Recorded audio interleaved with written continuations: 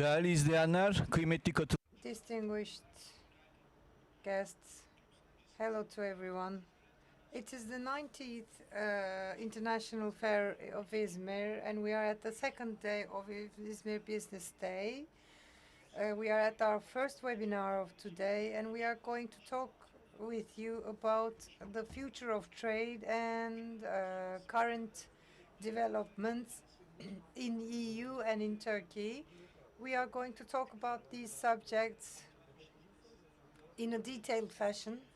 We are going to try to, at least, and we are inviting here our trade counselors who are working abroad, and those are people who are the most competent in the future of trade. We are with head of EU delegation to Turkey, Barot Spizivara is with us, and we also have the representative of Turkey to EU, Ms. Canan Nilüfer Dora, Trade Council to EU, and also we have chief trade councils from important countries for Turkey. I will go from the west to the east. We have London Chief Trade Council Tarık Sönmez, Moscow Chief Trade Council Feridun Başar, and Beijing Chief Trade Council Hakan Kızartıcı with us in our panel today.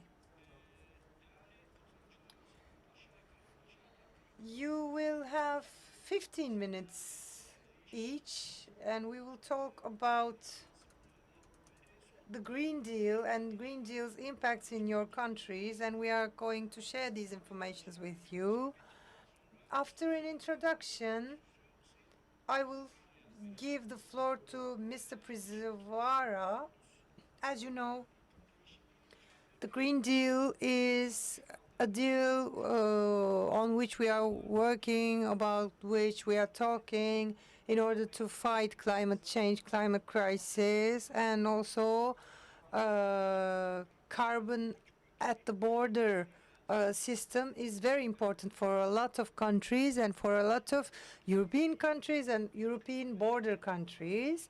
More than $140 billion is the volume of our exportation importation with EU in Turkey, so it's very important. Public authorities are also working for this Green Deal in Turkey, and in Ukraine, in Russia also, they are working on this carbon at the border system.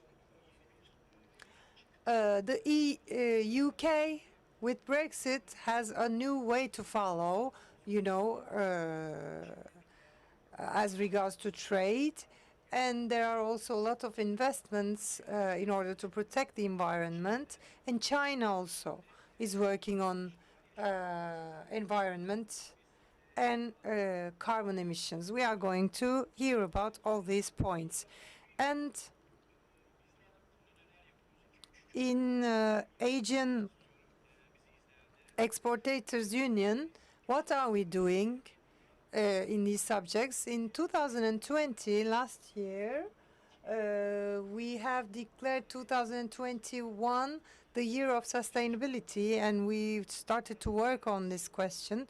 One of these events is that we became a member of a global compact of UN,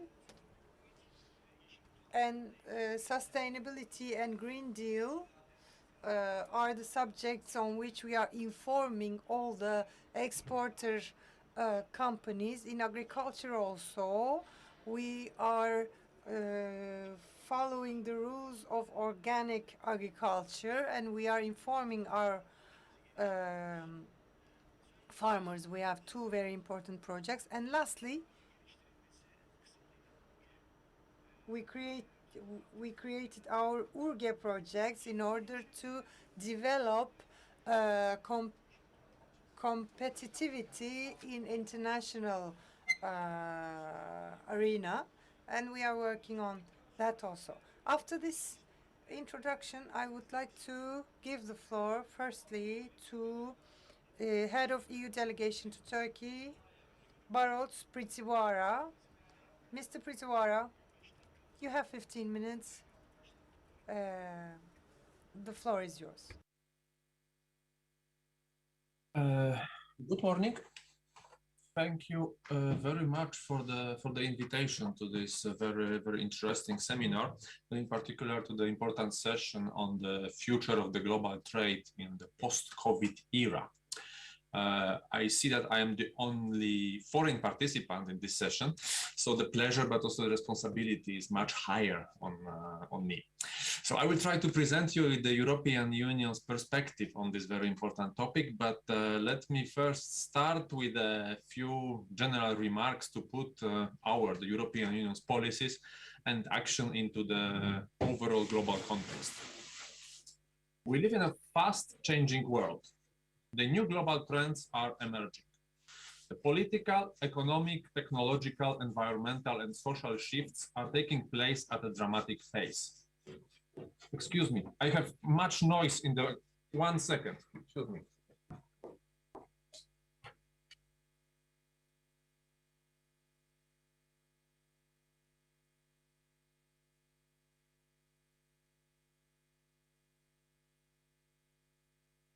Sorry, excuse me. I couldn't concentrate on what I was saying because there is much noise. Today, global context is characterized by the growing political and economic tensions, the increasing uncertainty and unpredictability, the digital disruption, dramatic challenges such as COVID-19, such as pandemic, climate change, and all those challenges, in order to be successfully addressed, require urgent and coordinated action across the world between the nations. Meanwhile, unfortunately, there is a growing unilateralism, and it is replacing international cooperation and multilateral governance. And international institutions are disrupted or are bypassed in this context. Trade and economic relations are at the center of all those disruptions and are negatively affected by them. So we can see it from the unprecedented slowdown in the global trade flows. Climate change is definitely the biggest challenge of our time, but this is also an opportunity to build a new economic model. The European Union has been among the first ones to notice this interaction between the new possibilities and the challenge, and reacted quite quickly, proposing the European Green Deal that you have mentioned. The European Green Deal is the new European Union's growth strategy. It facilitates the resetting of the EU economic policy to better respond to the 21st century challenges. Its overarching objective is the transition to a climate-neutral, environmentally sustainable, resource-efficient, and resilient economy by 2050, with the ambition of reducing greenhouse gas emissions by at least 55% by 2030, and ensuring the protection, conservation, and enhancement of our natural capital. But the European Green Deal is also a driving force behind the EU competitiveness. It will lead to a progressive but profound transformation of the economies, both within the EU, but also beyond the EU. And this, of course, will have a strong impact on the trade patterns. The European Green Deal and the entire set of our policies, which are streamlined with this new strategy, have the potential to positively change the outdated practices in production and provision of goods and services, which, as we all know, as we all realize, cannot any longer be sustained. Of course, I don't have the time to discuss all this complex set of policies and all this the complex set of issues, but in line with the main topic of our session, I will focus on trade and trade policies. So, to start, the EU is the world's biggest trading bloc. We exchange the largest volume of manufactured goods and services in the world. We are the #1 trading partner for 74 individual countries around the world, and in aggregate terms for Asia, Africa, the US, the Western Balkans, and our neighborhood area. Therefore, through the international trade, the European Union has a considerable leverage on third countries and can ensure that the environmental, climate, and wide-speaking sustainability concerns are addressed also by our partners. The EU is already using its modern trade agreements to promote climate-friendly policies and sustainable public procurement. It's also trying to remove barriers to trade and investments in renewable energy. Supporting green transition and promoting responsible and sustainable value chains is one of the 6 main priorities of the new European Union trade policy strategy, which was adopted earlier this year in February 21.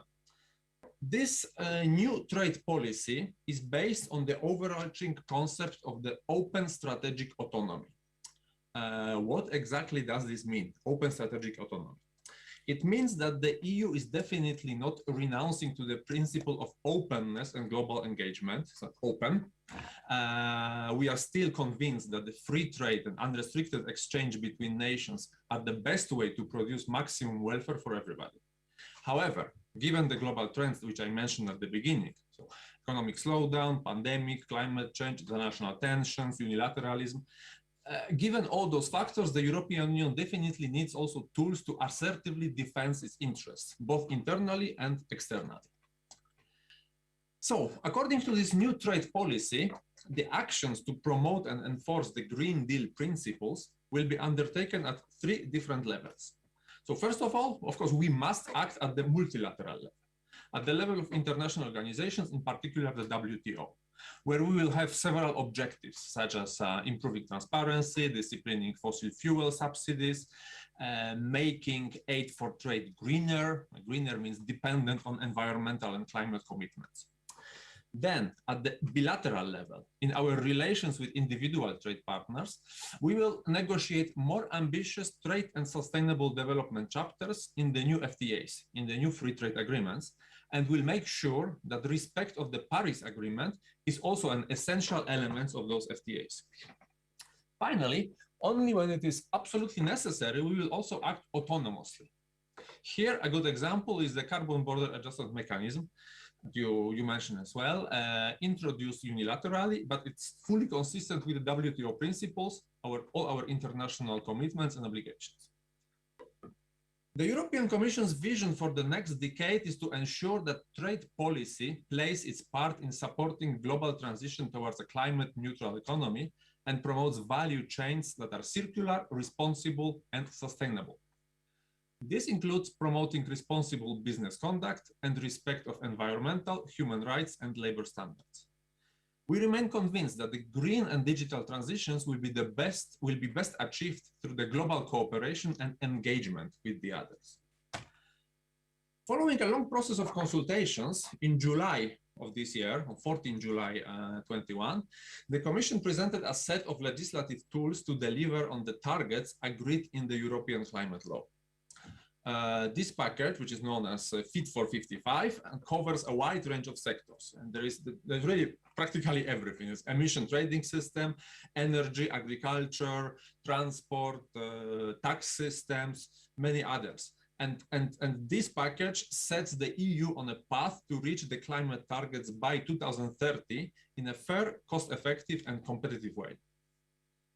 This package includes, among many other items, as I said, the famous Carbon Border Adjustment Mechanism, or CBAM, as we usually call it. Let me quickly explain how it works, as it is obviously of great interest for the companies exporting to the EU, and we very often receive questions about it. So, as the main principle, this mechanism will put a carbon price on imports of a targeted set of products in order to ensure that our ambitious climate action does not lead to carbon leakage. We call it carbon leakage. So what does it mean? This will ensure that the European emission reductions contribute to a global emission decline instead of pushing the production, the carbon intensive production, outside of Europe. And it also aims to encourage industry outside of the EU and our international partners to take steps in the same direction. The system, as I said, is designed in full compliance with the World Trade Organization rules and principles and other international obligations of the EU, therefore cannot be considered as a trade barrier. How it will work, I will very quickly characterize for the sake of our public here. The importers of goods into the EU covered by the mechanism will register with national authorities and buy so-called CBAM certificates. The price of the certificates will be calculated depending on the weekly average auction price of EU emission trading system allowances. Each year, importers must declare the quantity of goods imported into the EU in the preceding year and the emissions embedded in those goods. At the same time, they will submit or hand over the number of CBAM certificates that corresponds to the amount of greenhouse gas emissions embedded in the products. If the importers can prove, based on the verified information from third country producers, that the carbon price has already been paid during the production of those goods, of course, the corresponding amount will be deducted from the final bill. That's very broadly how it will work. I would like to stress that the mechanism will enter into force gradually, with the transitional phase starting in 2023 and finishing at the end of 2025.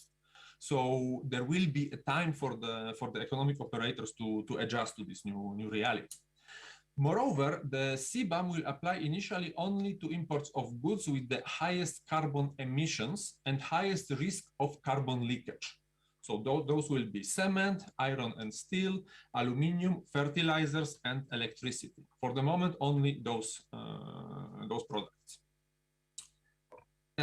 While some costs definitely need to be borne in order to modernize the production and delivery systems, I can strongly argue that climate action should not be considered as a sunk cost, but rather as a vital investment towards a sustainable future, but also towards competitiveness of each company and of the entire economy. The EU and Turkish economies are very closely interlinked, not only mainly via trade, but not only via trade, but also through thousands of big and small companies closely cooperating and contributing to the same value chains. So the efforts of the European companies to adjust their business model will open the door for their Turkish subsidiaries and partners and cooperators to become even more closely integrated within those value chains and to improve their competitiveness this way. So it will be both within the customs union, when there will be a cooperation between European and Turkish companies, but also internationally, when those companies will sell abroad. So I would say it is our joint challenge, but at the same time, the ultimate benefit will be also shared between the EU and Turkey. While discussing about the global challenges and following the title of our session, we cannot, of course, forget about one of the challenges that has hit very hard the global economy over the last 1 year and a half, and that will probably haunt us for some more time. So the COVID-19 pandemic. Adding to the challenges I have mentioned, the pandemic has strengthened and accelerated a number of trends that predated it, such as stalled multilateralism, growing tensions between big political economic powers, rising nationalism. And as I just mentioned, many of those trends spill over into the trade sphere. The COVID-19 pandemic has also created a number of distinct challenges and highlighted the interconnected nature of the economies. Those economies rely on stable and predictable international rules and resilient transportation channels. Therefore, we have one more argument for reconstructing a transparent, rules-based system of international relations. Let me conclude my presentation, my speech, with a very brief glimpse on the economic outlook across the globe. The latest OECD long-term forecasts indicate that in the euro area, in the EU, the real GDP will increase on average by 1.4% annually over the next 10 years. Nevertheless, these growth prospects, still not very bad, but they will be completely eclipsed by developments in other regions, in the emerging markets. And honestly, the Europe's relative position in the international economy, the global economy, will, at least in quantitative terms, unavoidably diminish. Already in 2024, 85% of the world's GDP growth is expected to come from outside of the EU. Well, naturally. The continued rise of China will impact heavily on global economic developments over the next years and decades. The OECD predicts that the Chinese GDP will grow by 4.7% annually, much more than European. So the EU trade policy must take into account these global trends and challenges to reflect the political ambition of a stronger Europe in the world. I believe that with its new Green Deal strategy and the new trade policy strategy, the EU will manage to remain a global economic power and a leader on sustainable growth. And Turkey, which is our very important partner in terms of trade, investment, production, value chain, can only take advantage of this situation by further integrating with the EU.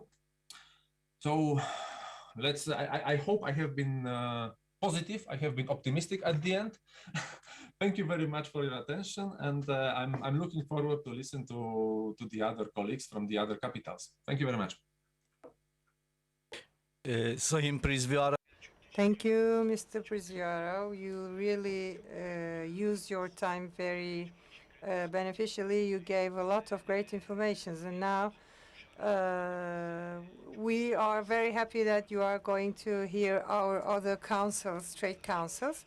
Distinguished participants, now I will give the floor to our Chief Trade Counsel to EU, Ms. Canan Nilüfer Dora. We heard about European Commission, and she's in Brussels. She's following these questions very, very promptly. Thank you. Have a nice morning. I would like to salute all the participants. Since 2 days we are talking about this green transition, and we are having all these debates, and I am very thankful that you gave us the opportunity to participate to this forum. The transition is very important, green transition. It is a very important element of our relations with EU. Bartos talked about this in general lines. He presented the philosophy of Europe, the titles, and the changes which will be brought to World Trade System. I won't repeat what he said before, but I would like to have this perspective of Turkey relations with EU, and what is it going to reflect, in which sectors, and what are the policies of EU? How can we make these concrete? This is what I would like to talk about. It is a very vast question and issue.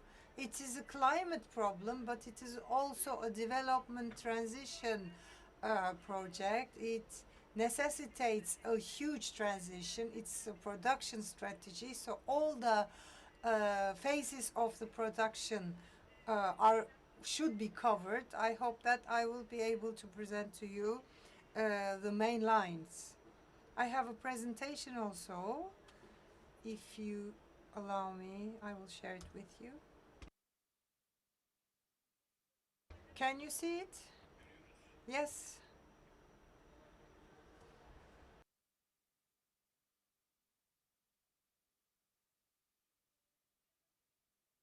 As I said before, EU started to feel this need. It was the first region to start to feel this need, and this need was talked about in several platforms in the world, but the Green Deal was first done. Excuse me. Could you show it on full screen? Can we see it on full screen, please?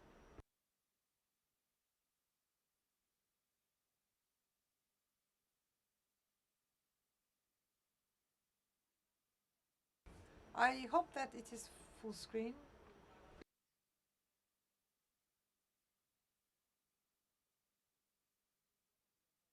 We are seeing, but if you can make it full screen.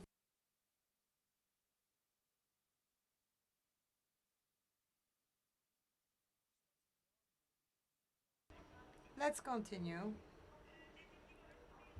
As I said, EU created this Green Deal, and it is the Europe that announced its goal of becoming the first carbon neutral continent in 2050. It was a trigger for other countries, South Korea, Japan, USA, promised, engaged to have in 2050 carbon neutral, and China in 2060, Australia, Sweden, Norway, Canada, Chile, South Africa, and other countries also have declared a net zero carbon target by 2050. Developing transatlantic cooperation between the United States and the EU on climate change is on the agenda. It's a transformation policy, and there is this policy, and also there is this policy to regulate the markets. EU wants to be a leader on these markets, and it's for maintaining EU competitiveness, exit from the COVID-19 crisis, closing the R&D innovation gap, new job opportunities, safety on energy supply, and reduction of external dependency. These are the subject that will be impacted by this Green Deal. Green transformation as a policy priority. The goal of becoming the first carbon neutral continent in 2050 was announced in December 2019, and the announcement of the European Green Deal. In 2020 September, EU declared 55% emission reduction target by 2030, a transitional objective. In June 2021, there is an introduction of the new EU Climate Act, which sets the goal of climate neutrality. And in July, regulatory package tailored to 55% target, Fit for 55, and in 2030, the emission reduction of 55%. And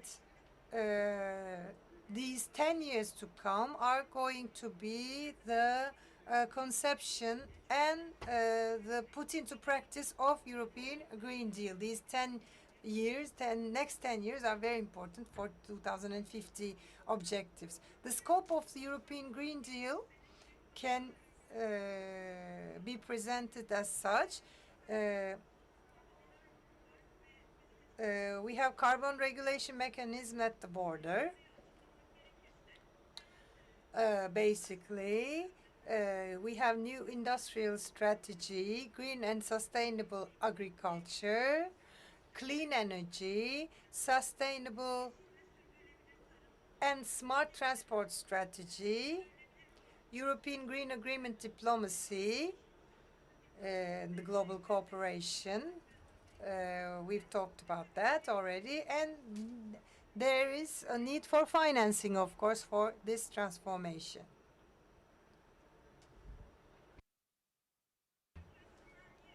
Why are these points important for Turkey? Because as you have seen, our trade is very important with EU, and it is almost the whole of our trade with EU which is concerned and covered. We have to follow the rules and move in accordance and in cooperation with EU regulation in order to protect our competitiveness as a partner country. EU is our best trade partner, and 51% of our exportations go to EU, and it is a very traditional figure that we are seeing year in, year out. The border carbon regulation mechanism, I would like to talk about these points one by one. In 2023, it's going to be implemented gradually, and in July 2021, it was presented to the Commission. Marcos talked about it, and if I can repeat, It is envisioned that imports will be taxed according to carbon emissions, tons per euro in production.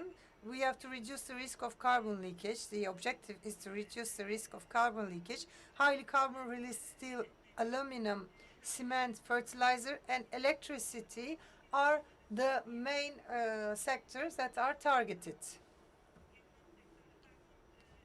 So I repeat, steel, aluminum, cement, and fertilizers. We have to tax this carbon. The system is based on the revision of the existing ETS and its application to imports.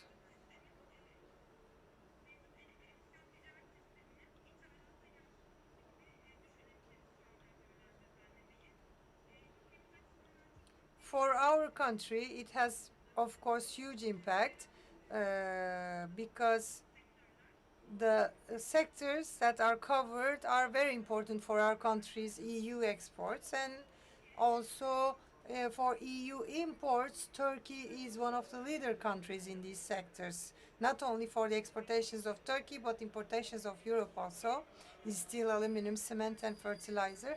Maybe Turkey is the only supplier in some of these industries. And when we look at the exportations, 40% of our exportations are covered by this border carbon regulation mechanism.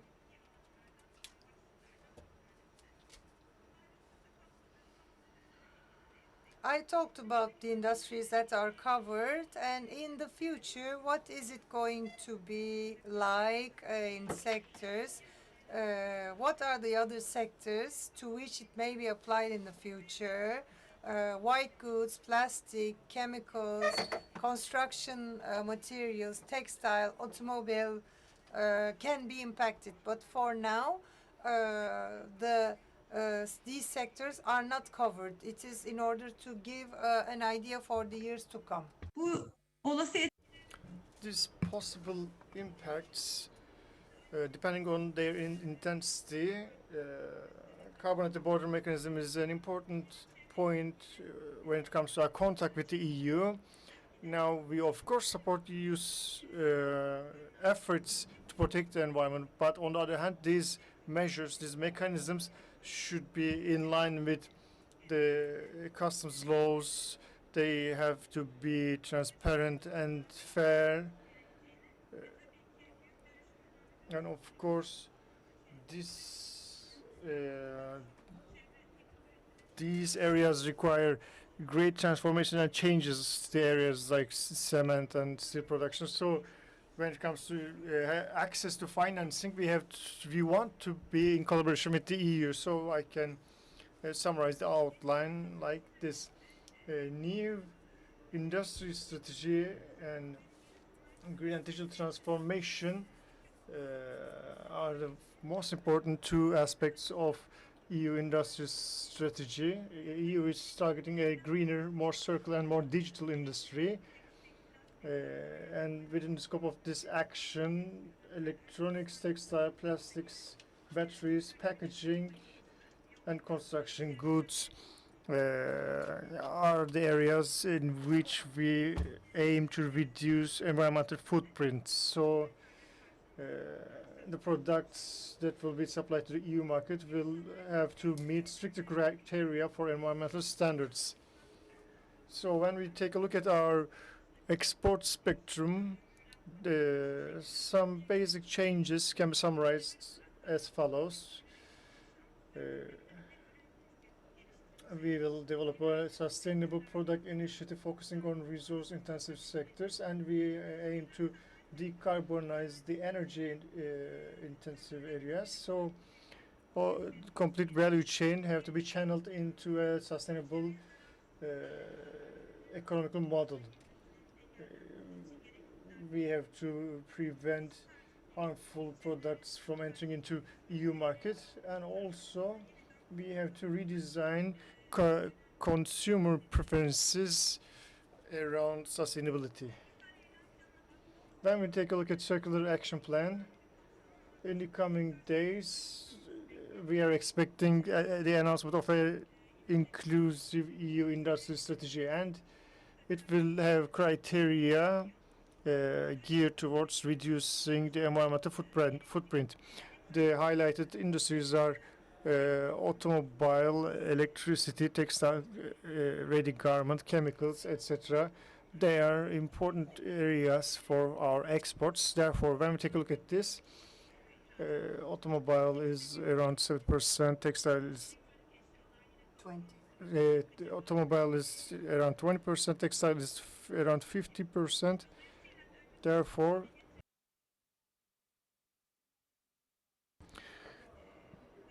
the criteria geared towards reducing the environmental footprint within the scope of circular economy will be determined, and we will start change and transformation efforts to this end. And it's really important to realize this in our country in order to improve our competitiveness.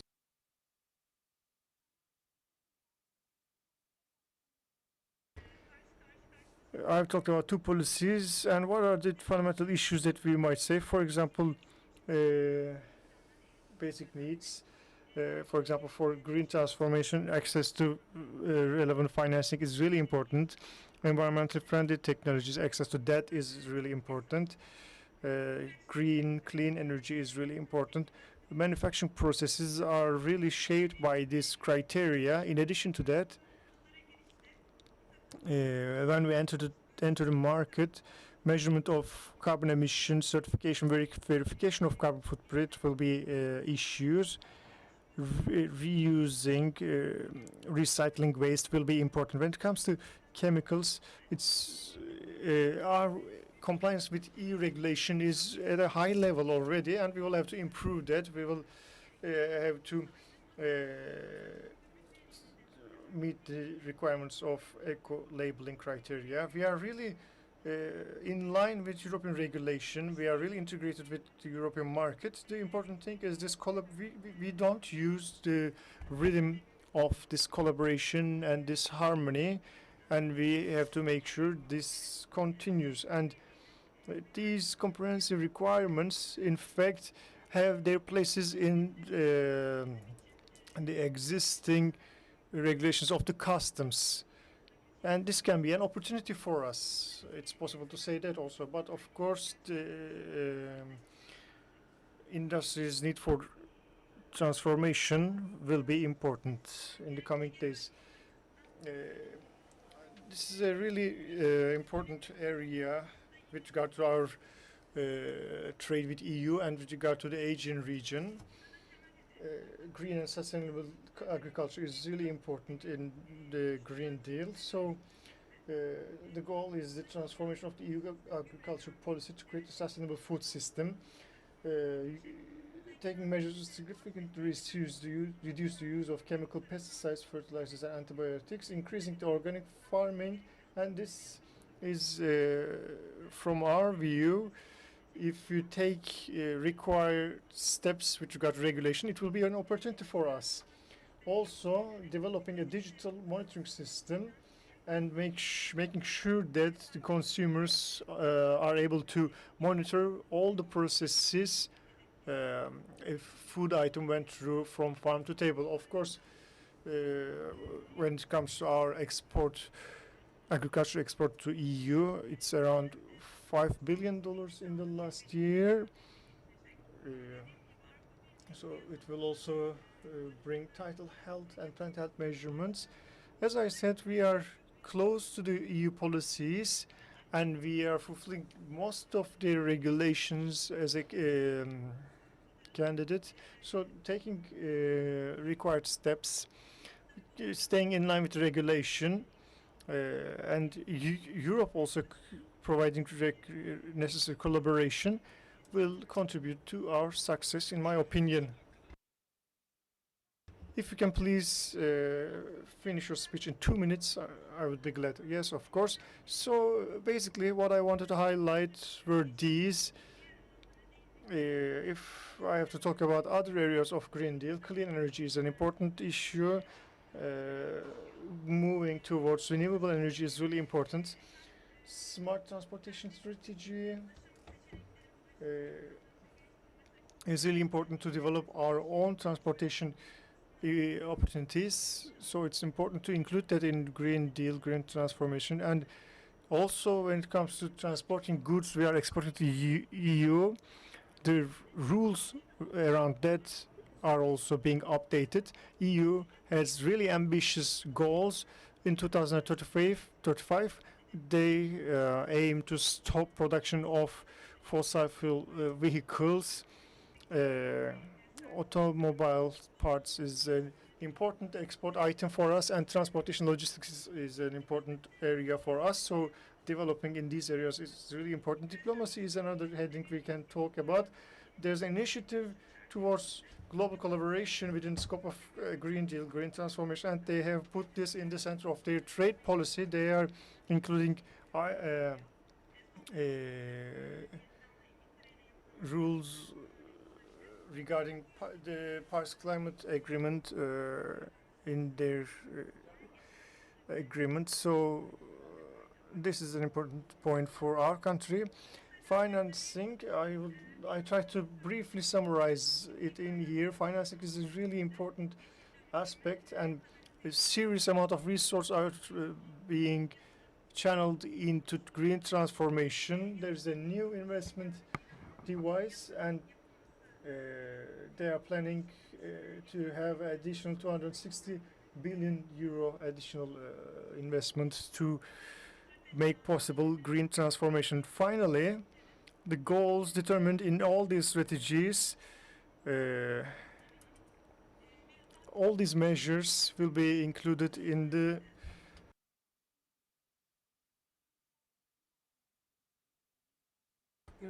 European acquis. So you can see everything I talked about in the Fit for 55 package. There are 55 items, strategies, policies, etc. are included in this package. Therefore, Commission's work and drafts will be discussed with the European Parliament and the Council. It will be negotiated and decided. So, frankly, in the coming days, I can say that it will determine the broad strokes of our regulation. Finally, all these implementations, efforts, policies in EU from the start has been monitored by our country closely. After the Green Deal was announced in December, we have created a work group in February 2020. We have reacted to these works immediately, and we have started an action plan. The purpose is ensuring green transformation without losing global competitiveness. So how can we harmonize with these? What kind of measures do we have to take, etc.? The goal was to determine these.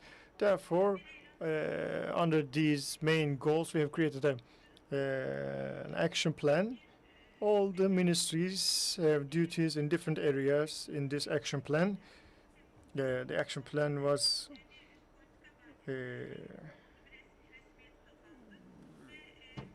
officiated by the Presidential Circular in 16 July 2021.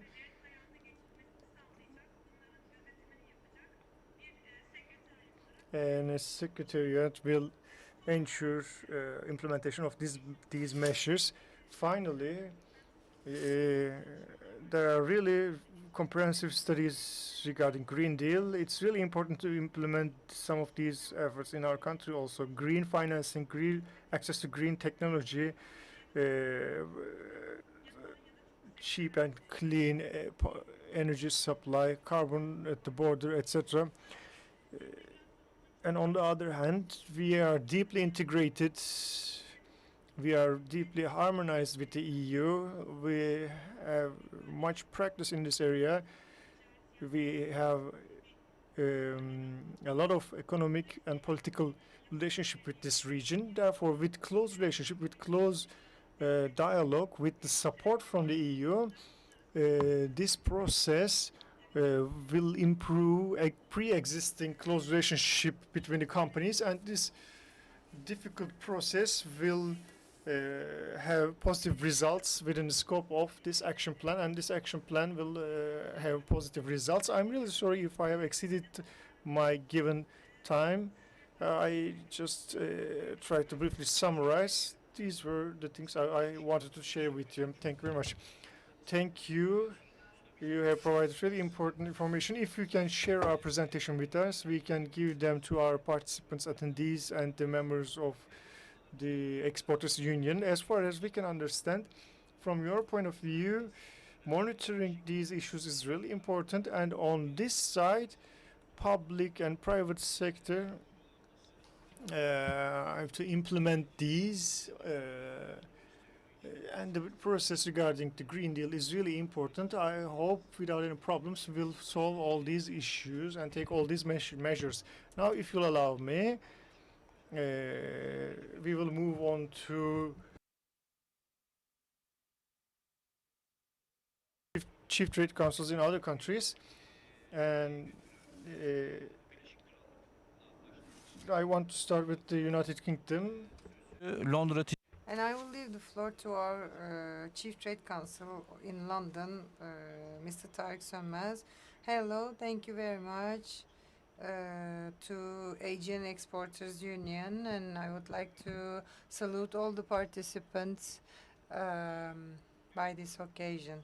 My presentation was a little longer, but if you allow me, I will shorten it in order to fit in 15 minutes, but I can share my presentation with you, and you can also look into it in detail. I would like to talk about sustainability policies and the applications in the UK. What is the scope of the applications in the UK? In UK, our vision of development is on 4 different objectives. Generally, they are aiming a social development which will respond to social needs, to protect the environment efficiently, employment, and efficient use of natural resources. These are the objectives. The government is also following sustainability objectives of global sustainability objectives of the United Nations. The strategy of development covers transports, waste treatment,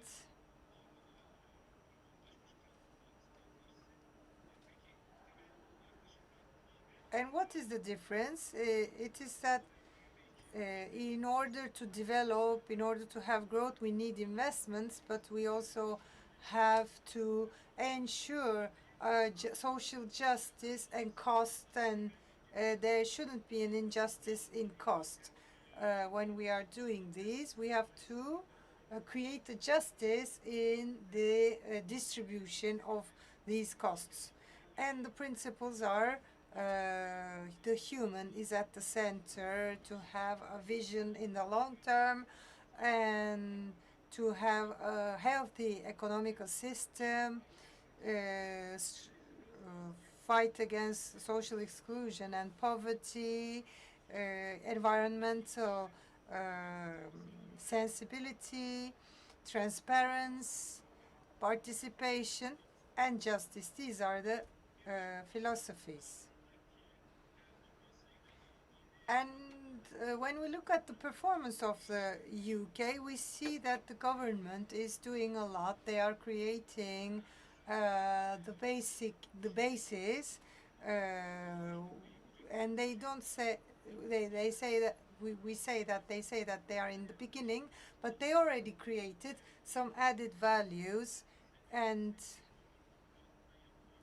the government was noted by an NGO group, and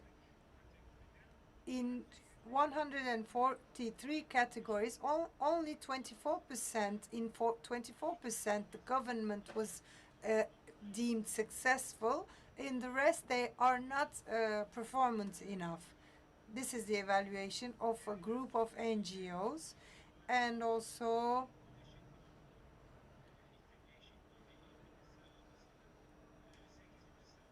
they are at the 8th place in climate change, in fight against climate change.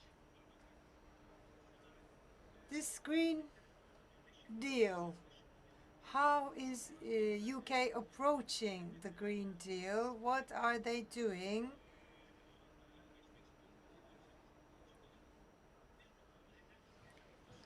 The number one objective is to be protected from these fluctuations in the prices of fossil fuels.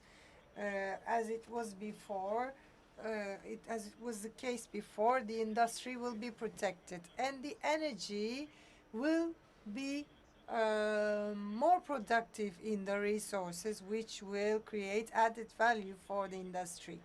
And the impacts of climate change can be managed better in national and international arena. We will have more opportunities. Countries who are ensuring, who are following the Green Deal will have better opportunities, and they will have new investments, innovations, and it is going to be a good environment for entrepreneurship.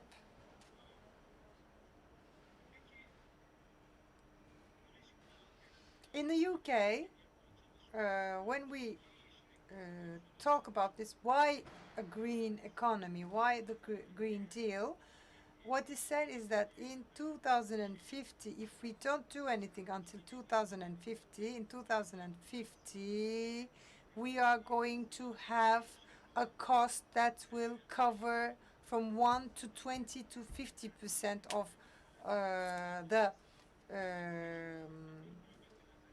bu işe kanalize edebilmiş olsak bu maliyetten kurtulmuş olacağız. Dolayısıyla aslında bu temel yaklaşımın arkasında yatan rasyonel bir anlamda böyle açıklanıyor.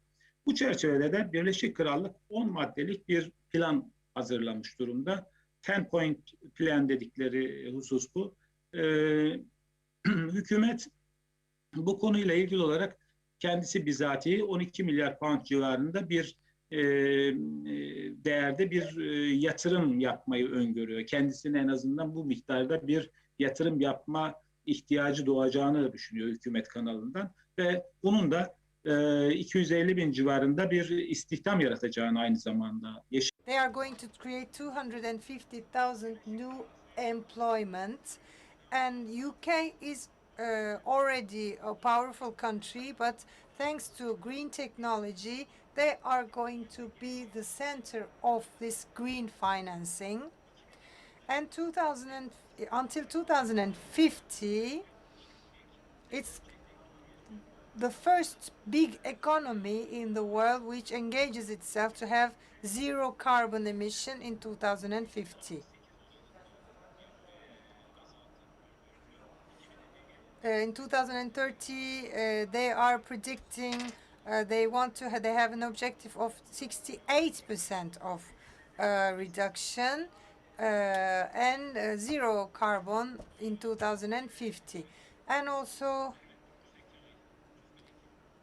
in October in Glasgow, there is going to be a climate change conference, and UK is going to host this event, and they want to dominate all these changes, all these developments.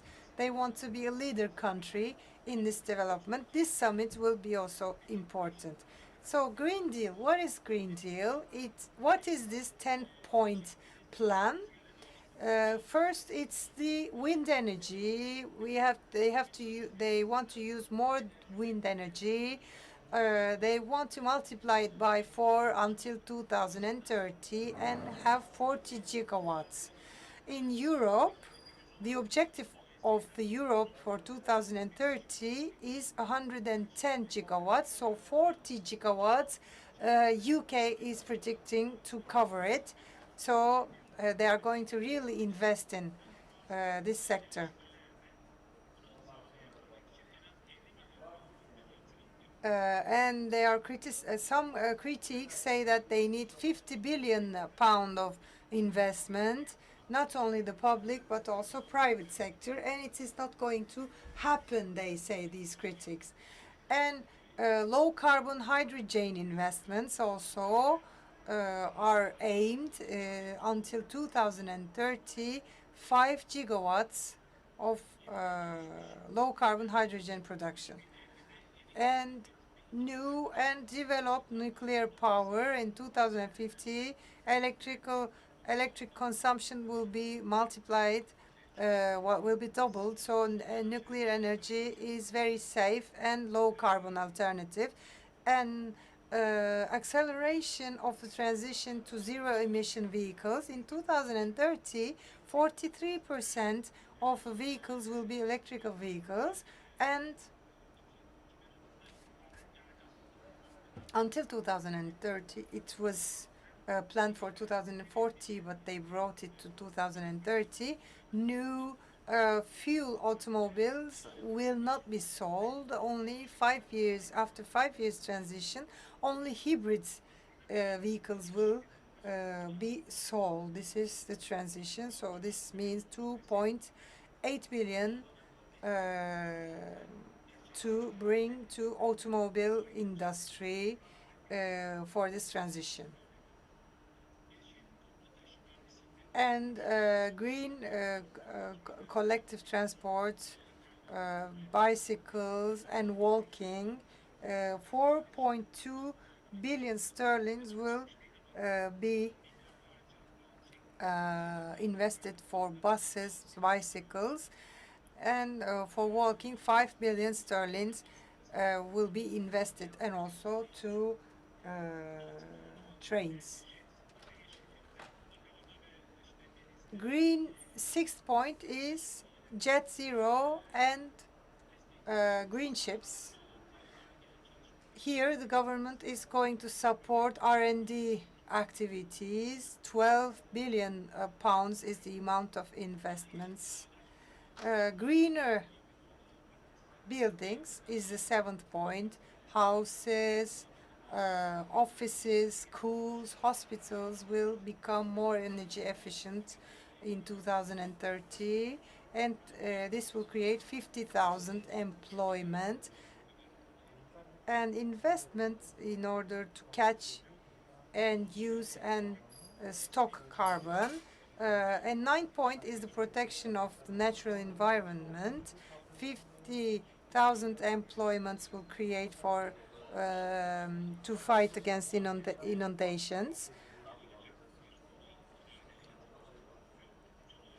And the 10th point is green finance and innovation. In up to 2027, R&D expenses will be up to 2.4% of the GDP, and they are going to create a net zero innovation portfolio in the public, and 2.5 billion of investment is going to come from the private sector until 2030. This is what is aimed. In this last slide, I will have a conclusion for you, and I will finish by that.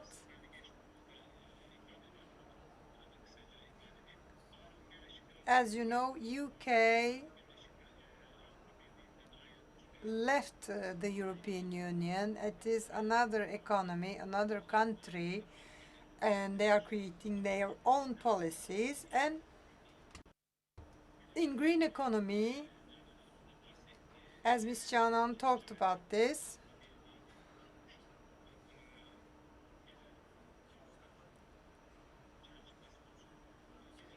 the general Green Deals, they are following the general EU's general Green Deal, and they are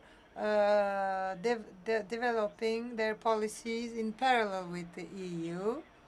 The main debate is the relations between the government and the private sector. These costs, how are they going to be shared by the private and public sector? How is the economy going to grow and develop even if there are these costs? Who is going to make the investments? And how is the government going to support the private sector for this transition, these investments? Or how are they going to also sanction by the taxes? And what will be the incentives?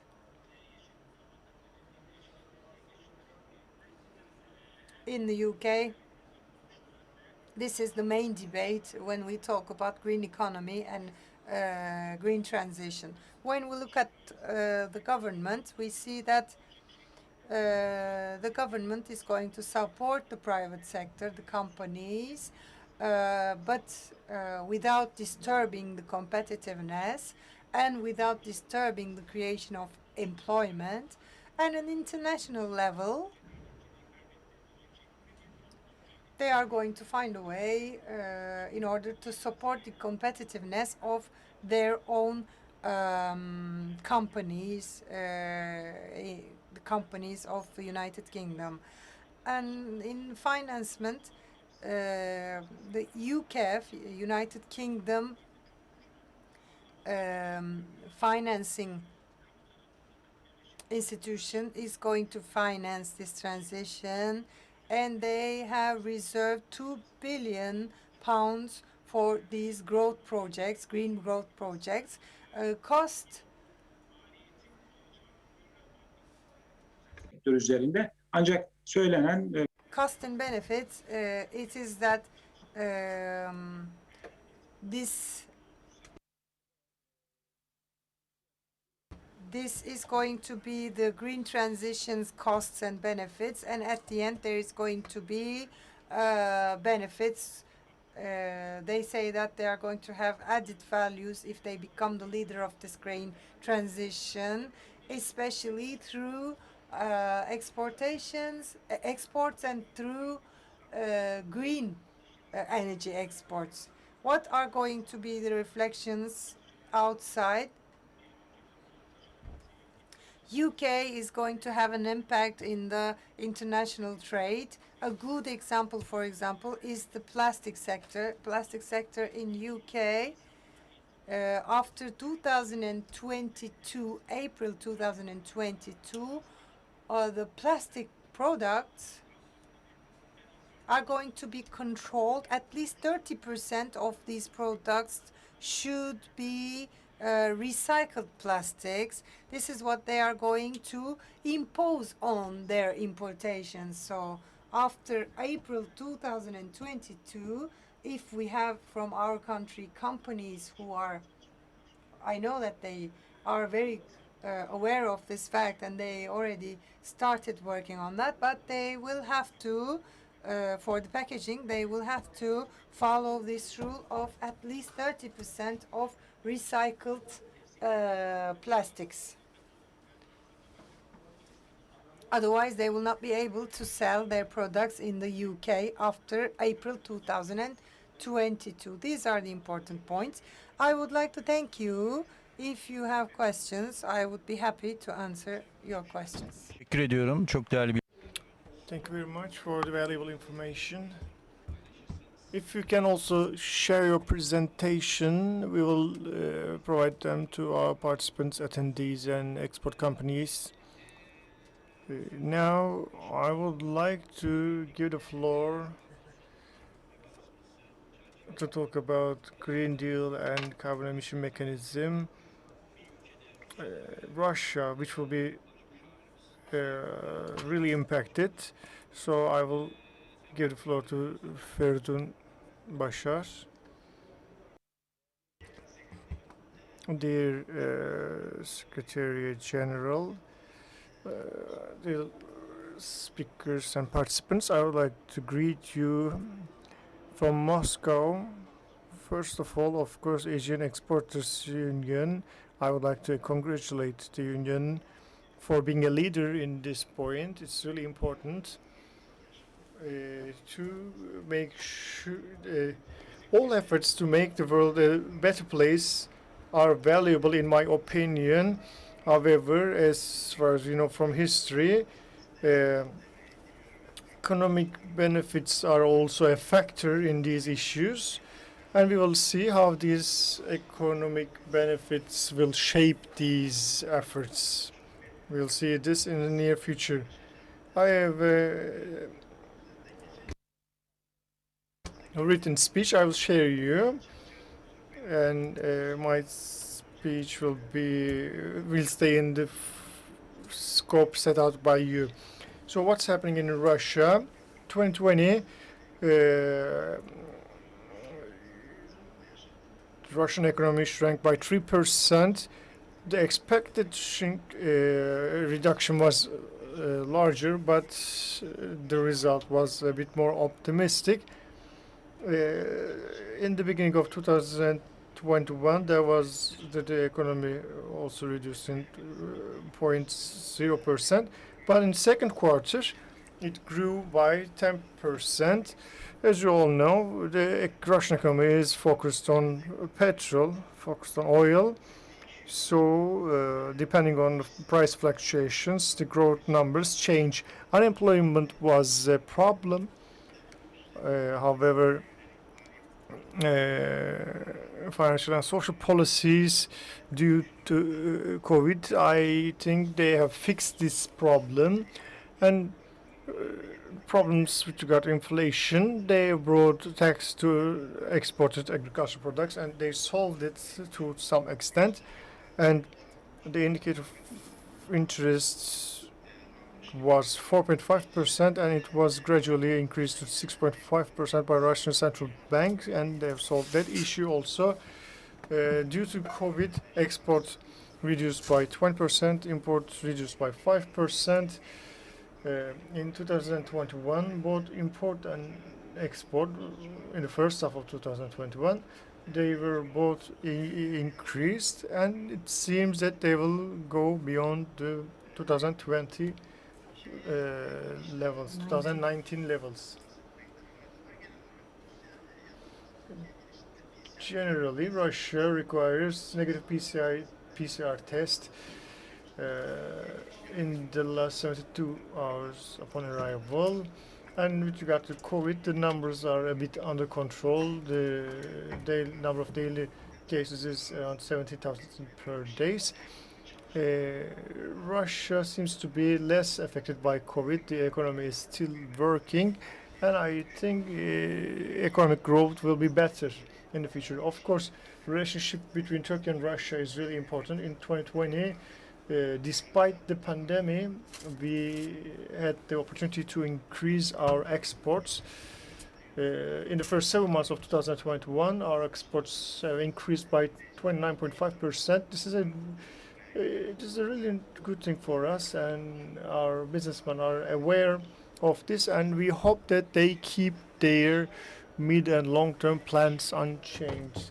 So, when we come to the issue of Green Deal, Russia Federation is closely interested in this, of course, and I would like to mention a few points to describe the interest of Russia. First of all, similarly to Turkey, EU is an important trade partner of the Russian Federation.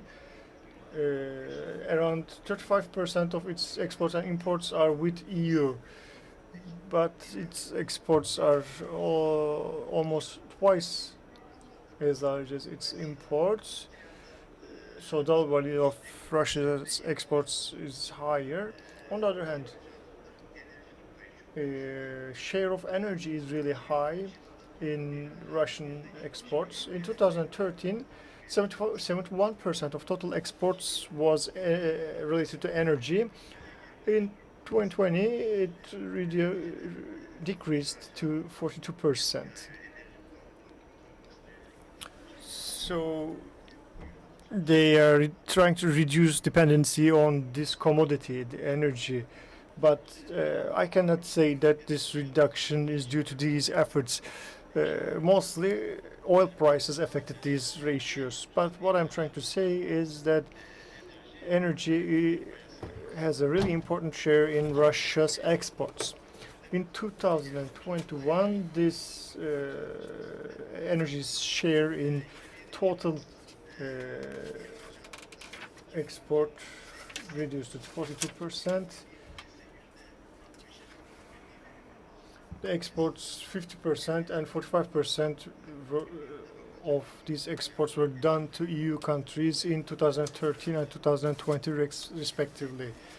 So these new steps will greatly affect Russia's exports.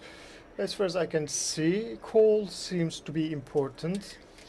Here around in 2020, around $12 billion of coal was exported by Russia, and 20% of these exports were made to EU countries. This is really important. And on the other hand, between 2013 and 21, coal production in Russia have increased by around 30%.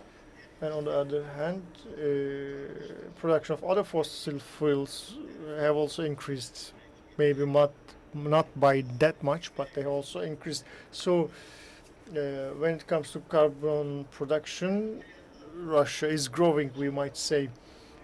On the other hand, when we take a look at the product groups that may have a carbon leakage, especially iron and steel, aluminum, rubber, plastic products, chemicals, fertilizers, and paper in the category of energy intensive sectors have a large share in Russia's exports, and they do not have sufficiently developed exports when it comes to cement, textile, and apparel and ceramic.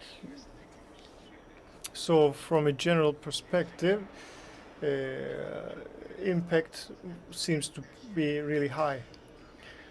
Of course, we cannot talk about everything in 15 minutes, so I didn't collect all the data, but these Green Deal implementations bring some risks for Russia's imports and exports.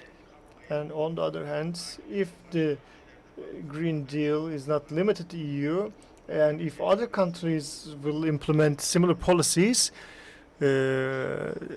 then Russia's exports will be more deeply affected, in my opinion. Especially when the energy demand decreases, the prices will decrease, and this will negatively reflect on Russia's export incomes. And if they don't take necessary precautions in high carbon emission industries, they will lose their competitive advantage. I would like to highlight something. Of course, in each product, we have to do an individual in-depth study. Which country, which product will be affected, to what extent, etc. I think this work has to be done in detail. For example, Saudi Arabia has low cost of oil production, but for Russia it's different. So each country will be affected differently. If you give up on coal and prioritize natural gas, Russia will lose from coal exports, but recuperate those from natural gas exports. However, according to one estimate, Russia's energy exports are projected to fall by 20% if the parties to the Paris Agreement meet their 2030 obligations. What's happening within the country? Let's take a look at that. We see that environment has been reacting. For example, if you take a look at the map, we call very cold weather Siberia cold, but we can see that there have been forest fires in Siberia. In the south and eastern regions, there were floods. In the Arctic region, glaciers are melting. So in Russia, we see some reactions from the environment, and this has forced the executives, administrators to think about these issues. As you know, Russian Federation has transferred texts such as the Kyoto Protocol and the Paris Agreement adapted on the international platforms to its internal legislation. In this context, a long-term development strategy on the basis of low greenhouse gas emissions by 2050 has been prepared, where it is envisaged that by 2050 the carbon density of GDP will be reduced 48%. There are also environmental national projects specifically for issues such as waste, groundwater, and air cleaning. In April 2021, this is important, President Mr. Putin emphasized that environmental and climate issues are among the primary issues in the development of the country. This is important. In addition, he instructed the government to develop the necessary measures to make the Russian economy less carbon intensive. Right before this meeting, yesterday, of course, we have seen this from the media, from news. Deputy Prime Minister Mr. Overchuk instructed officials of the Ministry of Economic Development, the Ministry of Foreign Affairs, the Ministry of Natural Resources to establish a working group on green reconciliation and carbon tax issues. And this working group will establish a negotiating position with the EU on the issue by September 6th. The working group also includes a special representative of the president. So this makes the working group especially important. In addition, the Ministry of Economic Development, the Ministry of Natural Resources, and the Russian Export Center have been instructed to analyze methods for calculating greenhouse gas emissions in the production of products contained in the EU draft text by September 13th. On the other hand, the Ministry of Economic Development has prepared a draft text on the process of national accreditation of independent local organizations to be authorized to determine carbon footprints. Again, relevant ministries, Ministry of Economic Development, Ministry of Natural Resources, Ministry of Industry and Trade, Ministries of Energy, Agriculture and Transport have been tasked with analyzing the impact of the carbon tax on Russian economic sectors until October 13th. So, Russia seems to be assessing the impacts and how we can negotiate these impacts with the EU. So they started to work on these topics. However, they are also reacting to the environmental issues developing within the country. With regard to the sustainability policies, we can say this.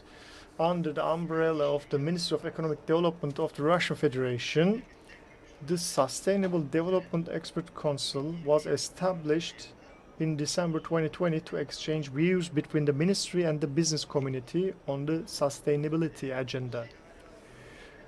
The council currently consists of around 60 companies and professional organizations representing various sectors such as metallurgy, nuclear energy, chemical industry, telecommunications, banking and retail sectors. The council held its first meeting in February 2021, followed by another meeting in June. And as far as we can tell, participants emphasized the importance of the 2030 agenda and the UN Sustainable Development Goals for Russian businesses. Here, the ministry mainly aims to compile information about the positive negative effects of the measures taken by companies and organizations on sustainability and to develop policy tools.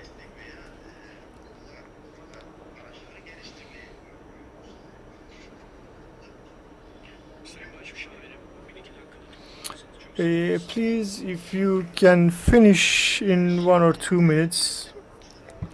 I have a couple of sentences. I would like to give a few examples. There is RSPP, just like R2CIAT. The president of RSPP said they want to work closely with the Ministry and Council on Sustainability. They want to be included in the negotiations with the EU. Rosatom has proposed that nuclear energy be considered sustainable and green energy in Russia and around the world.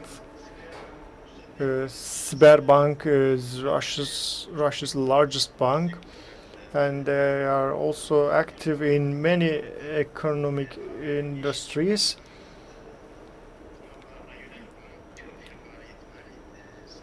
They have conducted stress tests on EU's carbon tax, and according to that, they analyze and they are trying to decide steps to be taken in 2021. Rusal is an aluminum producer, major aluminum producer in Russia. So they say they reduced their carbon footprint way below than the global average and European average. In agriculture, Fosagro representative says that they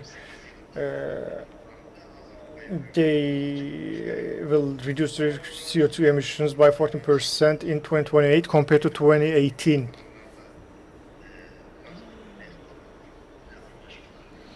Luft has entered into an agreement with Gazprom and Neft. So ultimately, what I would like to say is that in Russia, climate change issues are being brought into the agenda slowly, and they started to work on these issues. And with regard to their position towards EU, first of all, they are trying to negotiate and determine common ground, common points, and they are also they include their own economy within the developments around the globe, and they are trying to align themselves. Russia also has high capacity when it comes to wind energy, solar energy, and they have large forest areas, so they have advantages when it comes to carbon dioxide absorption. In the coming future, Russian Federation will continue to take steps with bilateral meetings. Thank you very much. Respects from Moscow. Thank you very much. You have provided really valuable information. Now, the last speaker of this session will take the floor. Pekin Chair of Commerce, Hakan Kızartıcı, will be with us. This is the final part of our webinar, and the next session will start now. So if you can be as quick as possible, I would be really happy. Thank you very much. Floor is yours.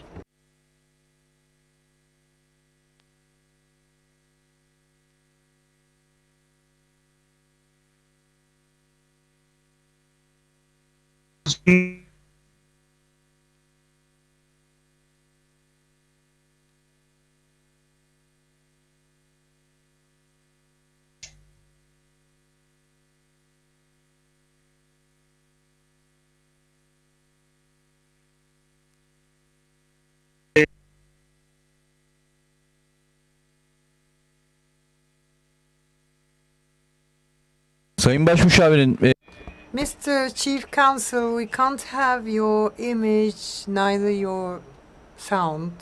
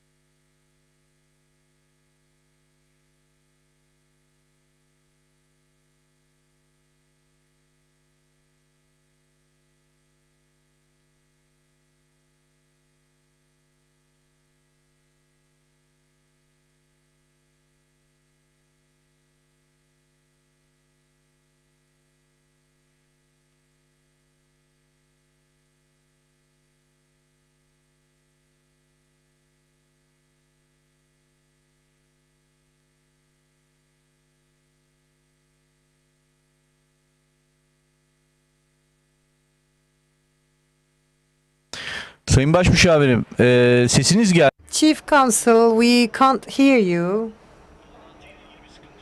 There must be a problem with the connection, maybe.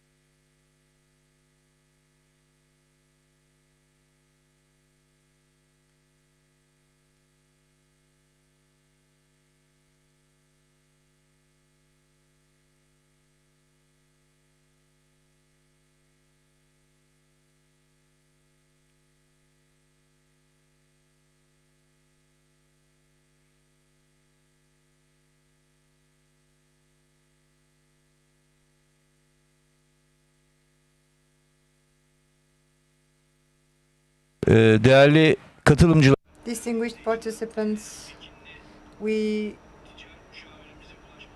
are having a problem to reach our chief counsel in Beijing. We are going to wait for a while. We are going to try to solve this problem. Otherwise, I will close this session.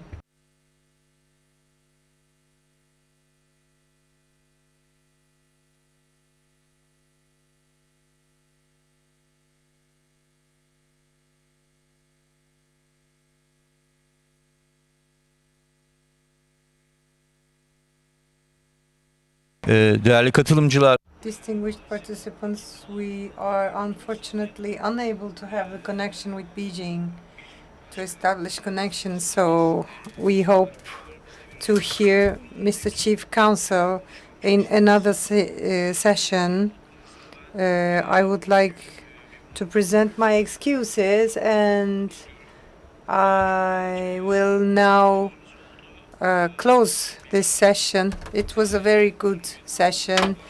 I would like to thank our chief counsels and other participants, our panelists. We will share with you the presentations, all the presentations, and I would like to thank you again for being with us. Thank you. Thanks to you, to our panelists, and to our audience, and have a nice and healthy day. Bye.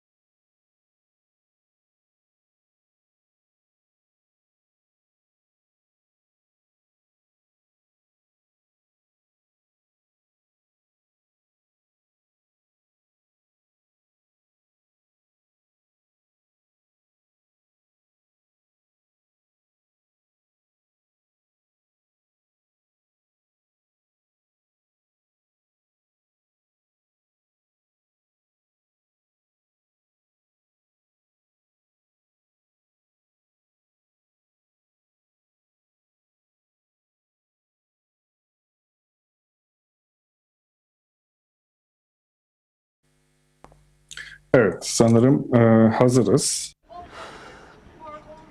Okay, I think we are all ready, and we are all ready for the broadcast too. Hello, we are on the second day of Izmir Business Day. This panel is hosted by Izmir Stock Commodity Exchange, and we are going to talk about the commercial and logistics strategies in the food safety and agriculture.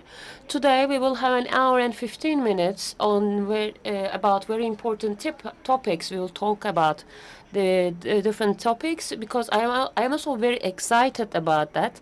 For example, when we have a look about the concepts, the circular economy, from farm to fork, or sustainable production models, green economy, and smart applications in food and agriculture sector, and also the risks and challenges and opportunities in food and agriculture sector, and of course their reflections on the commercial relationships.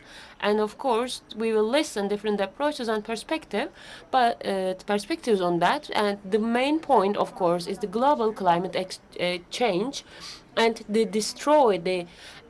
human race destroyed the climate. As you know, the seawater levels are increasing rapidly.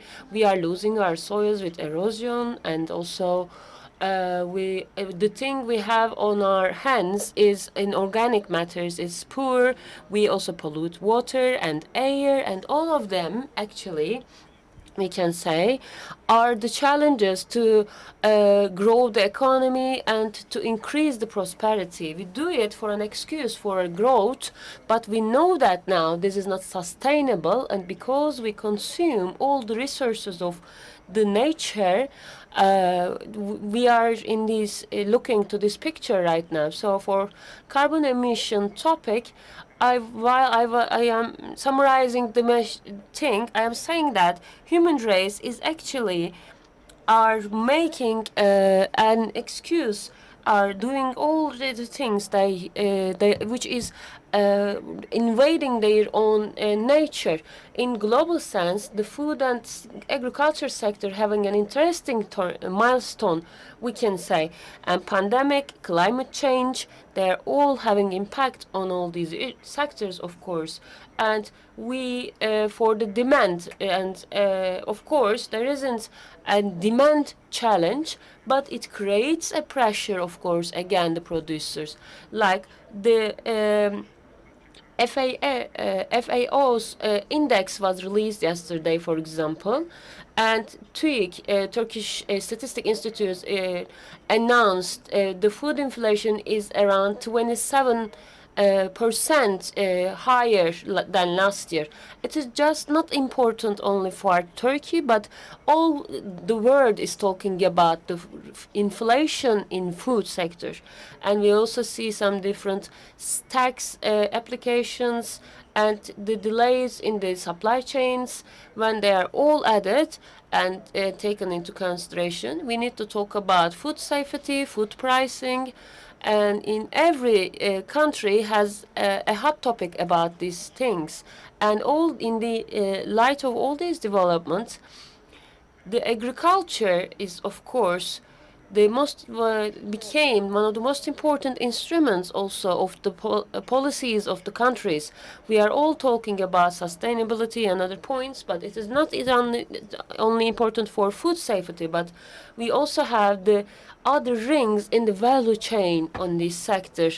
It has a circular dimension, the balance in the food chain, the sustainable models and approaches, the risks and opportunities waiting for the sector, new trends and green economy from logistics and other points. All of this transformation will be discussed by us, and then we'll talk about Turkey's position too, of course. And so let's wrap it up. We have very important speakers in this session. I would like to introduce them first. Dear Tunç Soyer is with us. He is Izmir Metropolitan Municipality's mayor. Welcome. Thank you. Well, thank you. Mikael Nekvasıl is with us. He is the climate change consultant. Hello, welcome, Mikael. And Aylin Çağlayan Özcan. She's from Ministry of Agriculture. Welcome, Miss Aylin. Food Department. And Dr. Ayşegül Selışık is with us. She is the deputy representative of Food and Agriculture Organization of United Nations. As I said, we have an hour, unfortunately, because we started late. So every speaker have 10 or 12 minutes for their speech. Then we will have a Q&A session. So I am going to give the floor to dear Tunç Soyer. Yes, the topics are here, yes, but I don't know what he's going to talk about. I just have some expectations, and I know that, Mr. Tunç, I know that a new agriculture, is it possible? Because as the municipality, I know that you have a project. Maybe we can talk about some keywords: climate change, food safety, sustainable agriculture, biodiversity, our resources, about seeds and cooperatives, of course, and productions. So what would you like to say on these topics?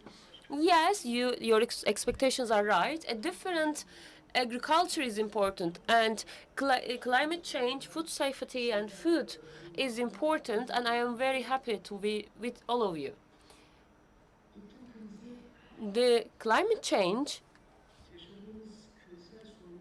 is actually a global problem we all face, and all creatures, living creatures, are having this threat, and this is our most important problem. So it is not something we can solve with some temporary measures.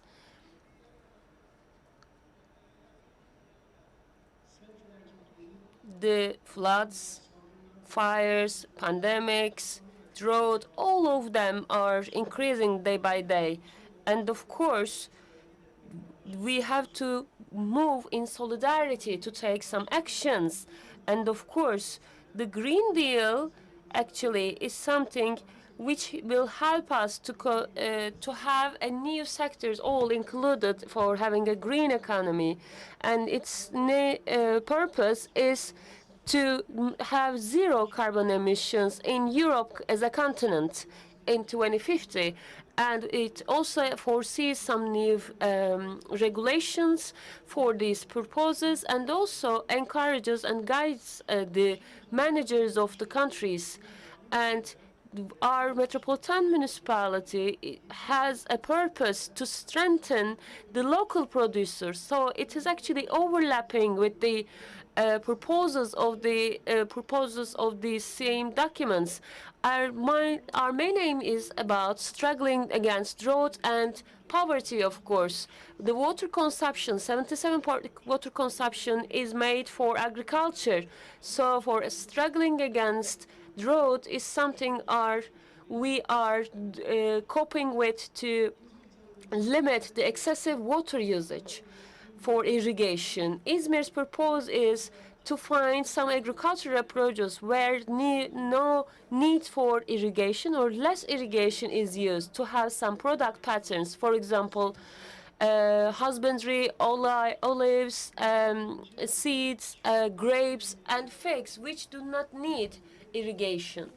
And in Izmir, the product patterns, these products are prioritized so that the water consumption can be lowered up to 50%.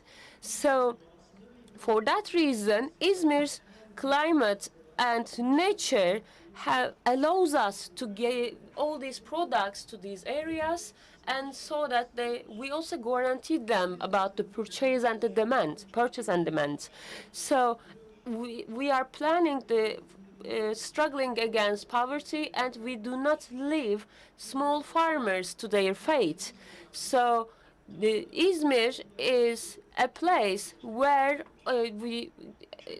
include all these processes from the farm to fork, because agriculture is not something done only on the farming fields. Izmir ecosystem has a right product pattern, logistics, branding, sales, exporting, and say all the issues that need these sector needs, of course. And so we have to. Our main aim is to make our producers to have prosperity. Actually, some of the problems they face, actually, they select wrong products or wrong product patterns, and it also creates some more resistant some farming fields which needs more resistant strategies. And all these targets put in this Green Deal are also in line, in parallel with our plans. So our plan is to strengthen, empower our local farmers and the rural areas. So Izmir agriculture's sales part is to provide them some guiding and also export too. So with this aim, actually, we can say the local producers can even compete with large agriculture companies with our empowering strategies. One of them is, for example, Izmir Agriculture Development Center is organizing all these efforts, and our center is both planning the product and also that will be grown in the city, and also guidance on sales, export, and guarantee of sales. And also, in order to do some works to meet the local farmer with world market, is Terra Madre, one of the most important food fair in so we are going to carry the Toronto fair to Izmir, so this food fair, so that where all these local farmers can meet the world markets. And the milk factory in Bayındır we have established, and also our meat processing facilities in Ödemiş are also having the step which are giving the sales guarantee to the local farmers, actually. And also some some husbandry activities are planned also, so that all the goat products, for example, can be provided as guarantee sales, so that we can say the economy of the city is empowered. So the future of the economy is actually, it has to include sustainability. So the criteria of Green Deal is bringing all new regulations in the part, which makes all these regulations to take all our to put on the table to have it. I think Izmir, I hope, will be an inspiration to all these meeting these criteria efforts. And I would like to extend my thanks to Izmir Stock of Commodity Exchange and salute all of you who are organizing this event. Thank you so much. We are also thanking you, yes, and for the information you have given us. Actually, our second panelist was Işın Su Kesterli. She is the chair of Izmir Stock of Commodity Exchange, but she was going to connect from New York. But as you know, there is a storm, Ida storm, in it's category 4. It is a very dangerous one. And in New York, there is a huge power cut and internet connections are lost. And of course, unfortunately, there are some injuries, and that toll is increasing. And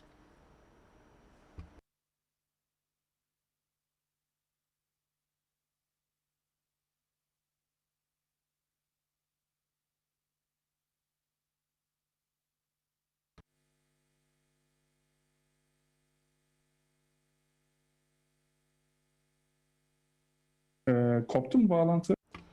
I think my connection was lost. Okay. Can you hear me? Yes, right now. You were lost, actually. I don't, I don't know where I left it. So you were talking about the situation in New York.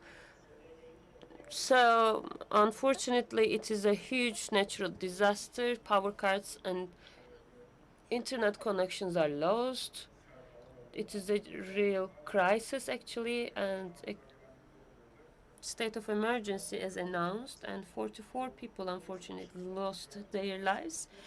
Miss Işılsu is in a safe place, but unfortunately she can't connect to us because of the power cuts. So today we can't hear her, but for her, I would like to just say that I would like to extend our thanks to her for hosting this panel.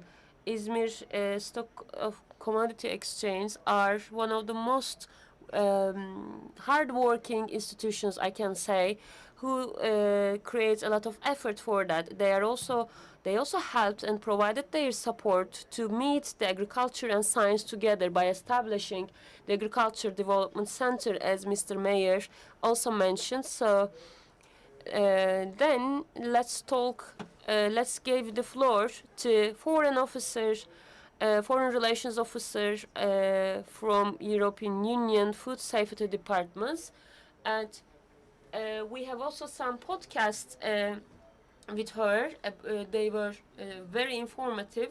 I strongly recommend you to listen these podcasts from Google, Apple Store, and Spotify. Miss Aydın is also in the climate negotiations of Turkey, Turkey. So I would like to listen about the roadmap of Turkey about meeting the criteria of the Green Deal regulations. Thank you, Mr. Irfan. You have actually given a simple introduction about climate change. So let's start with climate change. Of course, it is a reality that we all now accept. Climate change, it's not something only an environmental, but it is also economy, growth, uh, agriculture, transportation, food. It's a multidimensional issue, actually. So struggling with climate change uh, is discussed with the concepts with Green Deal, green economy, and after post COVID-19 economic recovery will also discuss all these concepts or Green Deal concepts, and EU and international institutions, for example, the UK, China, Japan, and South Korea, and also United States. All these countries are also giving some promises for having zero carbon emissions in 2050 for carbon mitigation measures. And in EU, actually, at the end of 2019, the targets for being a carbon neutral continent, a Green Deal, was, of course, announced. When it was announced, it was highly criticized, and because it was having, actually, it had some high targets, people said, but they were hard to meet, they said, but the subheadings were announced, and the Green Deal was something that was more and more familiar, actually, to people. So the NGOs, universities, think tanks, they are all having these discussions on their agenda to talk and to research. And when it was on the agenda, it felt that the 2050 targets are far away, but strategies, actions, regulations, all the details are now more familiar. So it shows that now it is near, actually. So, Green Deal. What is Green Deal?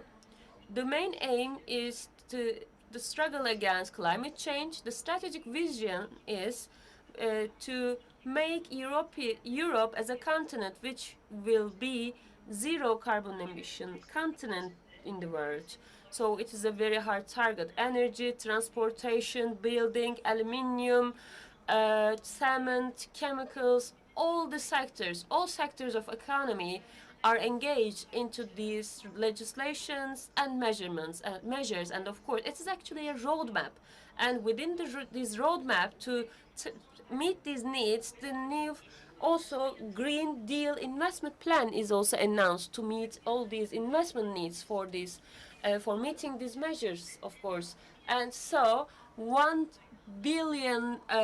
trillion euro is planned for the investment. So when we have a look to latest developments in EU side, there are some new serious documents announced recently. One of them that was released in 28th of June.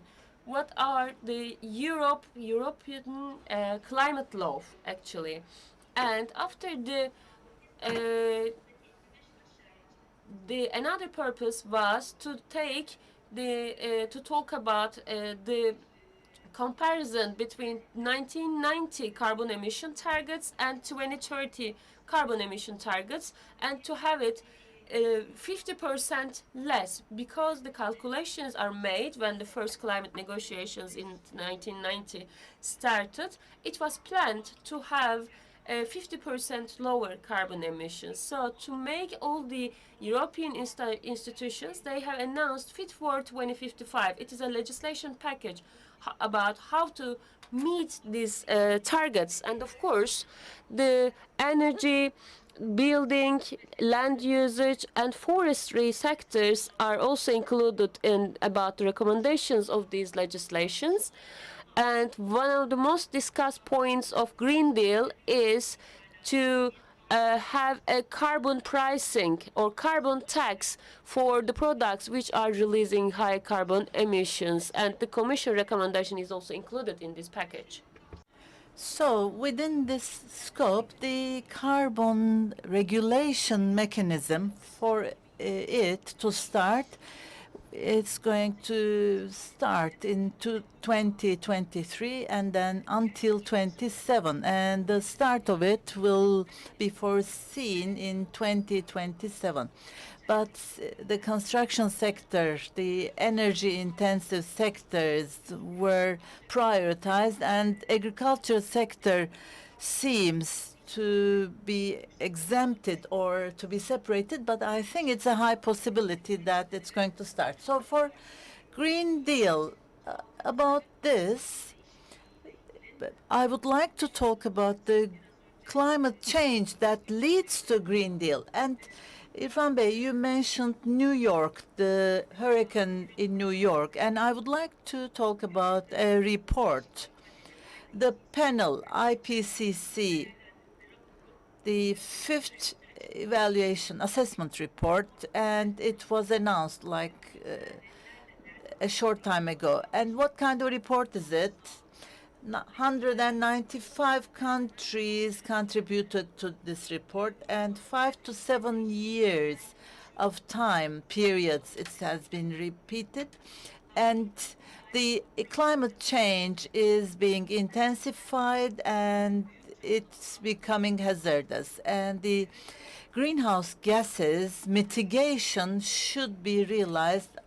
If it's not done, even the temperature rise will be like more 2 centigrade degrees more. So we should limit that. And at the conditions of today, if the global warming increases and the temperatures will increase like 2 centigrade degrees, then there are going to be droughts, floods, and snow, and the seashores problems, and the ocean shores. There will be radical changes, and most of these changes will be like the ones never be seen like 100 years, for 100 years. So they're going to be the radical ones. And the changes in especially seasons will be irreversible. And with this report, it shows that the data is scientific, and EU having serious measures will not be enough. Everybody will have to have precautions, and they should do their share.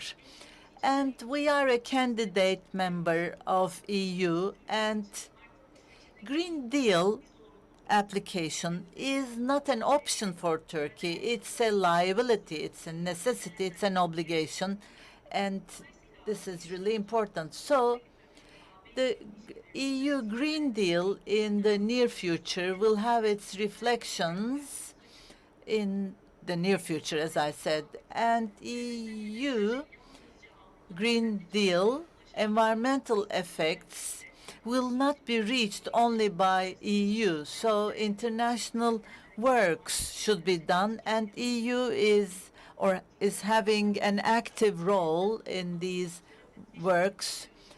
And there are some incentives, like some legal requirements are brought, or there are some financial support is given so that we can work all together, and I can provide the financial funds. EU has been doing that, both for private and public sector. We need to monitor the process, and we should not delay what should be done. And in agriculture and food sector, if we need to evaluate the sector within the Green Deal scope, we need to have a look at some important points. One of them is the limit carbon regulations. So the imported goods, they should be priced showing their carbon inclusion content.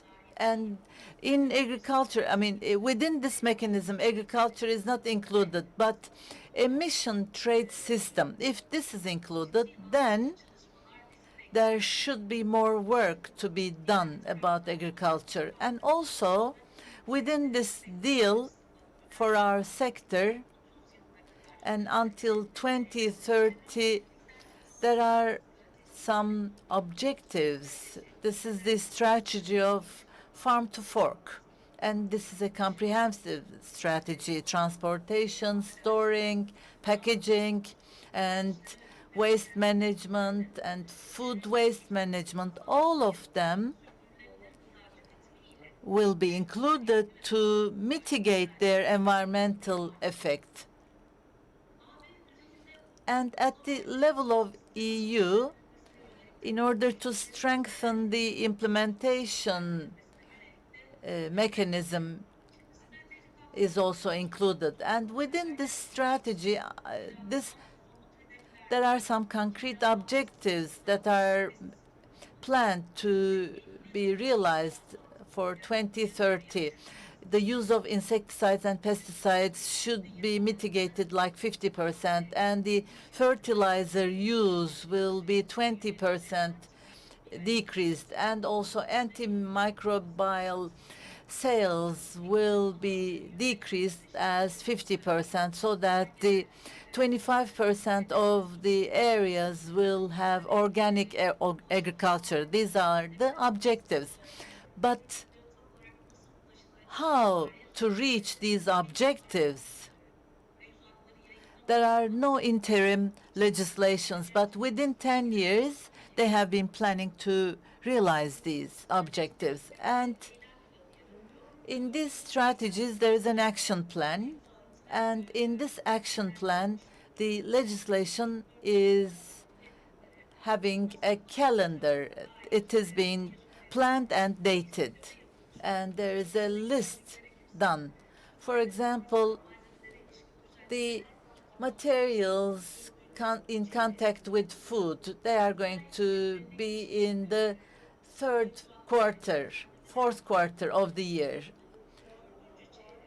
And also food legislation, 2022 fourth quarter.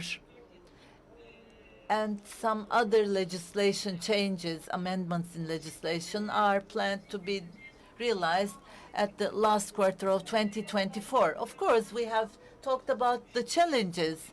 It looks like a pessimistic picture. There are some requirements to be obeyed, but there are some advantages that we have, and these strategies also, I mean, we have some work in line with these strategies. In our country, for years, we have been a member country of EU. That's why we have been monitoring and following all the legislation and regulations of EU closely. So we have a specialized team in public sector and the legislation, harmonizing the legislation. We have a team and they have been monitoring the process closely. And as the ministry, we, after the announcement of Green Deal, we have been studying the EU policy developments, and we have been evaluating the impact of it in our country. And of course, the contact at the executive level has been going on.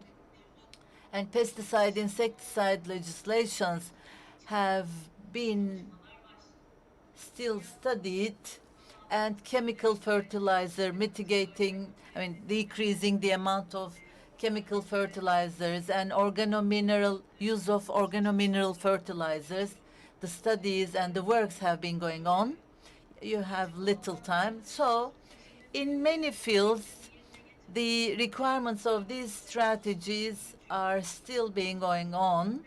And during COVID-19, digitalization in agriculture, we realized an online platform. So the food paste, we have been having panels, and our important stakeholder is FAO.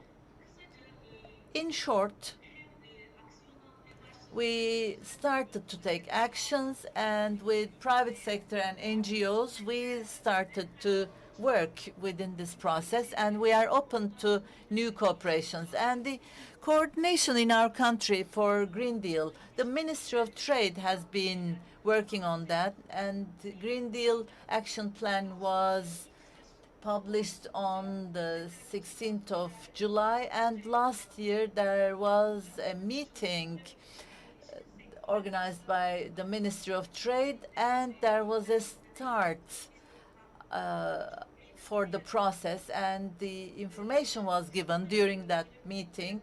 And I would like to mention another point, that the process is going to be an intensive period, and we need to have some great financial funds. And EU has been putting out some instruments, IPA and LIFE. There are some EU programs to make use of them financially, and we have been having trainings, and we are going to organize trainings, and we are going to contribute to the process and the project. Even the legislation is not very clear. It is clear what we are going to be facing, and there's going to be a transition period of 5 years, and by 2026 it's going to be implemented. So all the partners, all the stakeholders, we need to have the correct steps, and the public sector, they're aware what Green Deal could bring, and they are flexible and they are adaptable quickly. And I know that our private sector will transform it into an opportunity. Thank you for this organization, Izmir Commodity Exchange. Thank you. Thank you for the information that you shared. And it needs to have an holistic approach, yes, but as you said, EU trade connections and all the countries that have a commercial connection with EU, they are all interested. And now we are going to give the floor to Dr. Ayşegül Selışık, FAO Turkish, the Director General for European Union and Foreign Relations. And we are going to look at the situation from the FAO's window. And we're talking about the climate crisis, but of course, we are the ones who caused that, the human beings, and they have been damaging the ecosystem. And from yesterday to today, where were we? Where have we come to? And what are our homework to do? Thank you, Irfan Bey. Hello, and I would like to salute everyone from FAO. Yes, the topic is climate crisis, and agriculture is one of the reasons, and food is another reason affecting that, and the labor-intensive and source-intensive economy. And the agriculture producers, when the human beings have settled, the first time they had their settlements, it started. So the circular economy is also included, and biomass products and bioenergy is also included in that. And in Green Deal, it has been referred to a lot, and the mitigation of carbon emission is also referred in Green Deal. And after the Industrial Revolution, the sources in nature has been consumed without thinking about the nature and the transformation system of nature and the use of resources. It wasn't a good model for these using the resources effectively, and the agriculture have been using the resources and consumption of the resources, and the raw material requirements have been increased. And as a result, a global effort have been come out, and our consumption forms should be changed. And however we can change them, we can make use of the opportunities or the chances the nature give us. And we need to remember, we need to reverse the effect so that the nature will return what we have consumed to us, because the ecosystems and all the organisms within are in interaction with each other. And within this ecosystem, even the smallest land to the forest, to the seas and ranges and grass areas and forests are all invaluable for them, and we should not damage them. However, we have been damaging them willingly or unwillingly. They have been cutting the trees, and the freshwater sources are polluted, and seas are polluted, and drought is being effective, and the temperatures are rising. And within this process, on one hand, there is drought and landslide and erosions, and the soil is being polluted, or there are floods and rainfalls, and sometimes the grass areas have been damaged. And at this, within this situation, of course, our fishery or fishing sector is being damaged, and human beings have been damaging the nature. And by 2015 until 2030, with the Sustainable Development Objectives, it has been mentioned, and 2030 Sustainable Development Agenda has been including to get rid of poverty, but there are some universal objectives. Within these objectives, there are 17 objectives and 169 aims, and it has been mentioned as the development objectives. There are 2 objectives were added, especially protection of ecosystem. There are 2 objectives within the sustainable development. One of them is the life in water, and the number 15 is the life on land. So the areas of water and land will be protected, and they are going to be strengthened, and resilience will be increased. That's the objective, that's the aim. But we need to have a better coordination and a bigger effort. All of our behavior changes will be also required. And international society, Aylin Hanım mentioned, you mentioned, EU Green Deal is going on within this international coordination, and also there is biodiversity convention and the struggle with desertification are in sustainable development objectives. UN has been working on that, but protection of biodiversity and protection of the balance of the ecosystem is also the titles, the themes they have been working on, and FAO has been working on that as well. And the mitigation of greenhouse gases as 50% was 2050 objectives, and zero carbon objective is planned. And FAO, starting from here, within this framework, they have been realizing, especially the mitigation of greenhouse gases and the waste management, the loss management. There are entrepreneurships, and there are some initiations in governing bodies, and the individual. There are some individual projects within some countries as well. So FAO has been supporting the process. And from farm to fork project, there are some production systems to be formed, and an awareness is being created. And within the production, there are some husbandry rules and labeling, and some prevention of additives also is added in the system.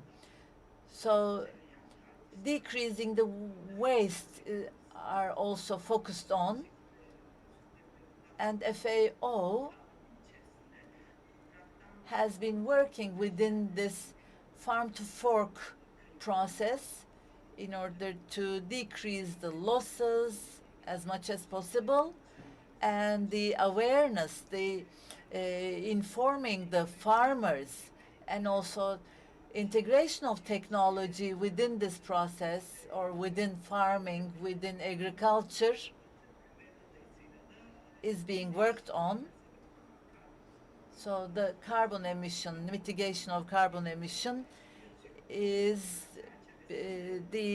one of the objectives that FAO has been working on. And about draft, I would like to tell something before FAO, how it works in Turkey. We're talking about the climate crisis. We need to mention drought as well. In 2050, 9 billion the population will be 9 billion. Of course, the production and the consumption will increase, but it's not going to be enough. And in 2050, in order to feed 9 billion, 60% production increase is expected. But in order to produce 1 kilogram grain, 3 kilogram of water is needed. But for 1 kilogram of meat, 15 kilogram of water is needed. So our habits are being changed.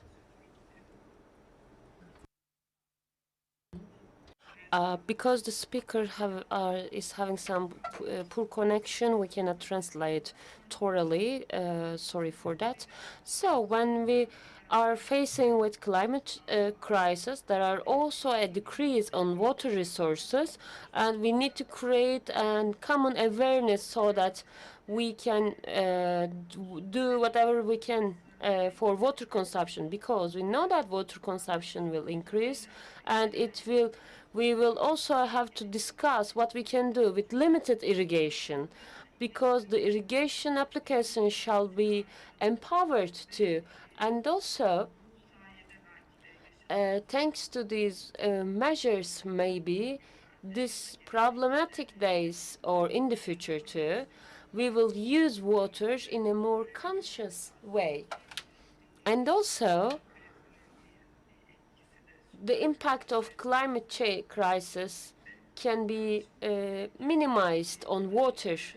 And also, there's another thing. According to FAO's research, 1.8 billion people will be in the rural areas, and two-thirds of the world population will have water consumption problems. As you know, agriculture is the sector which uses water at most. So our efforts shall continue with this conscious, with all these efforts. So what Turkey does? So the transformation programs and its concepts are discussed and try to apply all these things, efforts with all shareholders, so that the national implementation of these global discussions can be done, can be performed. And of course, the most important resource is the Global Environmental Fund, and of course other EU funds are helping them to have sustainable and comprehensive, inclusive food safety projects. And also the topics of these projects are, for example, using water efficiently, protecting biodiversity, management of forestry and rehabilitation, environmental and climate-friendly farm applications, and also to have sustainable way of food safety and to minimize food waste. And Ministry of Agriculture and Food is a close partner for these implementations on mitigating the water usage in irrigation, and it has reached masses actually with this project. And also Turkey, we not only Turkey, we are also the Middle East office, as you know, and the experience of Turkey and with the technical support of FAO is also discussed with these other countries in the Middle East. And of course, with the production, sustainable production, new sustainable food system shall be empowered also with these projects. And the funds of resources of FAA, as I said, we have some efforts for that. And the important thing here is to have the farmer in the most beneficial and in the most appropriate way, so that they can have a clear mind and about the climate-friendly techniques at agriculture, to use a controlled water consumption, and so that they can have good yield. We have some good examples in Konya, I can say, and it's actually a real good thing about the application schools, that we can make them know these new techniques via these schools.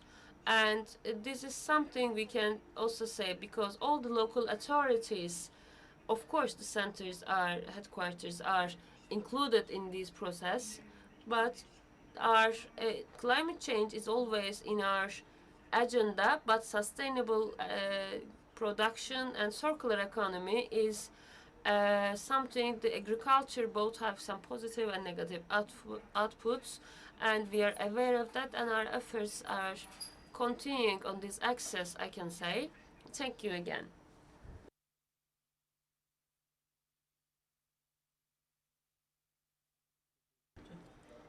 And thank you so much for your information, for sharing your info with us. Our last speaker is dear Mikael Nekvasel. He is European Commission climate change expert, and He's going to share some important info with us on his field. Yes, we are talking about drought, we are talking about the climate change impact on the agriculture, on product quality, and also the transformation of the products in the yielding season, etc. And we are also talking about using water, using pesticides, and so in these issues, we would like to have listen his valuable information with us. Yes, the floor is yours, Mikhail. Good afternoon now to Turkey. Can you see me? Can you hear me? Can you see my presentation? Gayet net Perfect, duyuyoruz perfect, ve perfect. görüyoruz sunumda. So, thanks a lot first for this kind invitation. It was a little bit last minute.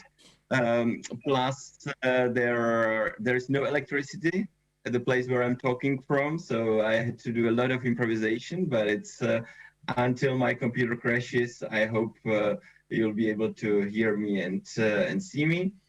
And as for myself, I work for Directorate General for Climate Action. I work on adaptation and in particular on agriculture and forestry. And I'd like to share with you a few thoughts that how we see the things within the European Commission and would be curious to hear a little bit more on how are things in Turkey and how we can perhaps mutually inspire ourselves. So you've talked a lot about the European Green Deal, so I'll not continue a lot on that. Just to put it in the context, we had recently an IPCC report, the last one. You've seen it. We cannot avoid going beyond 1.5 degrees. We have to fight for net carbon zero, as they call it, by mid-century, to be able to avoid 2 degrees. If we cannot, then we'll face irreversible and perhaps unstoppable changes. The way we translate it in the European Union is that not only carbon zero, but we are aiming for climate neutrality. So not only carbon dioxide, but all the greenhouse gases. And the IPCC report clearly says, if we want to have a chance to stay below 2 degrees, we have to act within this decade. And that is why the European Union came up with the Fit for 55 package, and we are really doing our utmost to cut as much emissions as possible in this decade, and at the same time to do a lot on the adaptation side. Now, within the European Green Deal, you see it covers basically all the areas of human activities, one of which is agriculture and food that I'll talk about right now. What I believe is extremely important is to see the mutual influence of both phenomena. We often talk about how bad climate change is for our agriculture, how our farmers suffer. This is correct. But there is also the other way around. To ask the question, what can we do in our agriculture so that we help both mitigate climate change and adapt to it? And this is very much what I'll talk about in the next part of my presentation. One thing I would like to make very clear, and we are still not being able to sell this idea within the European Union, and I think it's the gateway to the success. To explain, demonstrate, pilot, repeat all the time that climate-friendly agriculture enhances the farmer's yields and income. Not talking about health benefits, etc., etc. It's often seen all around the world, including within the European Union, that either we make money or we do our agriculture in climate-friendly way. No, we can do both at the same time. And let me give you one example, which would be water retention in the soil. The way agriculture is being done within the European Union mostly, it's what I call industrial agriculture. Huge plots of land, very few landscape features, water being drained from the fields, etc., etc. What we are trying to do is to put as little as possible of organic content, to put chemical fertilizers, etc., etc. This is clearly the way to diminish the value and the fertility of our soil and of our fields. There is an alternative. The alternative is cutting huge plots of lands in small ones, putting landscape features, putting trees, trying to keep as much life in the soil, to keep as much of organic content in the soil, which not only will help us retain carbon, but it will also help us retain water in the soil. Hence, no irrigation or very little irrigation will be needed, and not only in long term, not only in medium term, but already in short term, the agriculture will be more beneficial for the farmers. To share with you a little bit, and this is complicated, and I'll promise I will not go into details about the future of the Common Agricultural Policy, and perhaps you know it all. Just to highlight 4 issues, 5 issues. First is that we are trying not only to address climate change, but we are also trying to address environment. Sometimes people keep forgetting it's talking only about climate change. It is a problem, but it's not the only problem. So we're trying to address also biodiversity. We're trying to address natural resources use. And when it comes, this is the first point. The second point is that when it comes to farmers, we believe that it's a lot of services that need to be delivered. Example, I used to work in Nicaragua, and there in Nicaragua, the farmer told me, look, I do it exactly the same way as my father and as my grandfather and my great-grandfather, and it doesn't work. And it's asking, what shall I do? And we're saying, look, you cannot do it not because you're doing it in the wrong way, but because the conditions have changed. Your rain period is not coming at the same time as it used to come. Your soil is not as fertile as it was, etc., etc. So we need to provide a lot of information, a lot of mind shifts we need to achieve that are difficult because people know how to do things, they're used to things, and we really need to explain, talk, give examples, pilot projects, etc., etc., etc.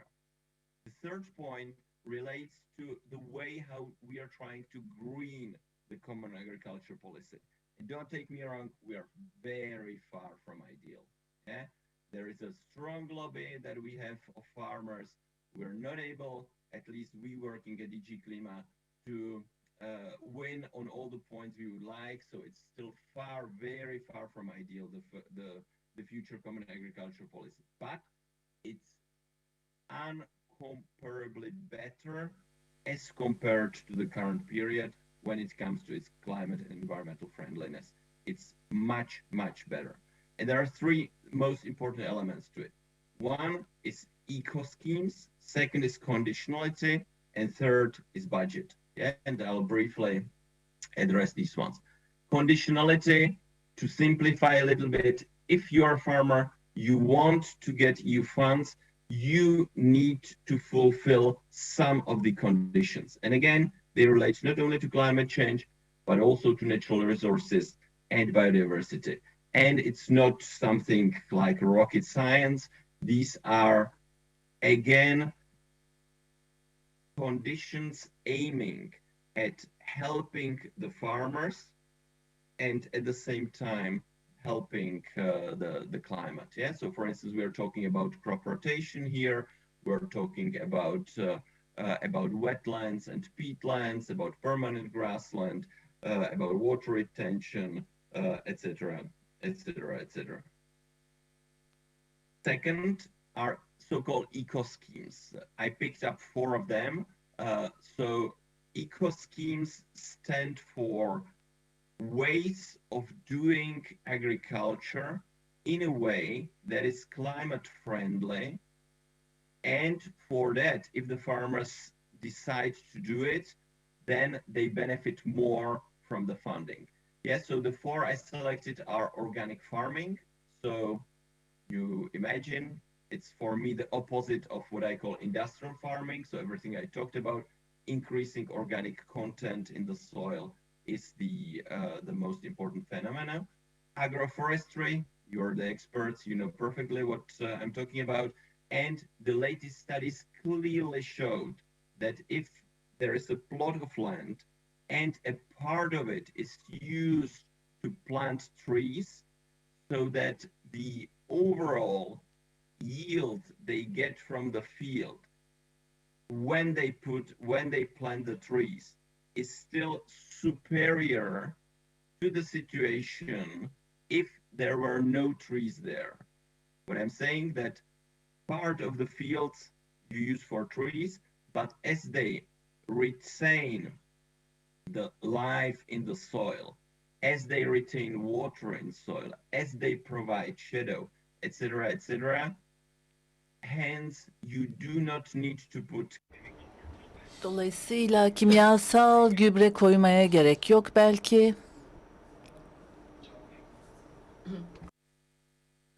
So what I'm trying to say that even if less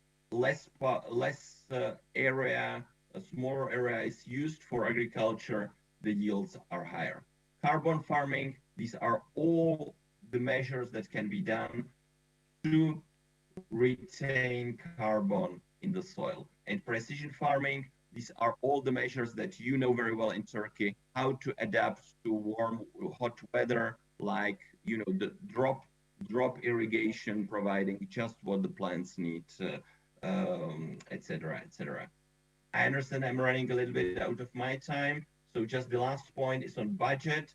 Out of the Common Agricultural Policy, it was decided that a certain part of the budget will be allocated directly to the eco schemes I mentioned. On the rural development part, at least 35% would be allocated to measures supporting climate, biodiversity, environment, and of course, animal welfare. Yeah. So these are the 3 elements that we consider the most important when it comes to making our agriculture in future more climate friendly.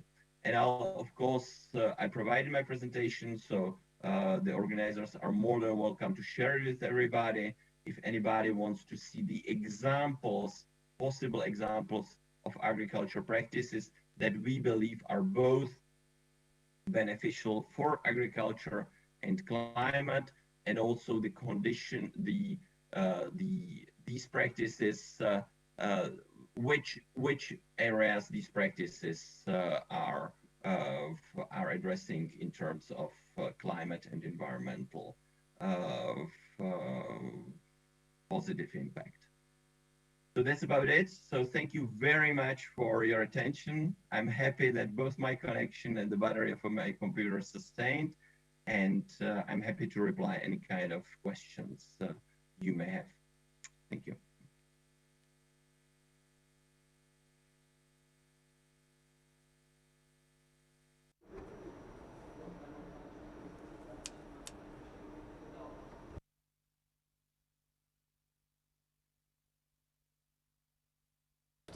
We cannot hear the speaker at the moment. The sound is inaudible to the translators.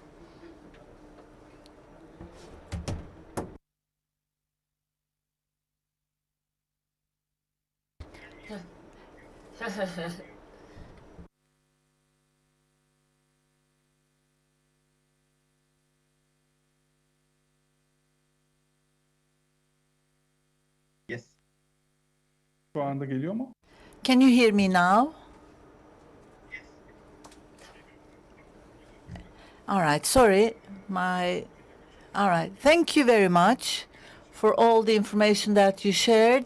It was enlightening and the presentation was really clear. Thank you very much. We have come to the end of the session, but there is one question to Ayşegül Hanım.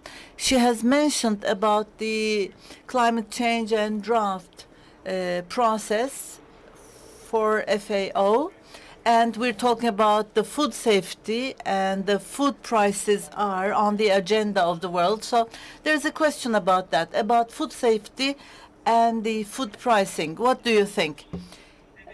Because of COVID-19, the food is in our agenda, and it has become a big issue. But the food prices, the FAO has been announcing the prices, and there is an index, and in this period there is an increase. There is a general increase in the prices. Maybe when we look at the supply of grains, there is no much change, but the prices are really high. Is there an effect of climate in this? Yes, in some countries, yes. For example, in Brazil, there are some problematic climate change effects. There were some issues, and the sugar prices, the increase in sugar prices, another reason for that, especially in Brazil, because of freezing temperatures. And it's not the increase of temperature, but it's an effect of climate change again. And in the future, this effect will increase. So it has to be interpreted like this, I think. And unfortunately, the prices compared to 2020, there is a big increase, like 32.9% compared to last year's average. So as you mentioned at the beginning, TÜİK, Turkish Statistical Institute, has shown that the increase in prices was like this. So from the field, from my experience, especially in the areas, that, let's say, wheat produced in the land that has scarce water, they're going to cause some problems, and we should remember that. Thank you very much. So the draft areas are causing problems, and climate change and the temperature changes, everything challenges the process. We cannot just solve them, but maybe managing them. There are some leading data, there are some leading solutions, or some measures, precautions. So R&D is becoming more important. So at the beginning of the talk, I have mentioned the Agriculture Center, Izmir Agriculture Center, organized by Izmir Commodity Exchange. And I think, Mr. Mayor, Izmir has been doing a lot. There are some leading activities done by Izmir. Yes, there are two basic functions. In Sasalı, we have the center. We are trying to inform our producers, and we would like to give information to them which product will create more income, more yield. And the second one is that at an industrial level, industrialists in agriculture, we are trying to avoid the injustice in competition. If they have their products good enough, then we're trying to direct them to exports. We're trying to also small-scale producers also, we would like to inform them about exporting their products as well. And we're trying to inform them all, and also we're trying to support them to market their products to foreign markets. And we're trying to create a guarantee for buying their products, and then we're trying to create a guarantee for selling their products to abroad. And it's a very good work that you're doing, and I hope it's going to create good examples for other municipalities, for other NGOs, and for us as members of press as well. So because we need to be good models for future generations so that we can leave a better world to the younger generations. And I would like to end the session organized by Izmir Commodity Exchange, and I think it was a fruitful webinar for me. Thank you for your attention, for your participation. Thank you very much. Thank you to all. Thank you. Bye-bye. Thank you. Bye.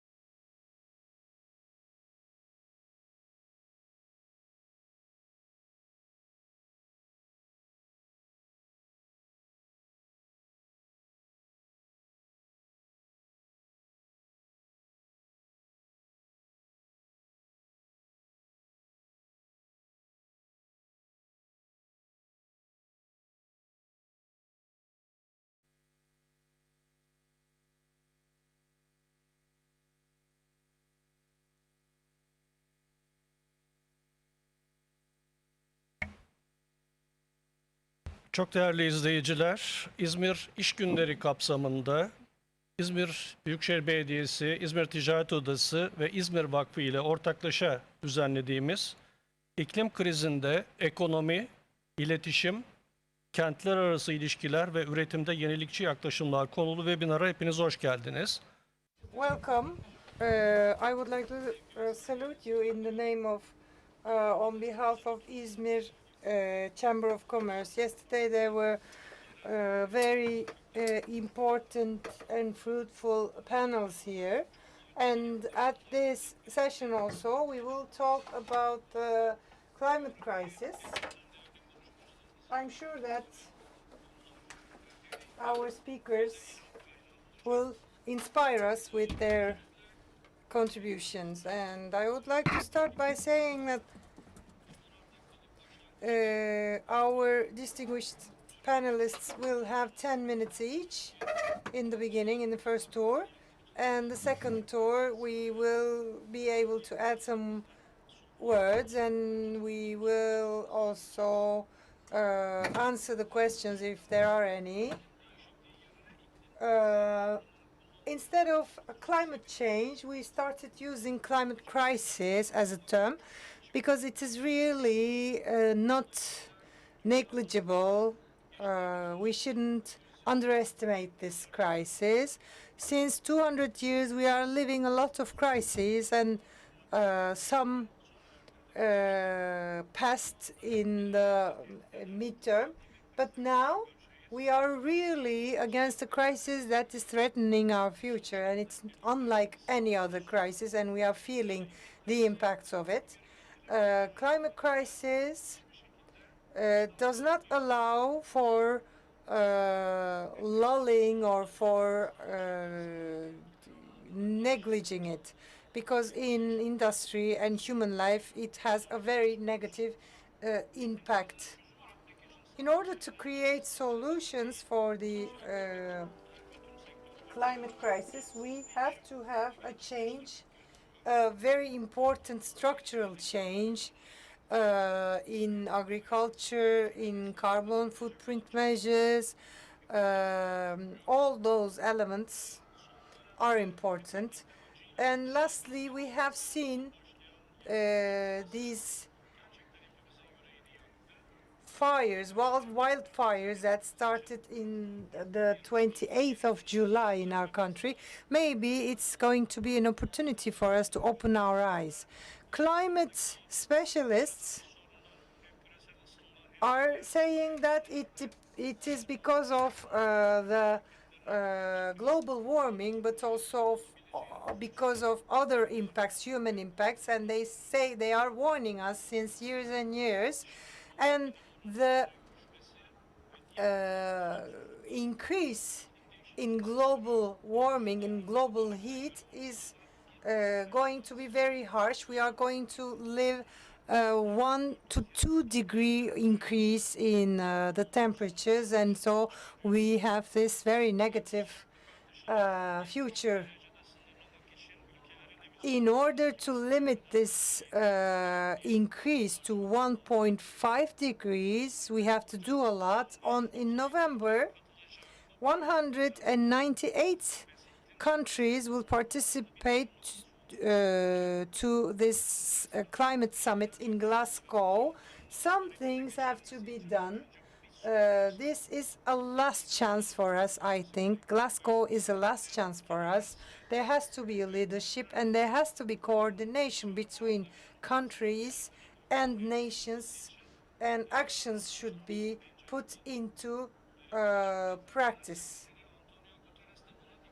Antonio Guterres also talked about this, and the latest report of the UN is the Red Code for Humanity. That's what he says. And he says that this global warming caused by human action is far beyond volcanoes or other national catastrophes. Distinguished participants, we are talking about a chip crisis. Yes, we have these novelties, technologic novelties that are entering our life. We need technology, but think that the biggest producers of chips, NC company, is using 150 tons of water per day. 150,000 tons per day. So, and it has to be a very good water, potable water. Or in order to have 1 kilogram of red meat, we need 20 tons of water. And when you think about all the nurturing and the production and the transport,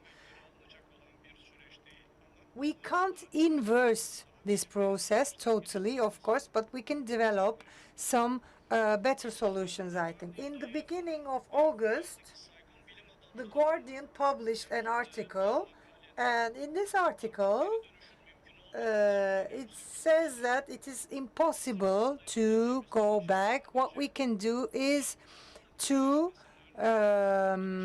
hinder this negative situation. We have to fix the increase to 1.5 degrees. 1.5 degrees is a lot already, and the ocean will get warmer, and the waters will get higher. And CCIP says that up to 2100, 5 degrees more will be in Turkey's temperatures. In 2020 report, between 50 countries, we were 48. So we have to really open our eyes and start acting and taking action. I would like to say one more thing. EU's Green Deal, declared in 2019, is a new approach, and the aim is to decrease by 55% the greenhouse gases. And there are these objectives very clearly stated. Whether we accept or not, all the policies of the EU were not a success, but I think that they are serious in this question. And Green Deal is not only a cost for us, for our industry. I think that we shouldn't simplify things. We shouldn't think about economy only. We think that it is the future of our children. It is the future of our environment. We should think about the environment. Otherwise, we will still underestimate the problem. I think that we should pay attention to that. Yesterday, in the panels of yesterday, we talked about it already. And Turkey, we are happy to say that Turkey is now in strategic documents very much ready for this process. But, I say but, because these strategic papers, if they are not converted into action, we are going to lose time. Turkey has done this mistake before, and it is up to us to not repeat this mistake. So in this panel, we have very valuable panelists, Çiğdem Naz, the General Secretary of Development Foundation, Utku Varol from Sun Textile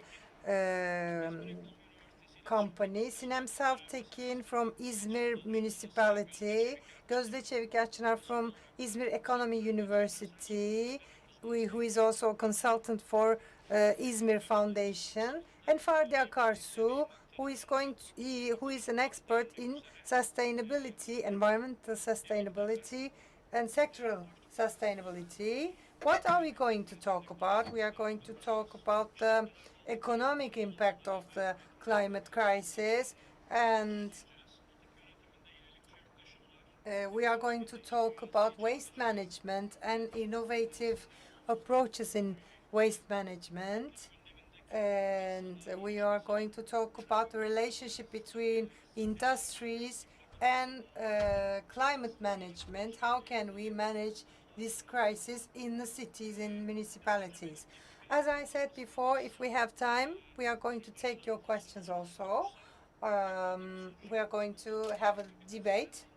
You can ask your questions on the chat box on the screen.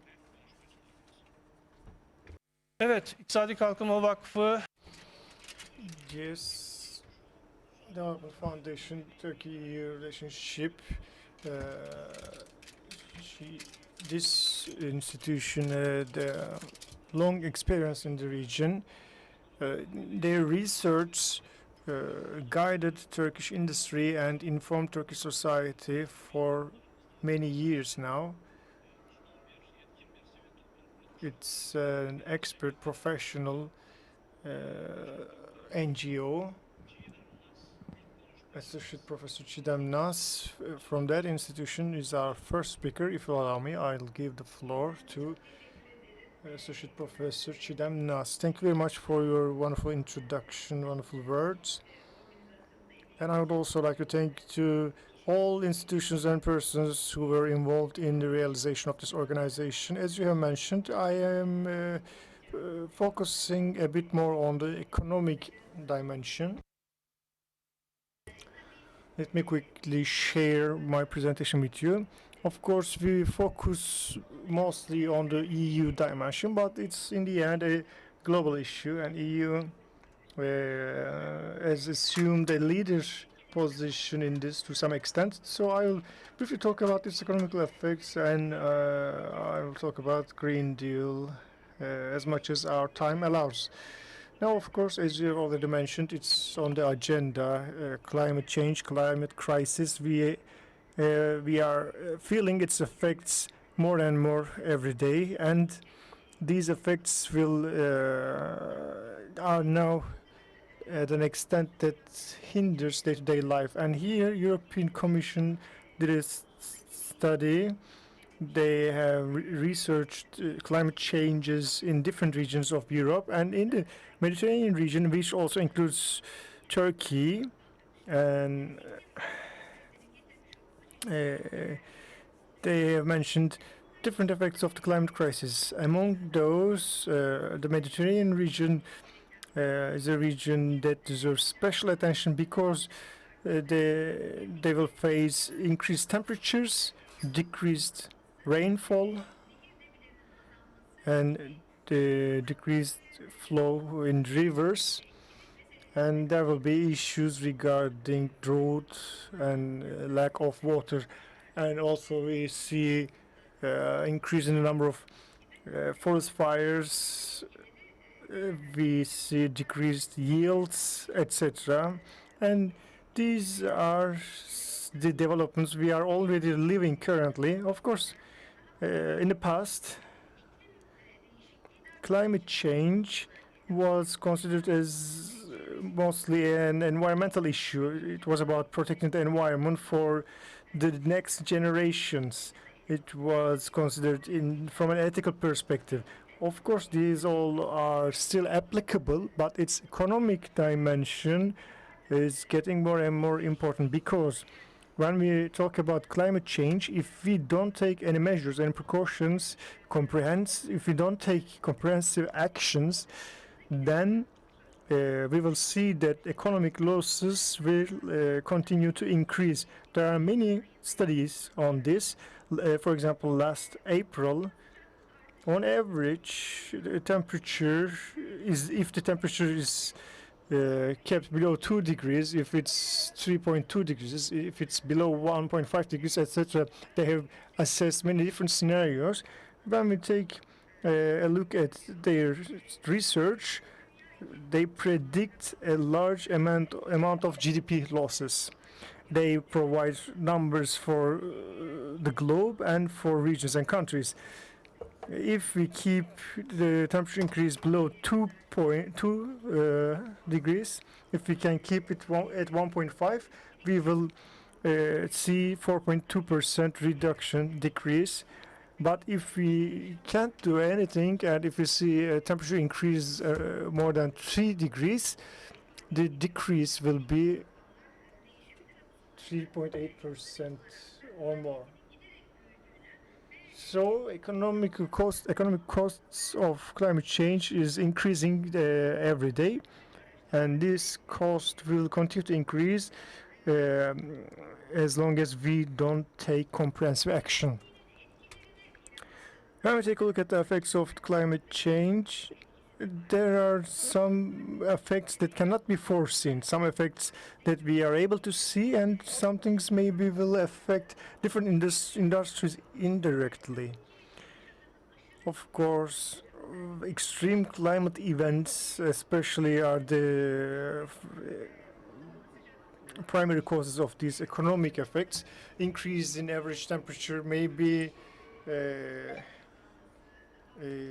shortened winter seasons, warmer climates being more spread in different regions around the world. Maybe in Siberia this might be considered as a positive thing, but in general, especially underdeveloped or developing countries can face serious consequences: floods, hurricanes, melting of the glaciers, etc. We are facing many different climate events. This can damage the environment, and also there are economic costs of climate change. Natural capital, human capital, is adversely affected by these changes, and as a result, economic growth is adversely affected by this. Of course, the health industry is affected. The pressure on the health industry increases. Social security mechanisms, insurance businesses are also affected by this. So we have to consider all of these. Maybe we can consider this in two dimensions. First dimension is decreasing greenhouse gas emissions and trying to reach climate neutral target as soon as possible, and taking the average temperature increase under control to some extent. And in parallel with this, if we are not able to stop the effects of climate change, we have to be ready to adapt and take necessary measures against unavoidable climate change events. So least affected, most affected industries, of course, with the stress brought by climate change, most stressed industries are infrastructure and construction, flooding, erosion, landslide, etc. Maybe some parts of the cities need to be re-established elsewhere, safer places.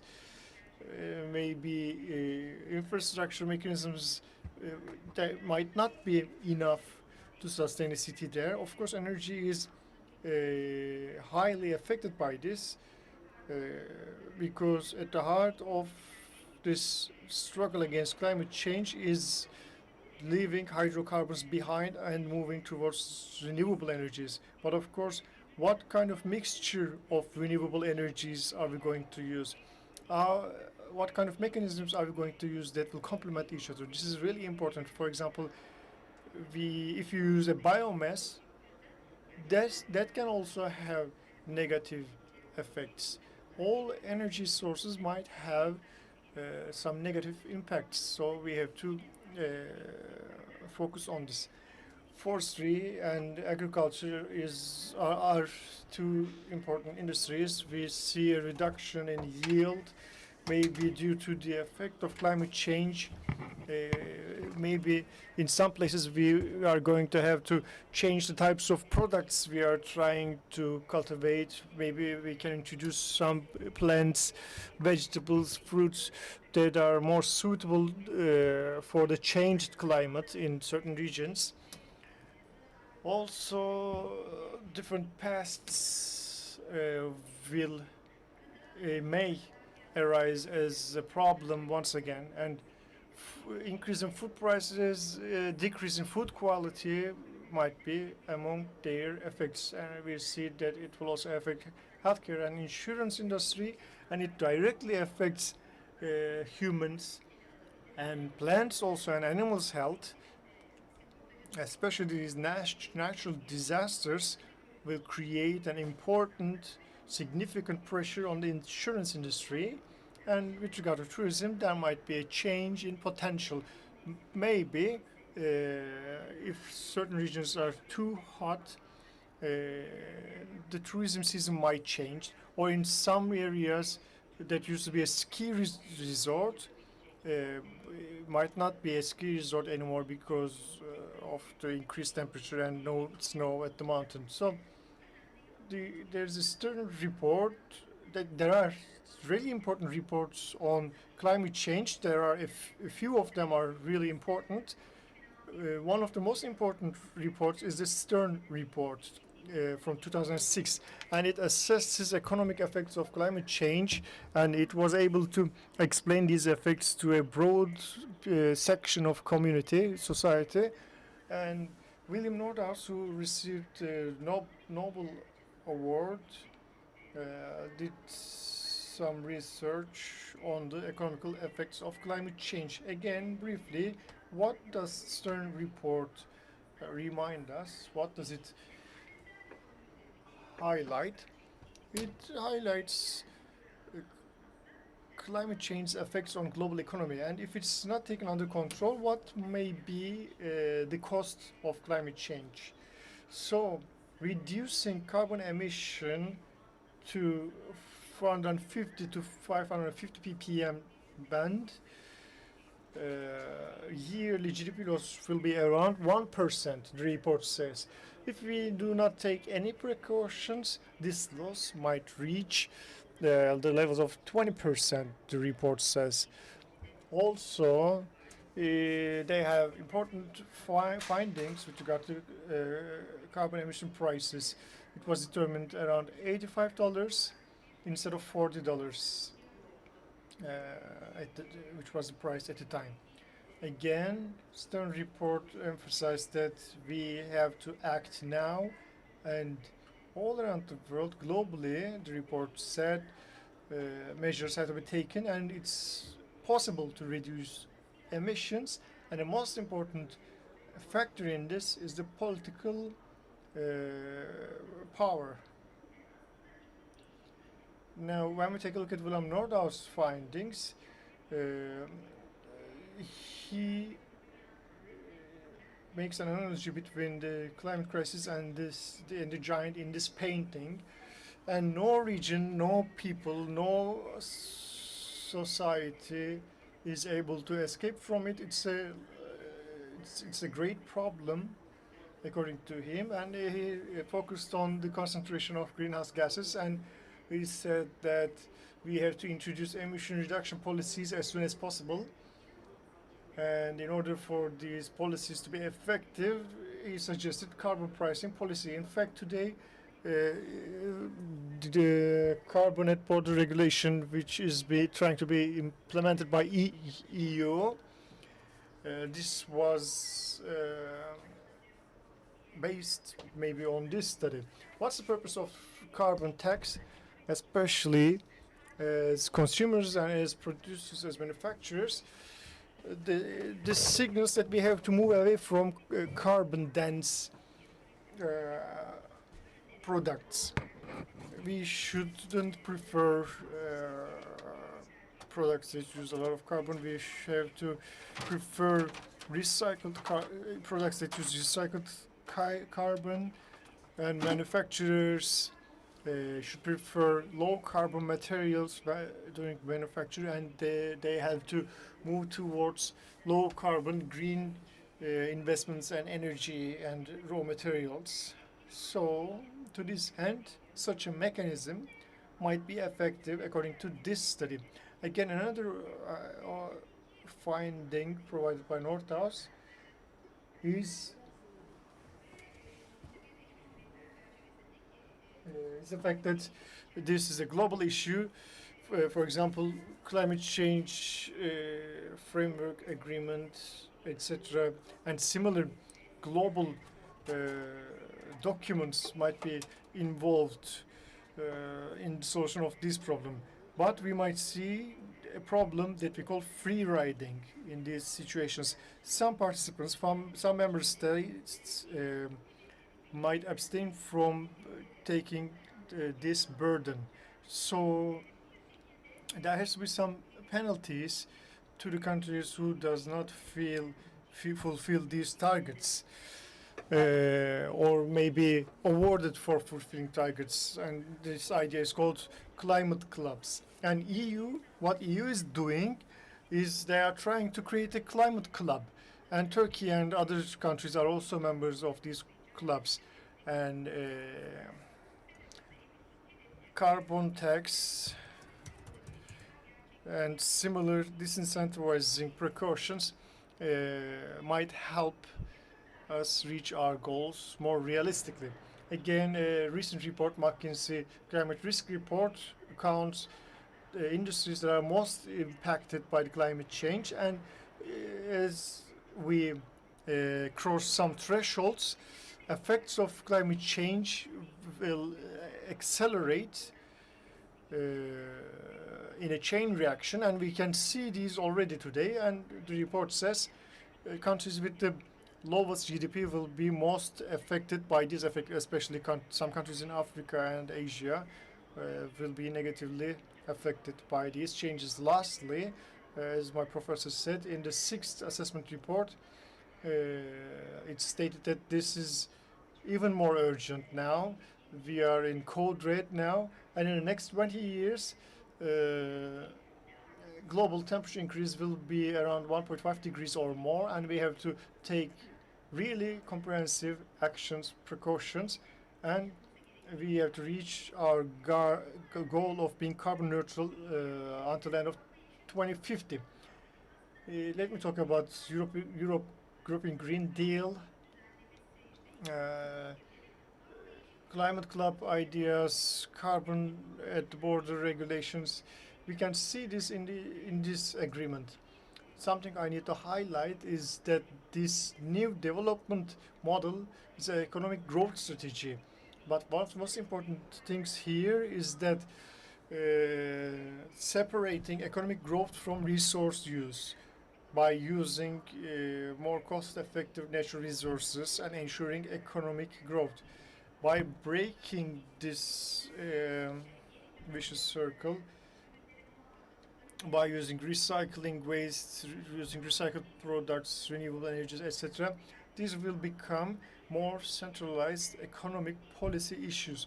And not all countries' capacity for fighting against climate change is equal. There are countries that will be able to ensure comprehensive transformation, but some are not able to do that. As in European Union, if some industries are having a hard time, they will provide some incentives for that. When we look at carbon emission in EU, energy, industry, agriculture, transportation are leading in this chart. When we take a look at that based on country, especially large economies, Germany, France, Italy, Poland, Spain, we can see that they have more responsibility here. When we take a look at European Green Deal, this is now beyond being just an environmental strategy. This is a complete transformation of the economy. It's a fundamental transformation almost in every area: agriculture, construction, biodiversity, etc. European Union determines new strategies, and within this framework they are developing consumption and production philosophies and methodologies. Again, from the perspective of Turkey, for us this is really important with regard to our trade relation, and given the fact that we're a part of this transformation, we can take a lot of practices as a model, or we can be inspired by them. Of course, we have to investigate each and every one of them separately. Lastly, especially when we take a look at carbon at the border regulation, the EU has a climate regulation, and they are a climate club, and there are some goals, and these are not voluntary. If member countries do not take necessary precautions, they will face different sanctions. And in the consumption side, we also see changes, more durable products, biodegradable or reusable products or repairable products will be used more and more, and these will be determined within the scope of sustainable product. And EU product standards and norms will have been changed during this process. And with regard to global value chains, we see a change from the perspective of both suppliers and consumers. These are the prioritized industries: batteries, vehicles, electronic vehicles, using degradable, recyclable materials for packaging as much as possible, plastics, single-use plastics being banned, etc. It includes many different issues. When it comes to energy use, increasing renewable energy, but even in European Union, dependence on hydrocarbons is at a really high level. In 11 EU countries, in 31 regions, coal is still being mined, and it's really difficult to ensure this transformation, but we don't have anything else to do. And biodiversity strategy and healing the biodiversity is really, really important. Finally,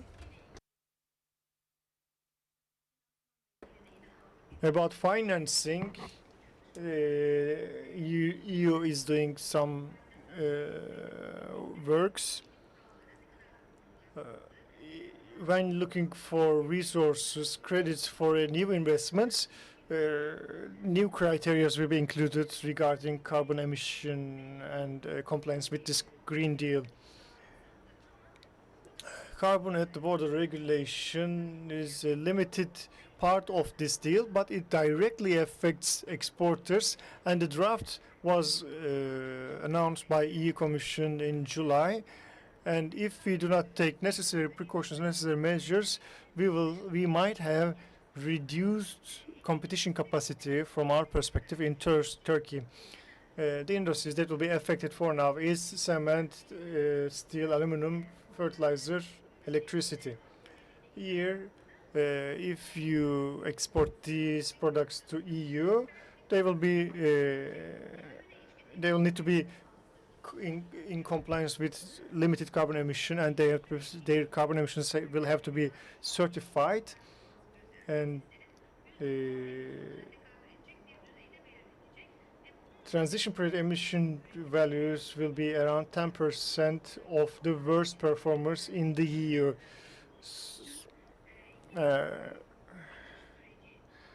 After this transition period, European Union will have been moved to a fully compliant system, and there are some countries who are not included in this border to carbon: Norway, Iceland, Switzerland, Liechtenstein. They have already accepted a system that is compliant with this. So Turkey is also in the customs union. We can take advantage of this if we take necessary regulations and create a carbon market. But this is an important issue in front of us with regard to trade and economic costs. We have to ensure these necessary harmonizations, alignments. Let's take a look at the import of these prioritized goods. We see that in cement, Turkey is an important supplier. It's the same in aluminum and steel. Our trade relationship with EU in these materials will be directly affected, and we will incur a certain cost. And also, Turkey has to fight against its own climate problems, and Turkey has also had relationship with EU and EU harmonization. So this is really important, and reduction of emissions, realistic, implementable, feasible, and meaningful targets have to be set, and maybe we have to update our existing targets and goals. And maybe, as the chairman said, the summit in Glasgow might be seen as a last opportunity with that regard. Thank you very much for listening to me. Çiğdem Hocam, biz size teşekkür ediyoruz. Thank you, Madam Professor. It was a very nice presentation. You have created a very interesting frame. Now we are going to give the floor to Utku Varol, who is the sustainability manager of Sun Textile, which is one of the biggest companies of Izmir. He is managing the sustainability department. He is an R&D engineer. In 2009, he participated to Global Compact Young Innovators Program, and he has this expertise in sustainability. Now I give you the floor, Mr. Varol. Thank you very much. Climate crisis has reached a very important level. We are very happy to participate to this debate here at these days. Today, I am the representative of private sector. We are going to talk to you about our management strategies and some good practices. This transition can't be possible, can't be realized if we are working alone. And Sun Group has 4 different textile companies. We are based in Izmir. Sun Textile is for women. Ekoten is fabric production. Ames Europe is our company of technical textile. 10%, Mr. Mustafa talked about that already. IPCC report, international report, is the red code for humanity, as the UN announced. So we have to analyze the impact of our sector to environment. When we look at this impact, we see that 10% of greenhouse gas emissions in the world are caused by textile industry. It is really huge. It is more than aviation and maritime transports of the whole world. Textile is using 20% of clean water in the world. Less than 1% of the textile productions are recycled. 76% are burned in order to get energy, or they are stocked. The waste is stocked.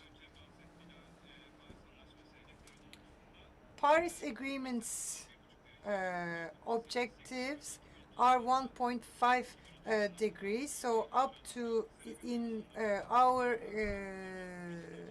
in our sector also, we have to decrease our emissions. 2.1 billion tons of carbons are created by our industry. If we continue this way, we are so far away from decreasing it. We are so far from a reduction of carbon emissions. Ms. Chidam and Mr. Mustafa talked about this in detail. In the world, we have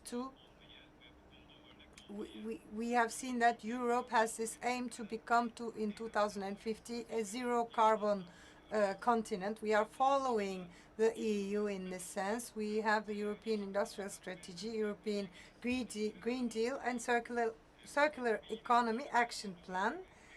And the mechanism of carbon at the border is affecting the exporters, and the exporters, as exporters, we are following very closely these developments. In Turkey, we have 1 to 1.8 billion euros of carbon taxes in the future. TÜSİAD prepared this a report which stated these figures. And textile industry, with each for each 100 euros, 1.4 euros will go to carbon taxes. These action plans should be integrated in our business models. We have to create innovative models and improve these models. There are a lot of guides that we can follow. We can have a conversion, and all the parties that are looking for guides to follow, you can look at these reports and circular economy strategy of Europe and its impact on Turkey. It is the title of the report of TÜSİAD. You can reach these reports on the internet site of TÜSİAD. And Business World for Objectives platform has also created a report, and we can manage our strategies in accordance with these reports. And as Sun Group, we are developing an integrated sustainability approach. I would like to share with you some good practices.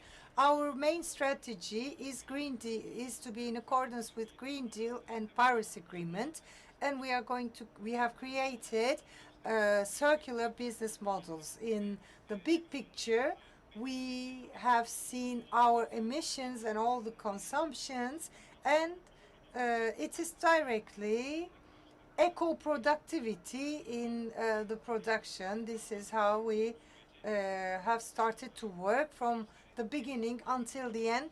We are transitioning in our industry. There is a hierarchy, and the circular economic models have this hierarchy also. And we have followed these guides, and we have seen that we had to reduce from the resources and in order to advance in the same way. And from the conception, from the design to the consumer, we have to take into account the whole life of a product and afterlife of the product even. In the conception, in the design, we have to choose good materials, and we have to think about circular economy models. We can maybe choose different materials, and we have trained our design teams. We gave guidance books to our teams, and we have capsule collections, and we have also annual objectives for our design teams. In the design, with the digitalization, we have less and less waste. One of the best examples is that we are sending 360-degree photos of our designs to our clients. Once that they are confirmed, we are creating the models of our designs. We started in 2017, and in July we have had these measures. We have seen that we had 41% resource efficiency thanks to that. In 2018, we have created we moved to our new plant building. 55% of our energy is coming from our solar energy solar plant. Here you see our figures, and these solar panels that we can use also in vertical can be very efficient. We can give this example to other companies. In 2021, we have completely canceled the use of kül gibi atıklarımızı sıfırlamış olduk. Kaynak yönetiminde we have canceled the use of coal in our energy production, and we are also working with startups in resource management. We have this collaboration, And they are creating, these startups are creating innovations, and smart techs we've developed with smart techs the first system to eradicate defects in knitted fabrics. We can see all the defects, all the minute defects, so that we can have less waste in our production. In our company, we are aiming for automation and perfection. Thanks to this program, we brought further our automation and digitalization, and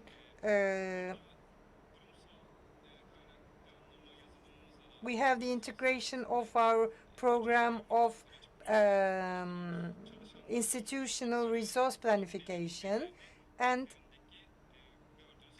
you are seeing these watches that our workers have on their wrists show us the stop machines. RFID technologies are also used for an efficient resource management in order to improve our productivity. And thanks to that big data management, we have automatic recipe system and automatic dosing system when we are having this optimization, so we save costs and we have less errors in our production, and also our water consumption is optimized. And we are working with startups and international partners. We are at the feasibility phases in order to recycle water.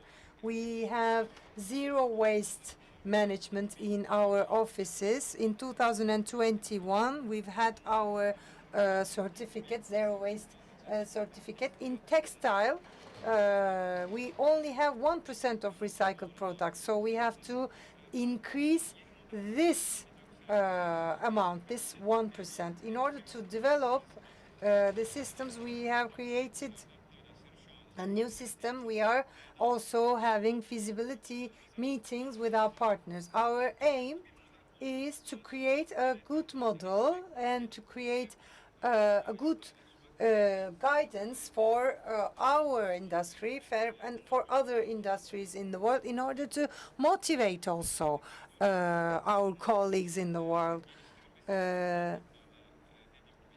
We are also working with startups in order to develop added values, and we are funding ISQ Innovation and Development Center. We are going to have our offices here, and we are going to have more and more collaboration through this office. So we are responsible from the beginning until the end of the life of a product. Not only we are improving our products, but we are also developing and offering consultancies to our partners. And we are measuring our greenhouse gas emissions since 2010. We have a carbon disclosure project since 2012. We have started voluntarily this project, carbon disclosure project, and reports are shared with the public.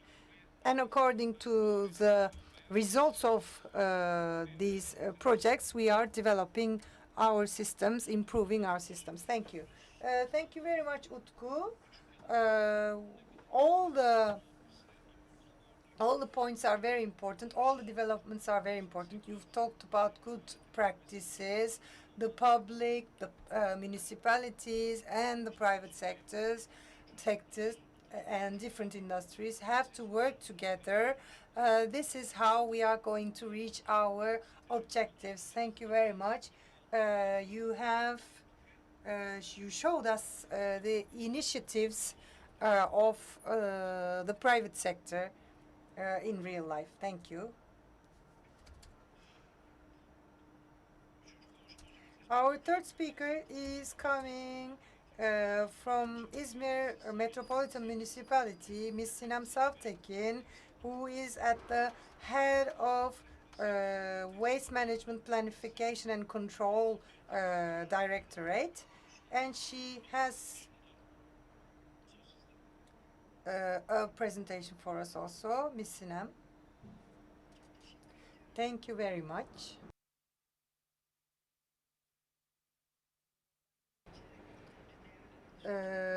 Our speakers before me and our professors before me talked about the impacts of the climate crisis. So I would like to talk about our program of waste management and what we are doing. I would like to share our experience in the field with you. Bu önlem yadsınamaz boyutta olduğunu hep We know that the necessary precautions for waste management is really important. My presentation is titled Innovative Approaches in Waste Management.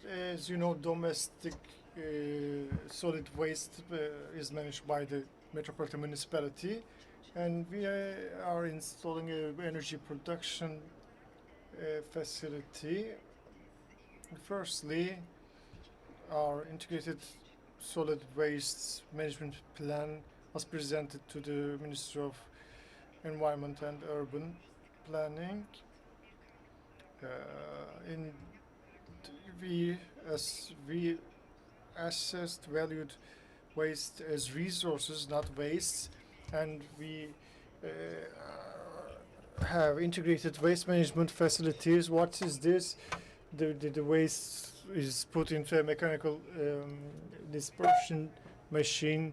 From organic waste, especially the professors mentioned that organic wastes are turned into renewable energy resources, and amount of stored waste is going to be closed, and we are designing our facility to these ends. And in 5 regions in Izmir, we aim to establish regional facilities. In the beginning, we know the 1992 Harmandalı regular storage facility was the first in Turkey, and there was a tender about energy production, and we used landfill gas and converted it into energy and created an environmental benefit and a source of income for our municipality. Our Harmandalı facility is managing 4,500 tons daily. Existing capacity is planned to be around 40 megawatts. Its current production is around 32 megawatts, and it's connected to the interconnected system, and we put this energy into the grid.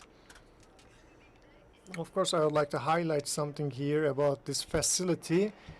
The existing working facility is taking advantage from renewable energy mechanisms incentive, and it's really beneficial to the public. With an innovative approach, we have done a pilot production aimed towards parks and recreation areas wastes, again in Harmandalı. This is a pilot facility. As I said, the waste is collected, and we are trying to produce organic fertilizers. We have seen its results, and it satisfies all the criteria to be a fertilizer for soil. And Ödemiş integrated solid waste management facility was opened. Again, it's mechanical biological processing facility from 6 regions, district municipalities, Ödemiş, Bayındır, Kiraz, etc. Waste from these districts are managed in this facility. We have mechanical biological processing facility, fertilizer, compost, etc. and final wastes are sent to a regular storage depot.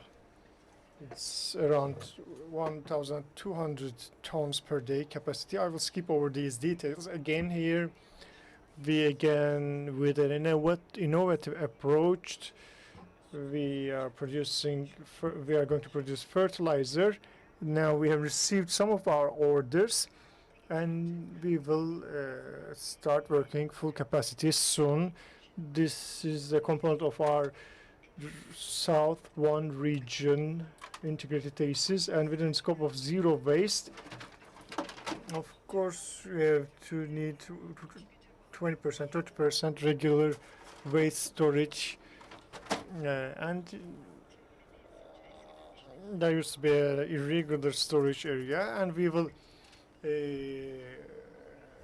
establish a facility that satisfies second-class regular storage facility. We will start construction as soon as possible. The process is ongoing currently. Burden of Armandolu regular storage facility will be reduced thanks to the south facility. I will give some information about this southern facility. It will have a 2,000 tons per day capacity for the facility, and waste burden of Armandolu will be halved probably in this integrated facility. We are again in environmental impact assessment process, and as soon as possible we will start construction, hopefully. Again in Bergama, Dikili, Kırnık, Aliya domestic waste will be managed in this similar facility. We have received our initial document from the ministry, and I am sharing the current images of this facility. These details opened facilities. I wanted to share pictures of these facilities with you, because when you set out to build this, you see that the people say we don't want a garbage facility. This is why I have included these pictures, because now this is they call garbage facility. This is not regular storage. This is integrated process. It's a normal industrial facility. It's a closed facility, and it converts waste into value. These ones are going to be, and some are already in that place. And Bergama facility started trial production. Again, we received our incentive.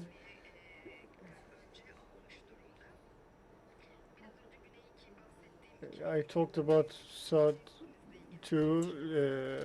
2 facility, and process is ongoing. I just want to show those to you. Our goal is to create a fully environmental friendly facility where waste is managed, mechanical separation, biological filtration, etc. And finally, we will definitely have a regular storage, but all the gases of the organic waste will have been taken, and it will be inert waste, and the inert waste will be stored regularly, but the waste will be processed like a industrial facility here. We have a plan for a facility in the peninsula, for Urla and Çeşme, a facility for 600 tons we are planning. And when we have found the land, we will continue, I hope. I just mentioned, when it comes to fertilizer management, using parks and recreational areas, their wastes. These wastes cause a lot of problem in touristic regions like Çeşme, Urla. So we want to create an action plan to recycle organic waste. So we are at the end of our action plan, and within that scope, We have already two facilities in Çeşme region based on bioreactor systems. This facility will manage wastes from parks and recreational areas, and the second is first region Pınarbaşı fertilizer production facility, which will manage wastes that are received from the central areas, and we will move on to fertilizer production. Did I exceed my time? Thank you very much. If you have questions later on, maybe I will be able to answer. Thank you very much.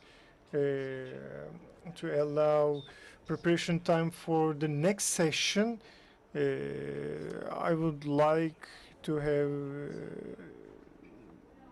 I would like you to keep it a little bit short, please.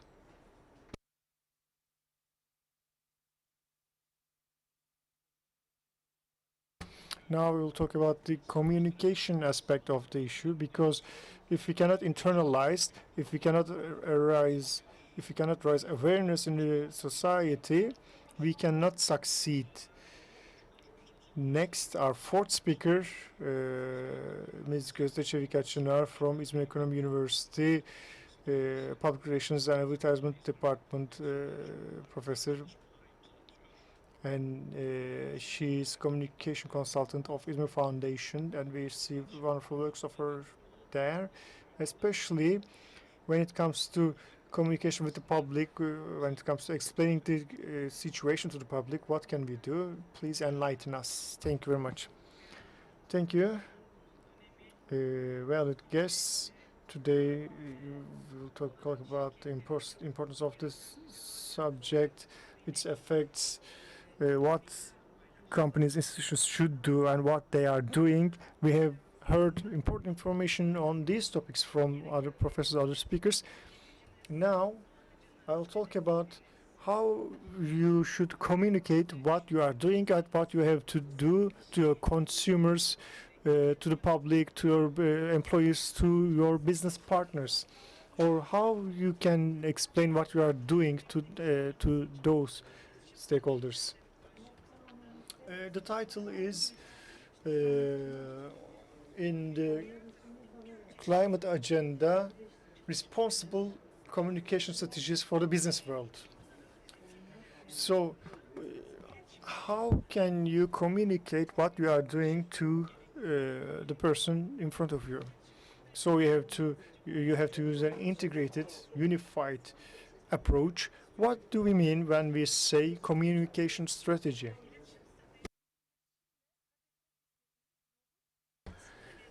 It's the name that we give to the way we will go from point A to point B with our communication. For example, I want to go to Istanbul. Which road am I going to prefer? The comfortable one, the fast one, the longer one, the one that has the seaside view? First of all, we make that selection. Responsible communication strategy. When we add the responsible part, maybe you can say, I can go by the sea, but I can use the wind. I can sail without using my engine. Or maybe I'll go using a car. Should I use a diesel or a regular car? So when we talk about environment, when we talk about responsibility, we have to go into details of these preferences. Of course, we are not talking about environmental responsibility. Maybe your responsible communication strategy is about your responsibility towards something else, towards animals or children, etc. First of all, you have to establish what's your responsibility with regard to this communication. So you have to create your communication strategy according to this. As brand, as institutions, do we have to feel any responsibility? How are we going to decide that? And if we have responsibility, do we have to announce those responsibilities, explain those responsibilities? These are different aspects. So brands are becoming more and more accessible, and in the digitalized world, the number one cause of this is social media. our perception of institutions and brands have completely changed.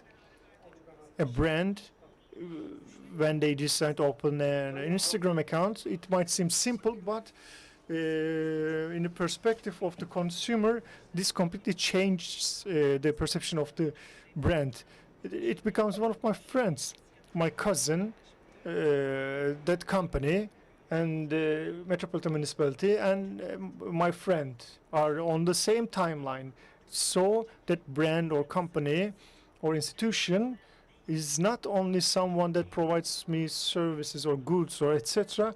It's also someone that says things on certain issues, and it becomes someone with whom I can get into communication. It changes our expectations.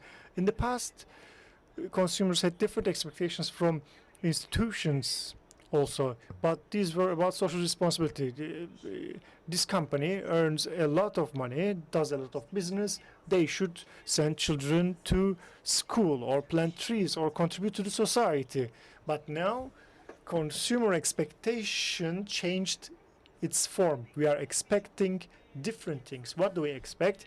Many companies already talk about environmental pollution, social gender equality, animal rights, etc. They are communicating in many different social topics. However, these communications are not enough for us.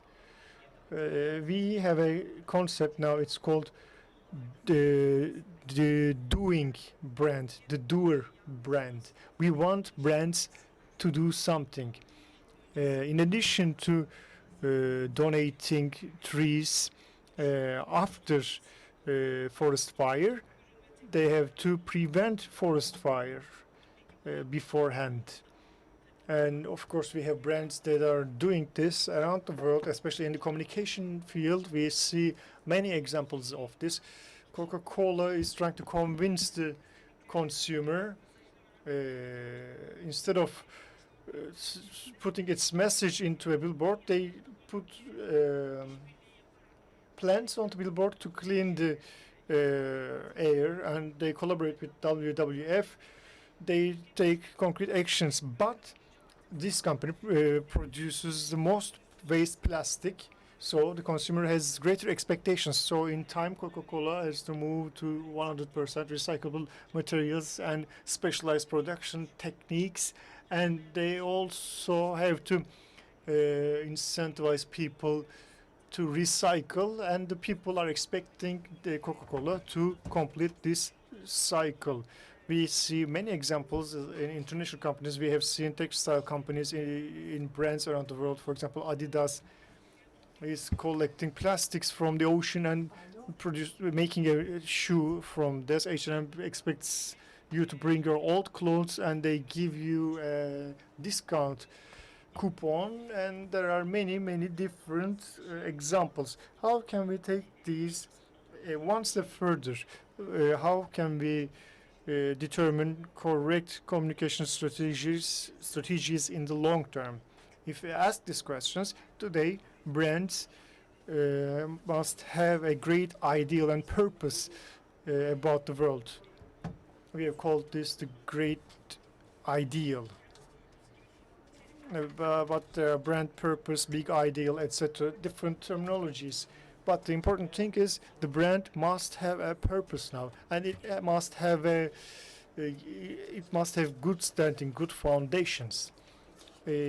All brands have a personality, and this purpose must be result of this personality, and it must aim to resolve a social tension. If you can define the intersection of these two, you will be able to define a correct communication strategy for your brand. Global warming, climate change, etc. These can be these topics, and it can also be animal rights, social gender equality, or different issue. The important thing is to find the correct intersection point between your brand and a certain social tension area. But everything you do in behalf of your brand is connected to your institution. If you do something about social gender norms, you have to give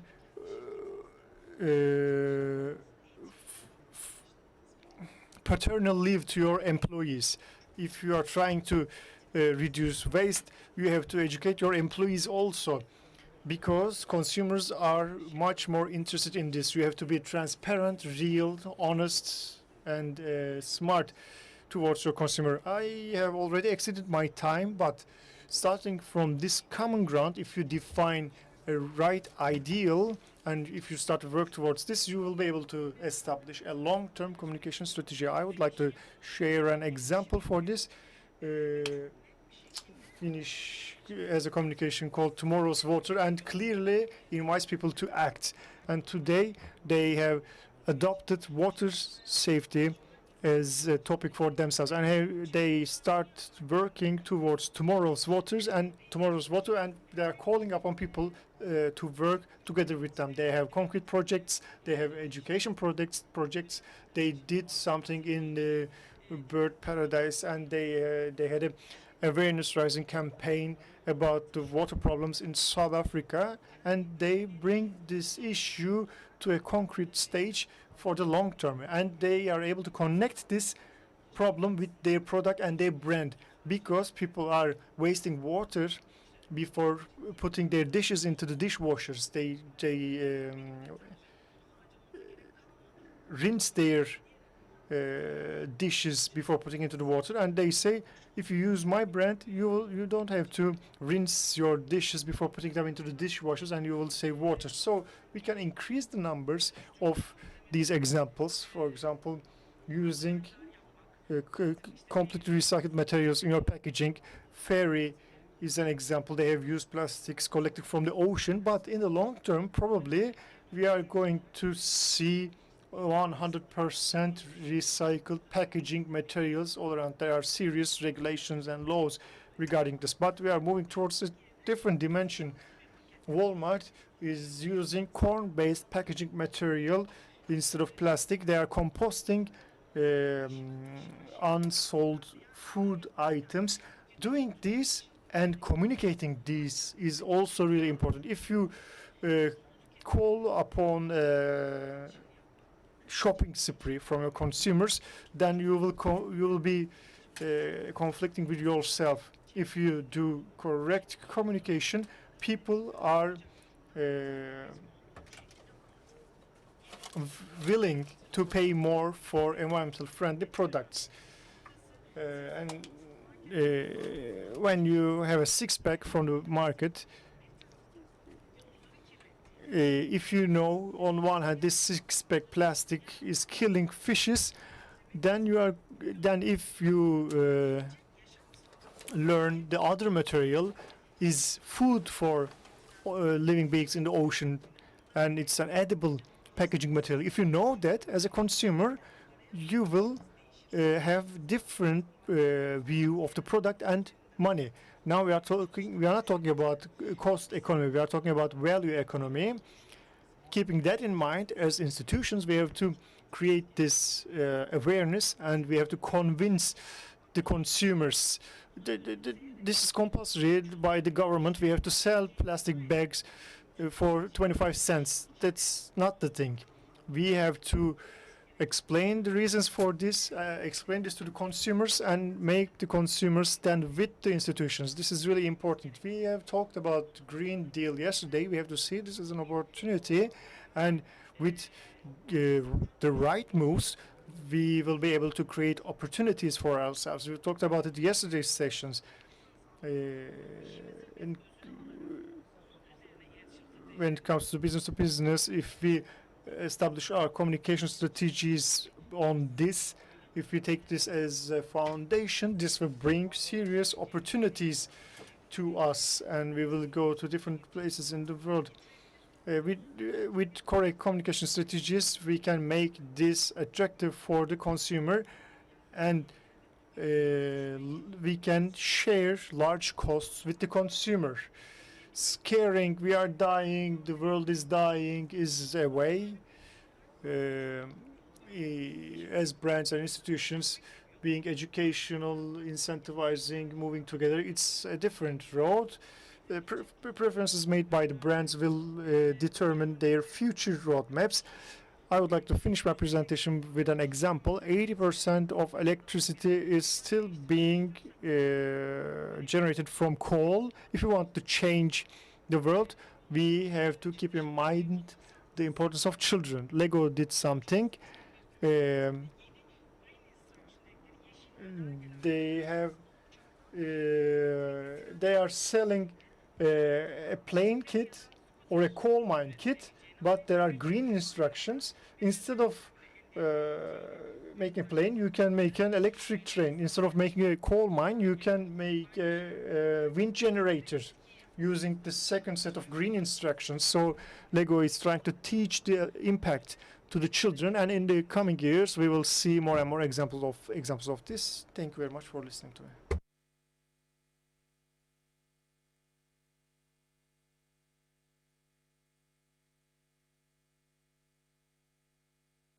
Son konuşmacım. Our last speaker of our webinar is the expert of environmental and sectoral sustainability, Ferdi Akarsu, who is working with Izmir municipality. He has worked on species in danger. He's a biologist and he's also an ornithologist. We are going to leave the floor to Akarsu, but I have a personal curiosity. I would like to ask a question. Sustainability is a notion that we like a lot. Institutional social responsibility is also another notion that we like, but everyone is defining it differently. What should we understand by sustainability? Could you please explain to us, first of all, what is sustainability? Thank you for your introduction. It is very simple.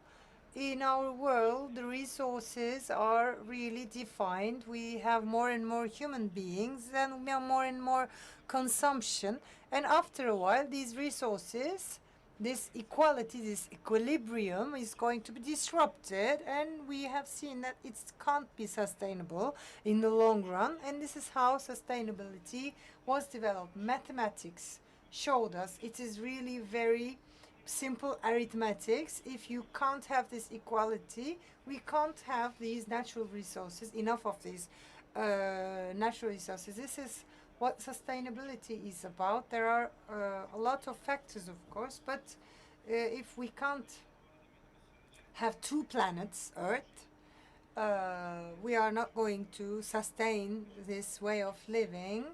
In July, generally, we are consuming all that we should consume in 1 year, each year in July. Thank you very much for your introduction. You don't have to show my presentation on the screen. I will only talk about some notions because we don't have much time left. I will talk about the relationship of cities with industry and municipal strategies. Two things I thought about is the city and the diplomacy that are important. First of all, I should say very quickly that cities are not the cities we used to know. Now, when we talk about our country in 2017, our population, rural population and urban population were equal. And in the years to come, we are going to have 80% of people who are going to live in the cities and only 20% in the rural zones. All the cities will become metropoles. So each city is like a country right now. Istanbul is already like that, as you know. The population is bigger than the population of a lot of European companies. And each one of them are like countries, each one of these cities. This is why we talk about diplomacy.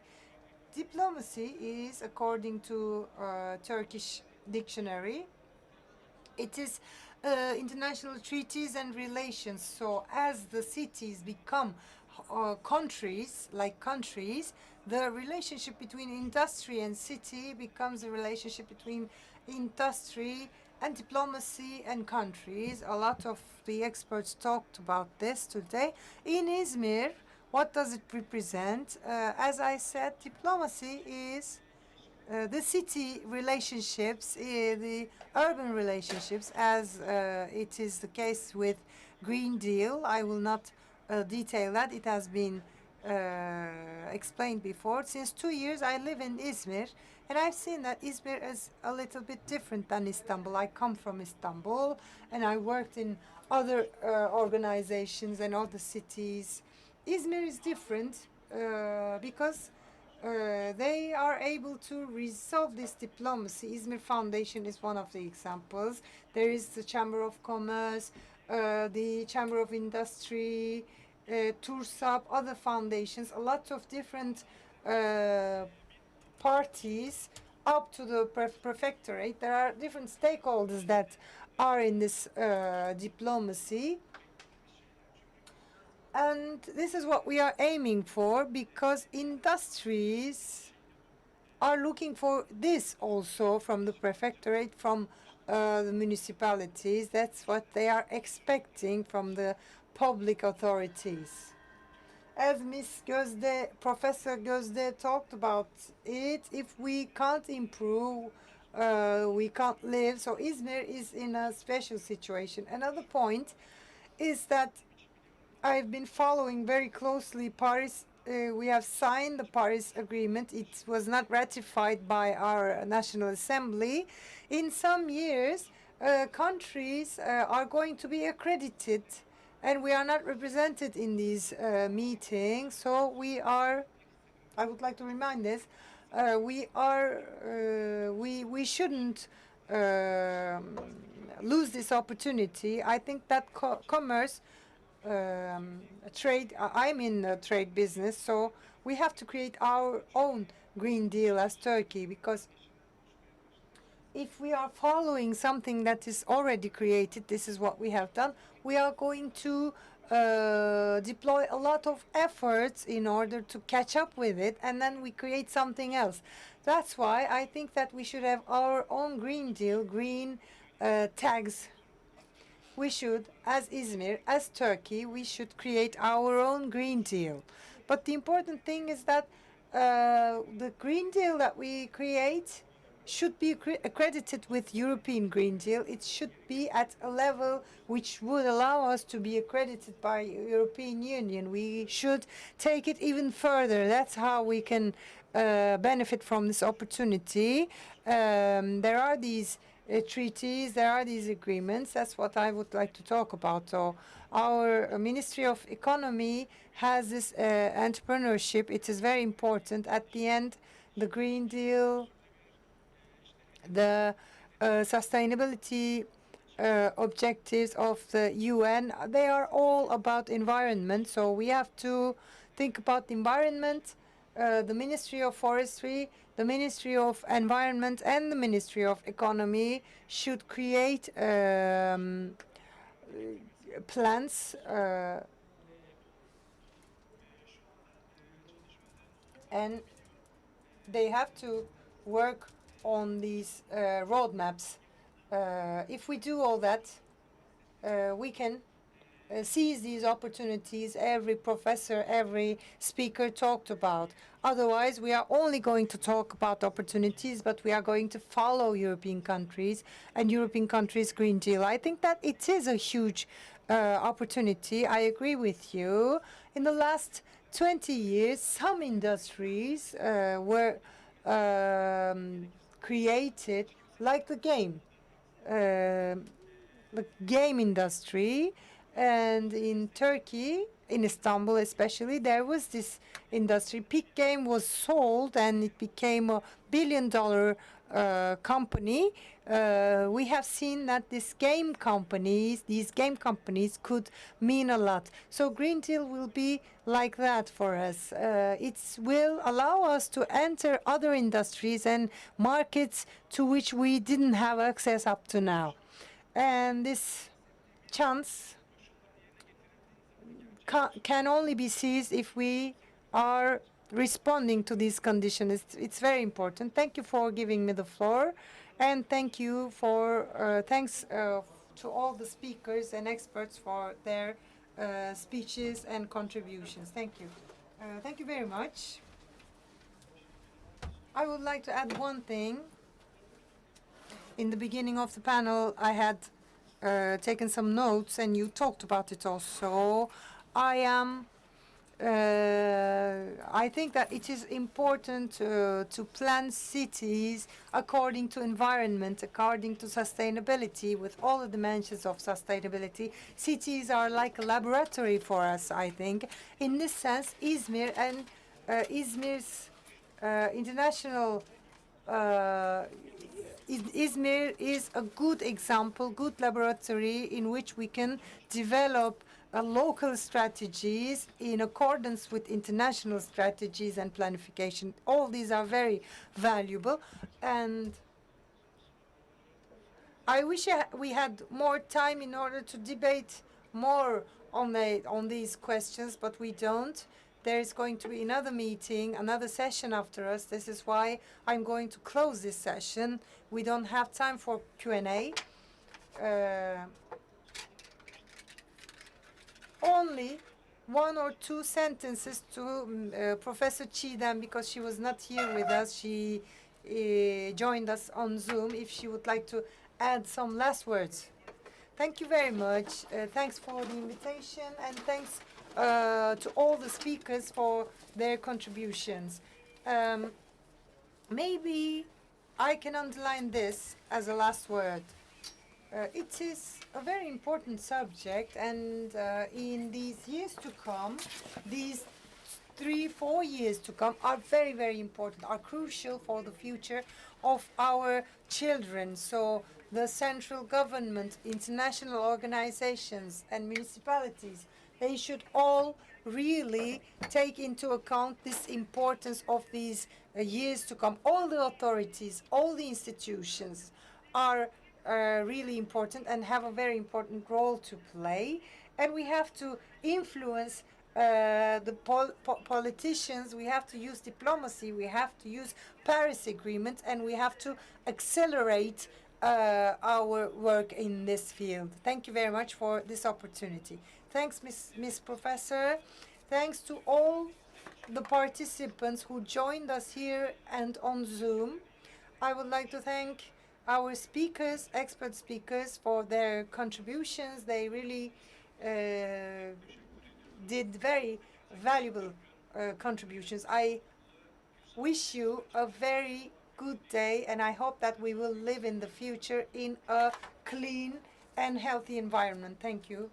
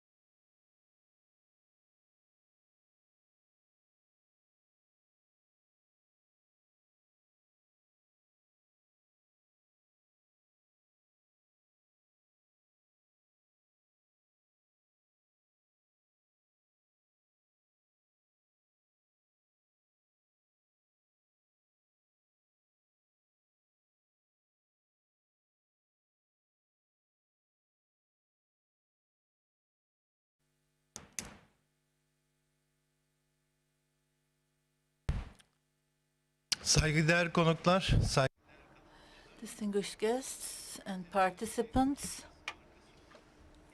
Izmir's international brand, that is the Izmir International Fair, and I would like to welcome you all to the 19th Izmir International Fair, to Izmir Business Days. And I hope after the vaccinations, the pandemic will finish, will stop, and then will be eradicated, and then the face-to-face meetings will start. For the organization, I would like to thank the Minister of Trade, Mehmet Muş, and Tunç Soyer, the Mayor of Izmir, and to İSFAŞ for welcoming us and for organizing this event. I would like to thank them. And thanks again to the session of marine transportation and new logistics strategies. I have two guests, two scientists. In this session, in this panel, I'm planning to convey some topics that I'm going to be mentioning in a minute. And without boring you, we are going to have some interesting topics. And we're going to talk about the evaluation of general effects of the global pandemic situation on Turkey's maritime trade sector and world, and the evaluation of incentives and resources provided by the government during the pandemic period, an evaluation of maritime tourism, an evaluation of the effects of global pandemic and maritime education and employment, and the digitalization in the container transportation sector, opportunities in the maritime transportation sector for our country during global pandemic, and evaluation of the green ship, green port, and green maritime concepts and implementations within European Union Green Deal. One of our guests is Professor Dr. Okan Tuna. He is the head of the Department of Logistics.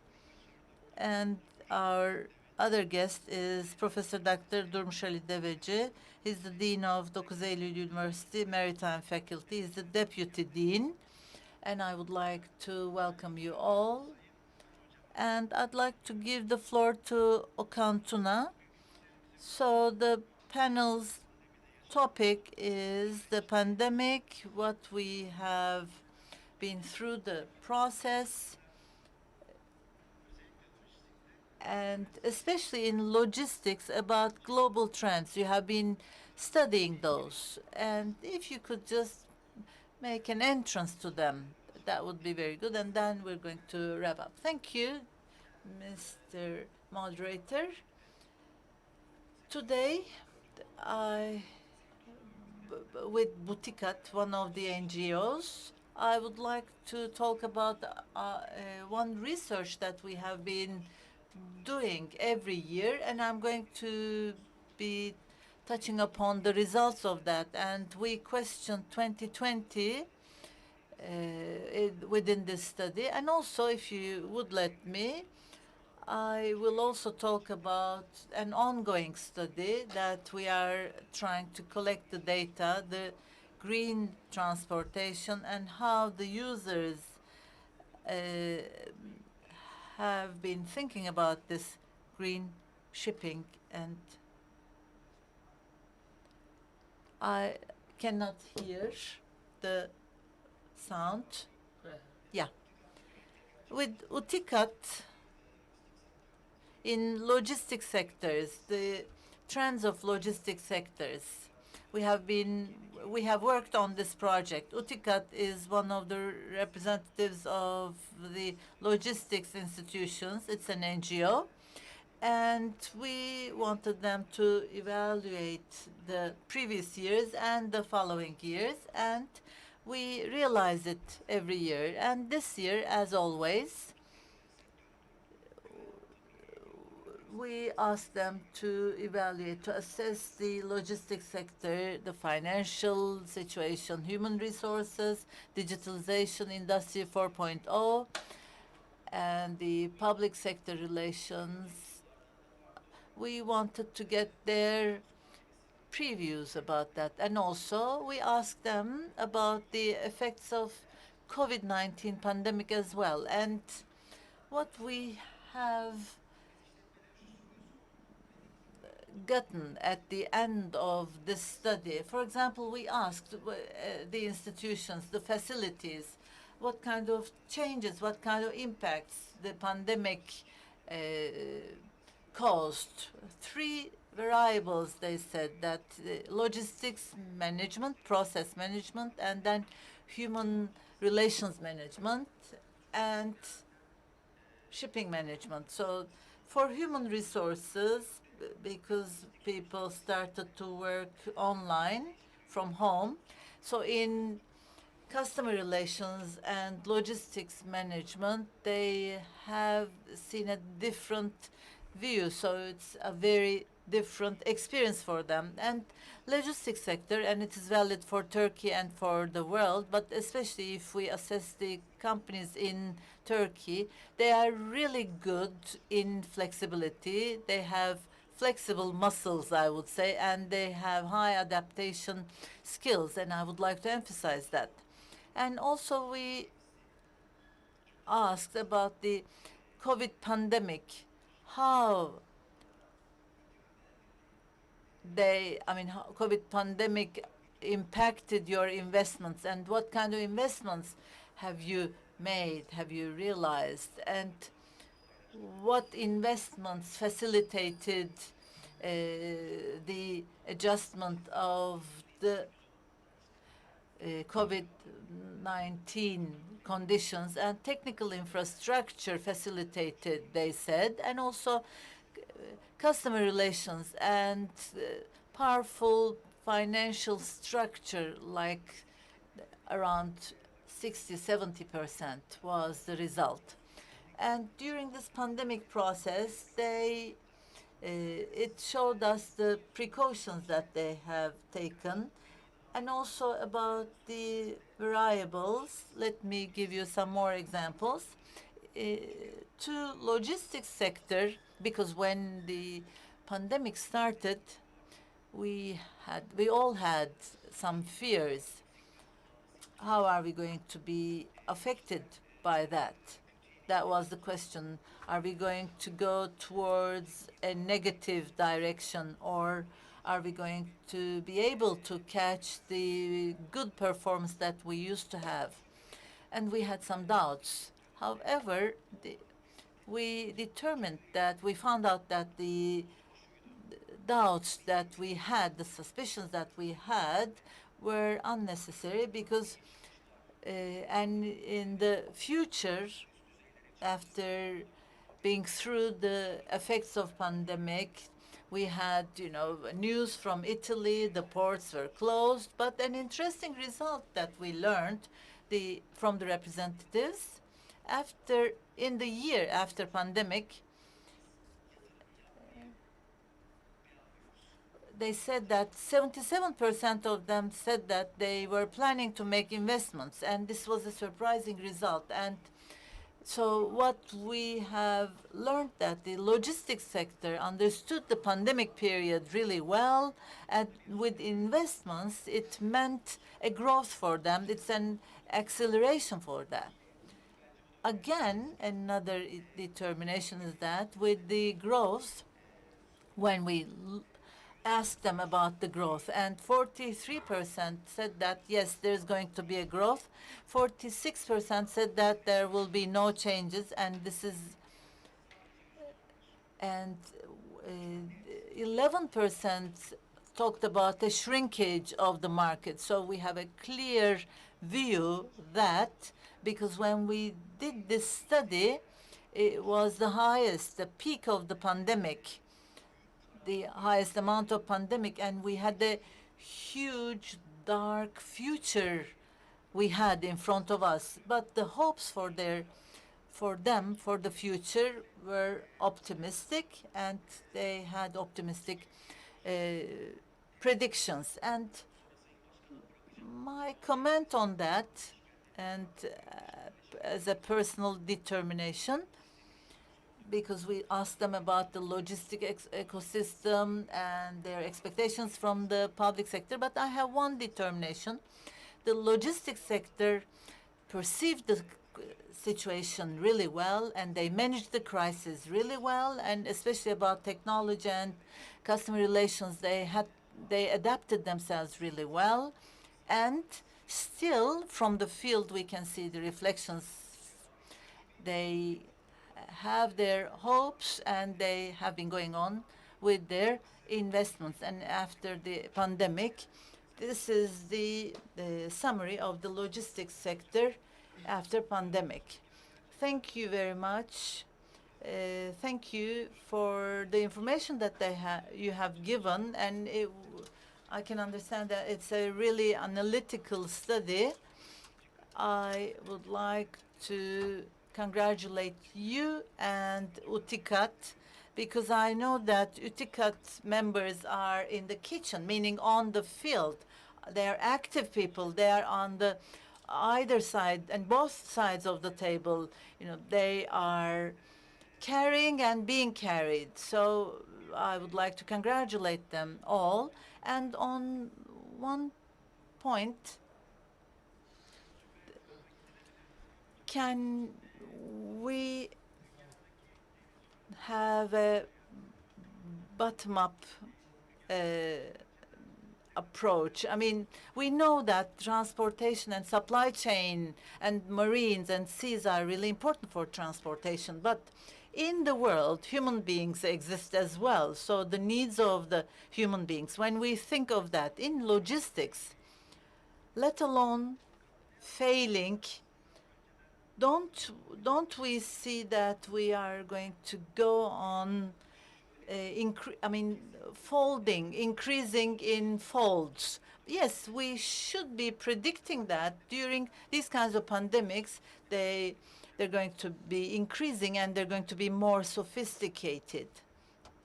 And as I said, especially in Turkey, the understanding of the sector and the quick reaction of the sector should be underlined, because, however, what we need to have a kind of lesson and a kind of outcome from this, what kind of preparation we should make, especially about digitalization, the results of digitalization and technology. So the sector will be more prepared, because they started to give importance to big data, and they started to collect that big data, and they are collecting it, they're analyzing it. So it's a very prominent experience for the sector, because we're going to have challenges, pandemics, but compared to previous times, the sector will be learned, so it's going to be more planned. Thank you very much. And I, as a part of this sector, with the lessons I got from you, and I was hopeful, and I really felt hopeful as well. And I'm really happy that in Turkey, logistics is really well perceived, very well understood, and Turkey is a really important bridge logistically, and I'm really happy. Yeah, dear Mr. Durmuş Ali Deveci, Professor Doctor, dear Dean, what is our situation? The Turkey situation, the world, the Mediterranean, both logistically, transportation-wise, how would you evaluate? Thank you, dear moderator. First of all, I would like to thank the Ministry of Trade, the Izmir Metropolitan Municipality, and to İzfaş. Thank you for the invitation. First off, in these challenging times, in these difficult days, that marine transportation is in a challenge because of pandemic, and we have seen that.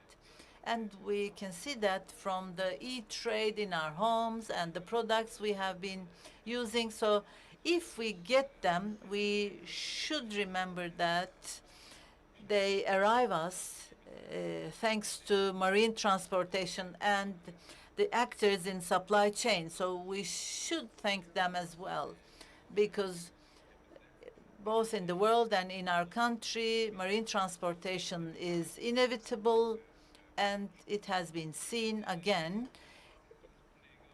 during this pandemic period. And about the situation, I would like to make a presentation, a global information about marine transportation. As we all know, lockdowns and border problems and commercial struggles and wars, and in the world trade there is a shrinkage, and it's getting smaller. And 21 first quarter 25%, and it's a great fall in the world trade. And when we look at the regions, in April yearly the biggest fall is 40% in Middle East. Of course, Beirut challenges. Beirut had their challenges as well. And in Pacific trade, the falls, the decrease 7% and 4% in April. But when we look at the situation regionally in the world trade, in the developing countries, both in the developed countries, the trade has slowed down. In developed countries, especially imports had fallen, and the predictions have been showing that developing countries will have a damage of their trade. But maybe after vaccination, we have some positive indications as well. When we look at the sectors, there are differences among sectors. Naturally, health products and agricultural products trade did not fall much, but textile 12%, and office machines are like 15%, and transportation 30% and 50%, 2020, when we look at the performances. The world trade, the change in this world trade is reflected on marine transportation as well, because of the reasons of derivatives, I would say. For example, the ports, the automation and recognition systems, automatic recognition systems. With the data collected from ports, we can see what kind of adjustments, what kind of flexibility we have, and what kind of disrupted figures we have. And global port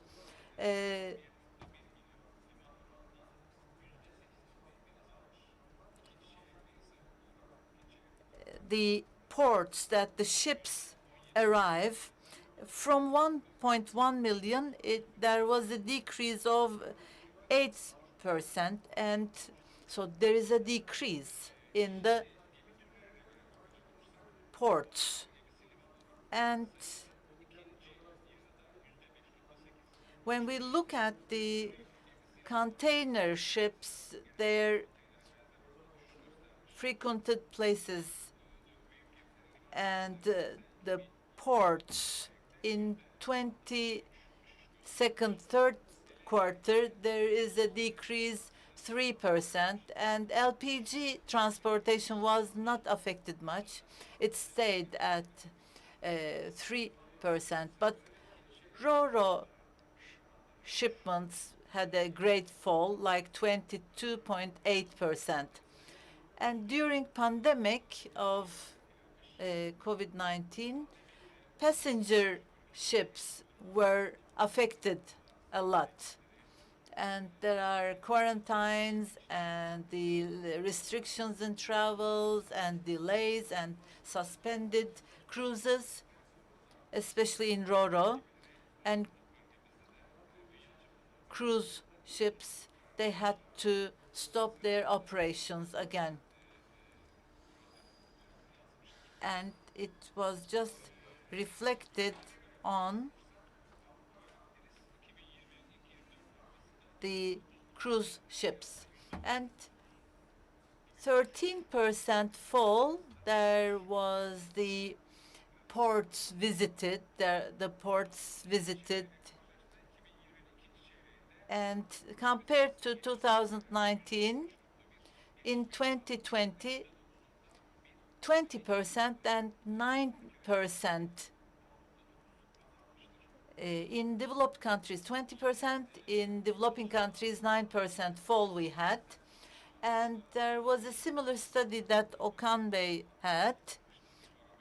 And there's a barometer about the port facilities.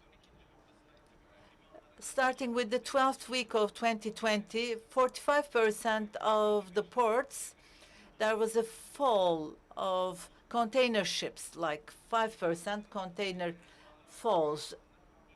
And there have been some differences, of course, depending on the ports. But the situation in Europe, in the 11th week of 2020, there was a peak, and later on, it has a gradual improvement. And in the global scales, it's 10% and 25% decrease is reported by all these shipments, ship figures, and also all these effects with which scientific it is connectivity index. We measure all these data like that.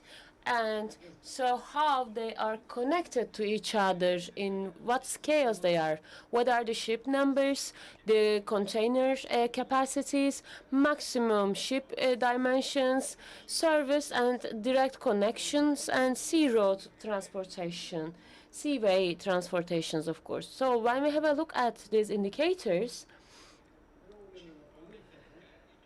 China, though it is the first country influenced by the country, the first negative impacts are enlightened, we can say, a bit. Then after China, of course, COVID-19 also changed also had Europe also had been experiencing some important decrease in the connectivity and regular line sea transportation. And US also had the same reports and figures, of course.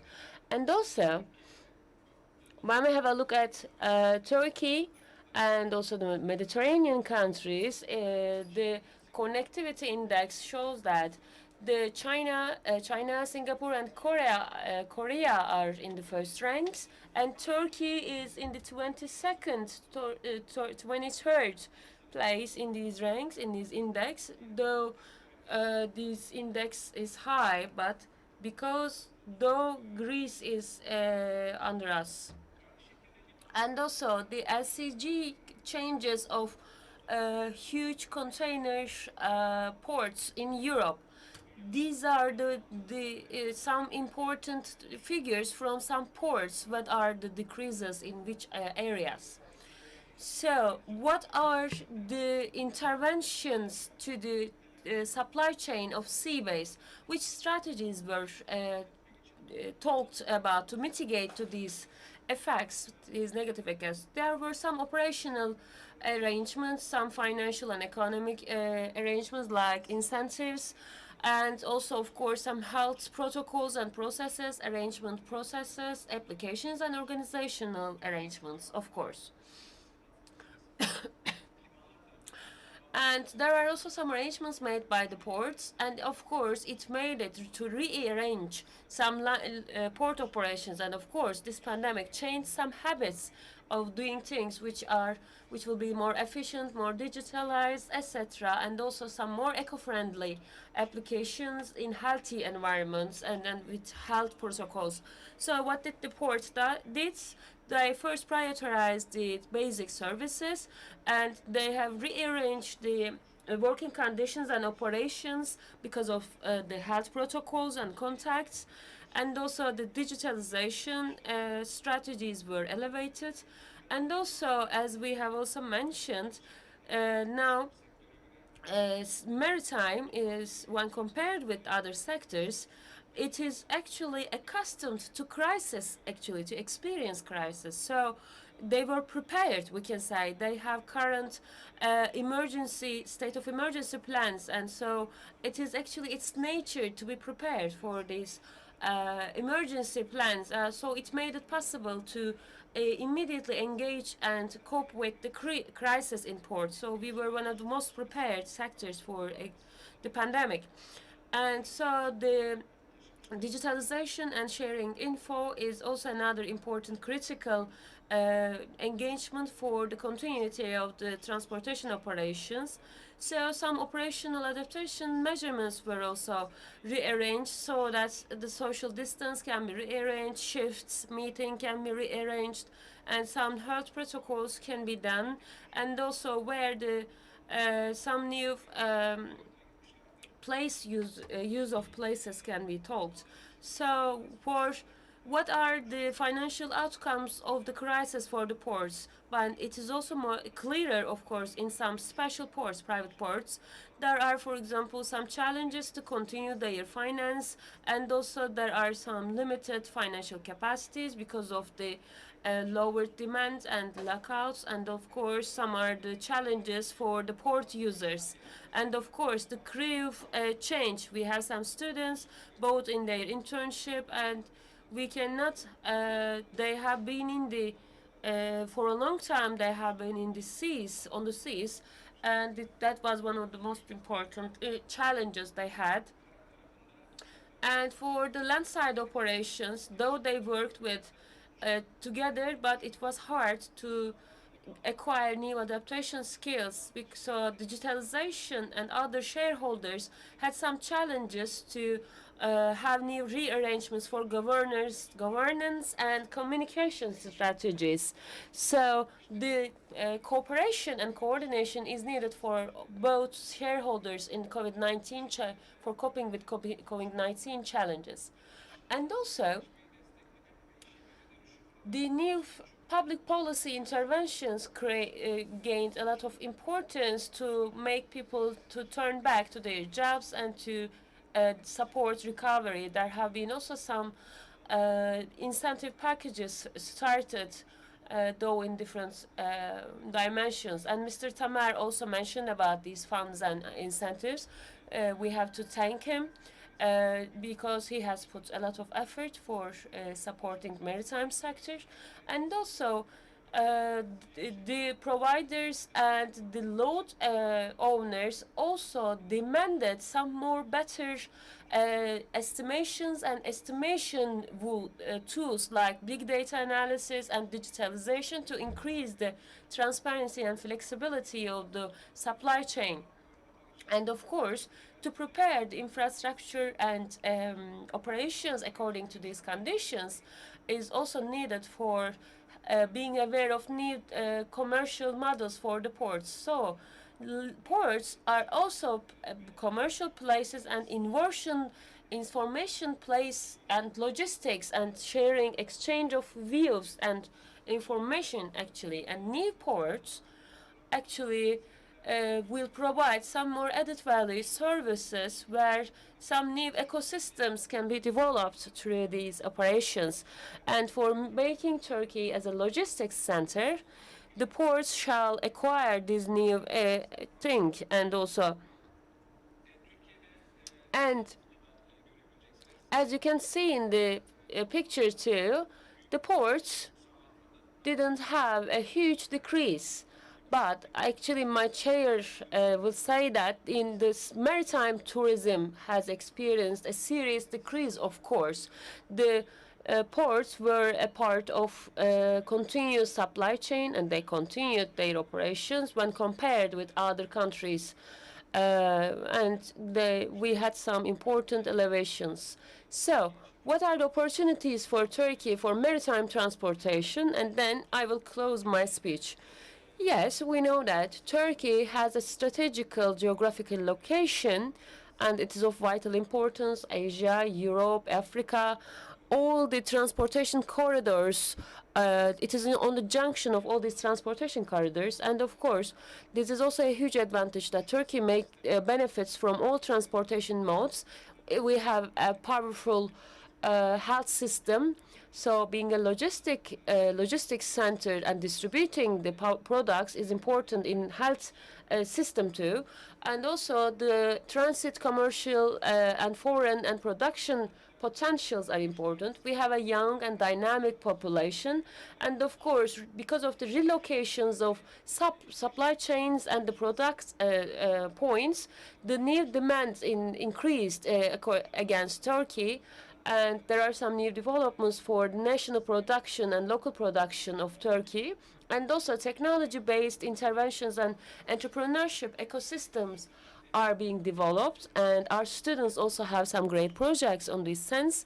And we also have heard most of good projects and know-how increased, and local logistics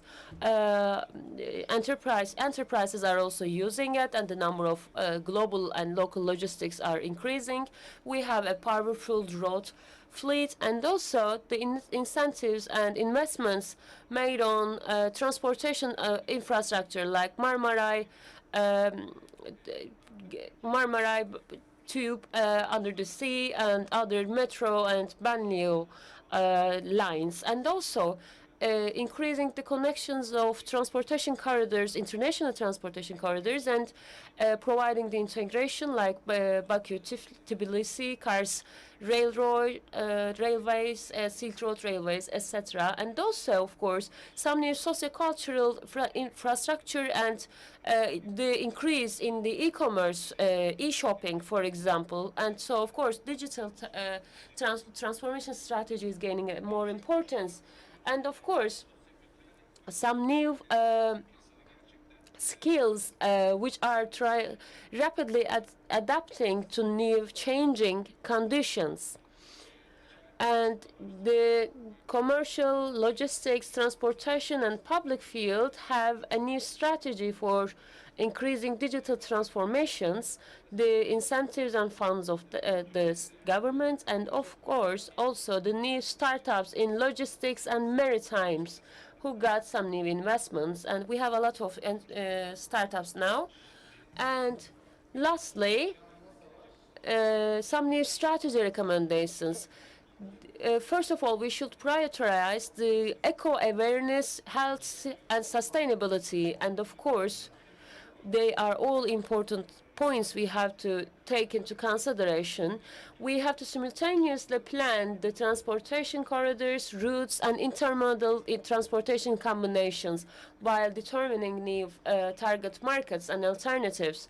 And also to have a direction to new supply resources and markets, and also to provide some new digital services, and of course also increasing the transit transportation for increasing that in infrastructure, legislation, administration, economic and technology capacity shall be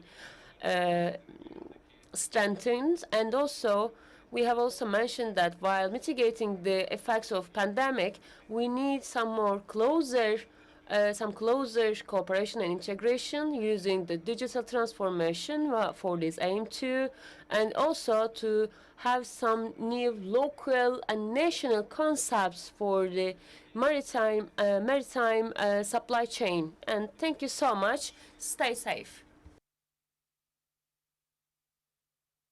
Dear Professor and dear Dean, it was a very fruitful presentation. That was a very informative and comprehensive one. Thank you for your estimations and your views. Before asking a question to Mr. Professor Okan, she said that the key sectors,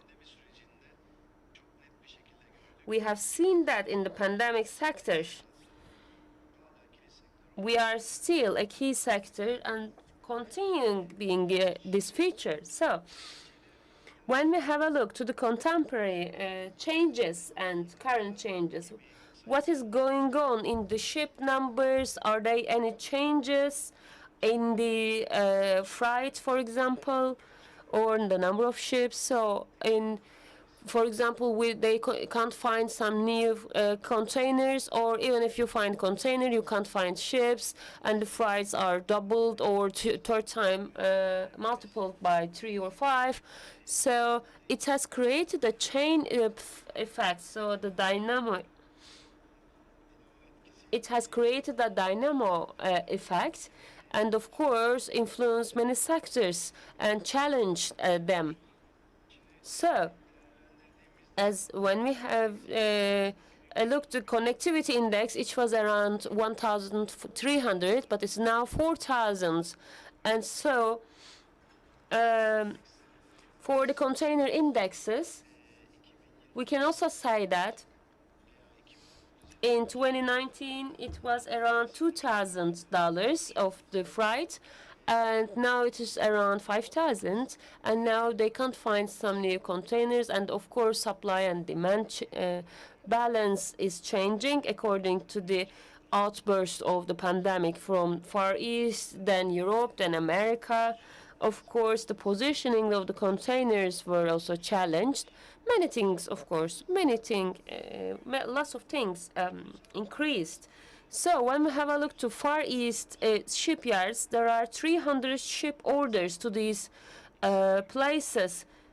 So in these shipyards of Far East. So when these 300 ships are completed, are these challenges will be solved? Will they be solved? Of course not. I can give you the answer. I can explain. Yes, it will not be solved, of course. The problems will not solve, because for container transportation, it is not only a problem related with ships, it is also an organization problem, port problem, network problem, and also a transfer port problem. And so it is not something only by solving only one dimension, of course. We have also experienced that, actually. As you know, we are also having a huge equipment crisis, actually.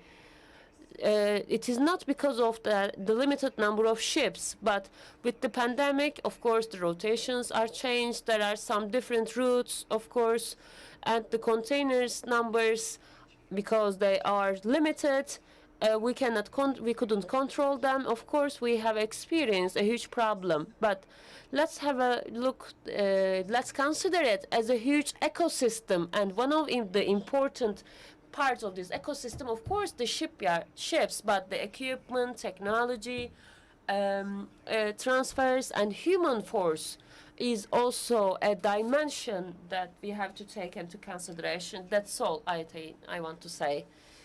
Yes, thank you so much. So, this question is for you, dear professor. It's an important question, an interesting question. During the pandemic, we have seen, actually, we have experienced, as our exporters are also complaining, like the equipment crisis and the freight numbers, prices are going higher. So, after the pandemic, God forbid that, but if we face a new pandemic or an extraordinary situation, our logistics system or our maritime activities, in order to protect them from these new damages, what we can do to improve our fleets, or do we need to develop them? As Mr. Okan also said, what are the expectations of the public, or what are our expectations from the public? So, of course, we have a national rights and regulations, of course, but for the global scale, do we need to take them to a better place? Shall we take some new steps for today's strategy, for some specific container lines, for example, with the new connectivity, some new sales, some new pictures arose. So are we outside of this picture? That was a good question. Thank you. Yes, actually, Turkey is a country which follows the world trends in terms of intelligence, we can say, in the digitalization. And of course, it's not only Turkey who are talking about that. And the new data centers are needed, and strategies shall be arranged all according to this. Of course, our maritime chamber, for example, made an inventory study for that, for these aims. And in many developed countries in maritime, we see that they manage their maritime activities with data. We always have a look at statistics and data. So which decisions are taken for which size, for which ships, for which region, with which tools, or with which operations. We have to manage them with the data. So digitalization shall start with public authorities like customs, like ministries, the ministry, and also the digitalization is something we are doing our best with all our institutions. For this reason, to follow the world trends, to make use of our advantages as a country which has a specific location will be of our benefit, I can say. So the cooperation and integration of maritime activities, the port, the agency, forward, broker, customs, all these systems shall create a harmony to work with, shall work in harmony, we can say.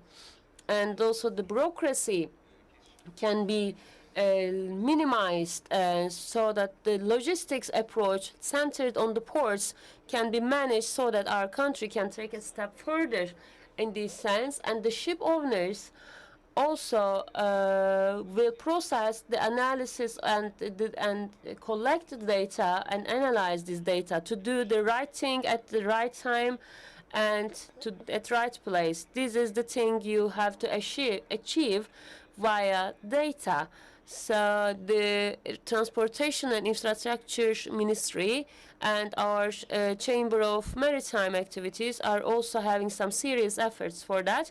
And as a training education institution, with our research and with our students, we try to create some more entrepreneurs who are following the trends, who are more curious and dynamic and following the technologic and digital efforts. And as you know, we have some important people also who have some important places and positions in maritime activities. And I think that we will achieve in this sense. Thank you for this clear explanation. Thank you very much. Now, yeah, I used to know that Industry 4.0, but this is Maritime 4.0 and Logistics 4.0. Are we going to have 5.0? We should not just focus on the concepts. We need to fill them in. After we fill them in, we can go up to like 6, 7. I have some data. If you want, I can give you some more explanation. The microphone is off again. So now the microphone is on. Yeah, we analyze the data from the field. So how and what our sector does. And I can give you some results, maybe some findings. And then we can talk about that as well. In fact, within our logistics sector in 2020, with the data we got, that what they did is that software programs, 78% of the companies said that they invested on software programs. What this means, they don't say that they have gone into cloud informatics or blockchains, and our sector is really honest, but they are planning that they're going to do that within this following future 5 years. So first you need to have these software programs, you should try to learn them, and then you are going to add on them.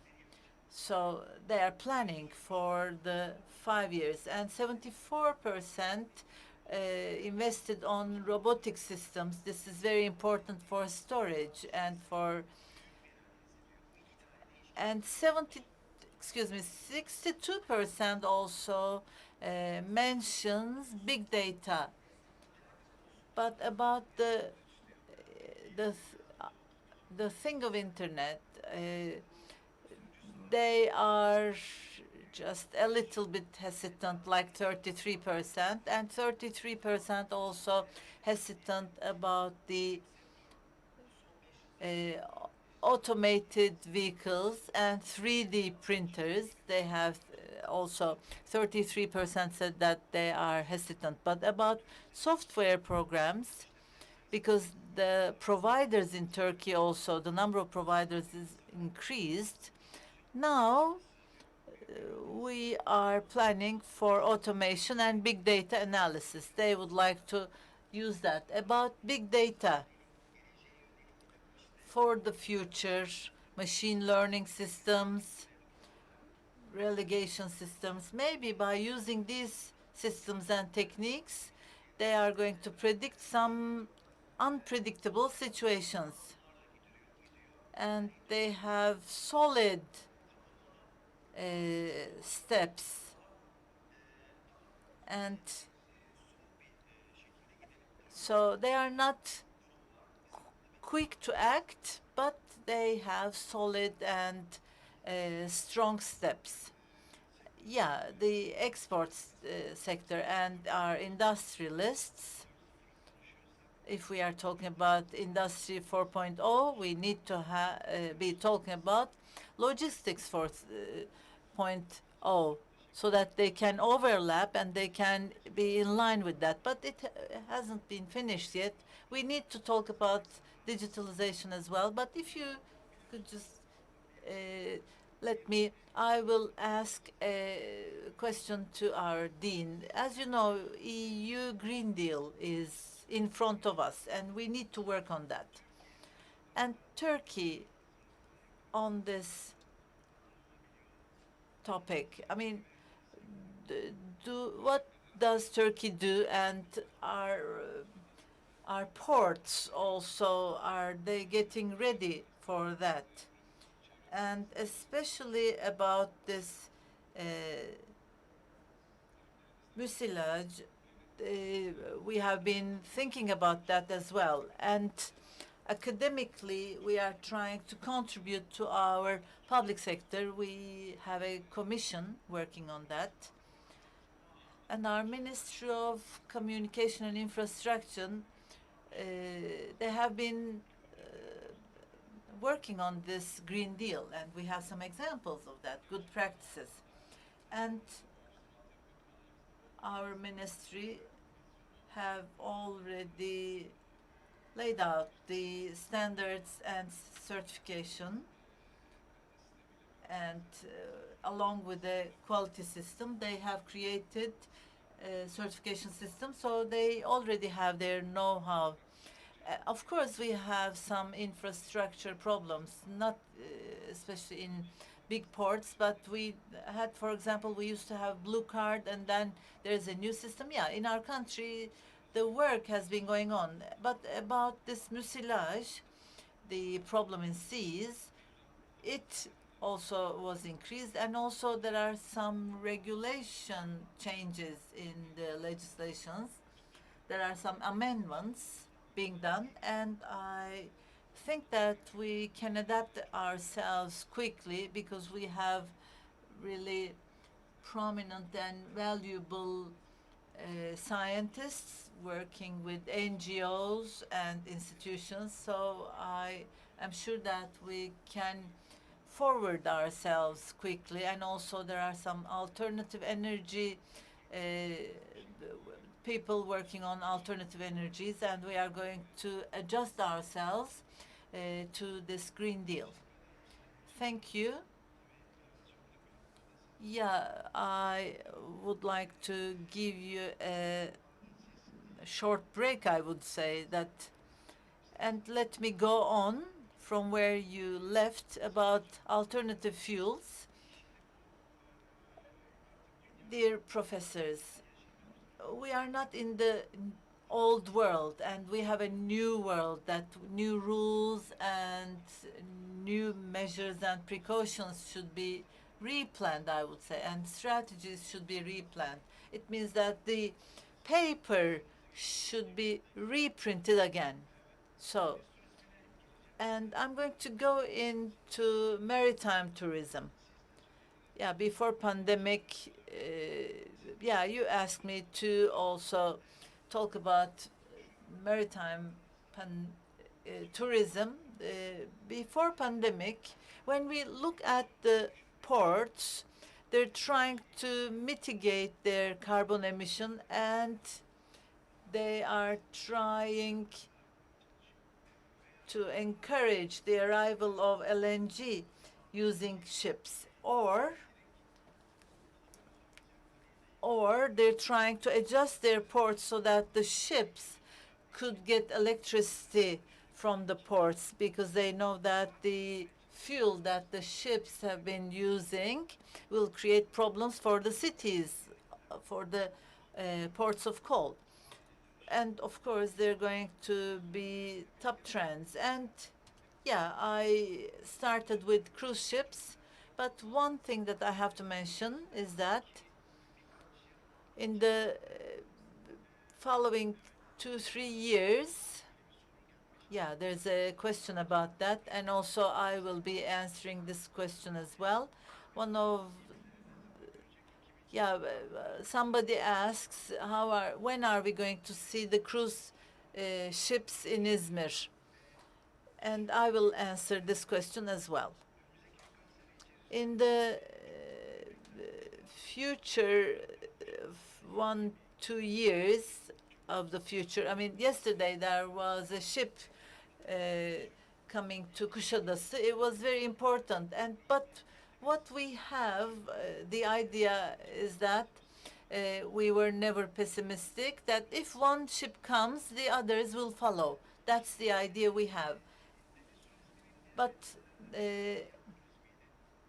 another important element of marine tourism is, sea tourism, is yacht tourism, because people have been preferring to travel on yachts in order to avoid the bad effects of pandemic. But the cruise ships were totally stopped, and some cruise lines, very important ones in the world, even their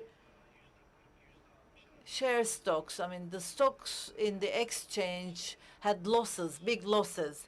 They started like test drives. We could just comment on them, and we could interpret them as test drives. And there are some protocols with the governments, and they're trying to make the governments accept those protocols. And they made some tests and trials, and then what kind of, I mean, how can they decrease the number of passengers with the precautions of the pandemic? So they were trying to test the numbers, and also underwater sports and sea sports. That's another aspect of the marine tourism or sea tourism, because when people did not go to hotels, they did not have these services. And the marinas are also becoming really important, because the yacht tourism are really important for people. And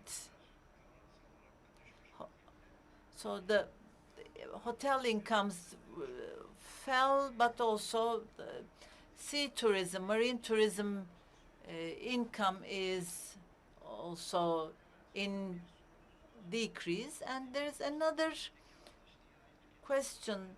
So the cost in logistics, how it will be reflected on the consumer, I mean the client. About digitalization, yeah, what I mentioned about 3D printers, and they're one of the parts of the digitalization. But while we are looking at the investments in digital sector, for example, for this year in sector, 75% have been planning to make investments. But from the data that we got, 59% of this investment will be done in technology or digitalization. The second one is human resources, 35%, and then 30% is infrastructure. So when you look at these numbers, these figures, so digitalization will be a very interesting topic for them, for the investment. But for digitalization, I would like to mention the point of view of the digital logistics sector, and also the container users, how they look at this green logistics. I will also mention that. And with the study we did with Uticat, there is a digital panel presented online. It's an interactive panel. When you click on that, on a variable, for example, different alternative commands can be seen. So with Uticat, we are going in line with them in 4.0. The speaker is inaudible. And the sector for 2021 for sustainability and green projects, we asked them if they were planning to make investments. 57.4% said yes, but we expect them to say yes more, because about this container transportation, there are different data. But also the sector says that the green investments, investment on sustainability, and and how they affect the performance of the companies, they said 70%, 74% say yes, sustainability affects. But they need to have a prioritization of these green projects. And also this study is going on, and there are 20, there are different responses from 20 different countries, but the answer rate is, response rate is 100%, and also it gives us the tendency. And the responses we get generally does not change the answer structure. So this study, we asked these questions to logistic companies and also import and exports companies. But the figures I'm going to give are cumulative ones. But there are 3 key areas. And the users, it shows us that the users take it really seriously. I mean, we asked if when you are choosing a container transporter, 70% of them said that they were looking for a company who has also an environmental point of view.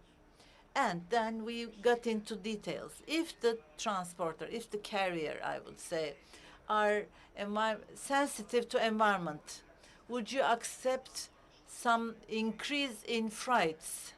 Because they have been complaining about that. But we did not expect this result. But 61% said that I would like to give more if I mean, I'm ready to give more if they are sensitive to environments. And also, the time is really important because the transportation, if it's quick, it's preferred so that your supply chain will be more active. But if the carrier, if the transporter is sensitive to environment, 72.4% said that they could accept some longer time in transportation. So we have really interesting results. So the user dimension is like that. And what should the transporter, the carrier, or the logistic service provider, what should they do? They're aware of that, but they, I think, have to move more quickly. And these are the results, and the study will be completed, and these are some early results, I would say. Yes, I'm impressed. But we have only one world that we're living in, so everyone has some, I mean, when we look at the priorities, the climate, the lifestyle, environment, we know that these are our priorities because we are sharing the same world. Especially, we would like to assess the results of this study. Yeah, we don't need to talk about that result of the answer of the question. Logistics costs, how it's going to be reflected to the final customer. Let me ask again. The costs increase in logistics, how it's going to be reflected on the customer? Of course, it will reflect on the customer, but we don't have a data about which scales or to which amount or dimensions it will influence. But when we have a look to the problem, it is actually a topic we teach in lessons. Actually, I can talk about it like a teacher. For example, a logistic cost of an enterprise, for example, it should be 10% of its turnover. So let's think it. So what is 10%? 90% are for other costs. So we should think of that actually at the background. So, for example, you have a logistic cost around $100 million, and one of them is warehouses, the stock management, and transportation. These are the other costs. Now, the government, for container transportation, there are and some government arrangements are influencing this price increase. So for this inbound and outbound physical distributions dimensions, for the logistics, they are all having a now holistic approach. So the costs increased, yes, but many sectors, for example, are using incredible techniques for stock management, for fast techniques, or full-time production systems, or for warehouse. There are some decreases in this warehouse costs, especially for example, protective packaging. It is also a huge change by using the technology and infrastructure, of course. So my answer will be yes, of course it will influence, but it will not influence in a huge scale, because the costs of the enterprises are also changing. So especially after 1990s, in some crises the logistic enterprises had, we have experienced huge problems, but we have took a lesson from all of them. And in all crises, this sector had learned important lessons, and the supply chains also learned some new lessons. So yes, I can say that it will increase, but it will not be a huge thing. but I don't have a data about that in my hand. But it is just an estimation, which is not so based on the research, but based on my theoretical knowledge, I can say. I can also add something to this question, I can say. Yes.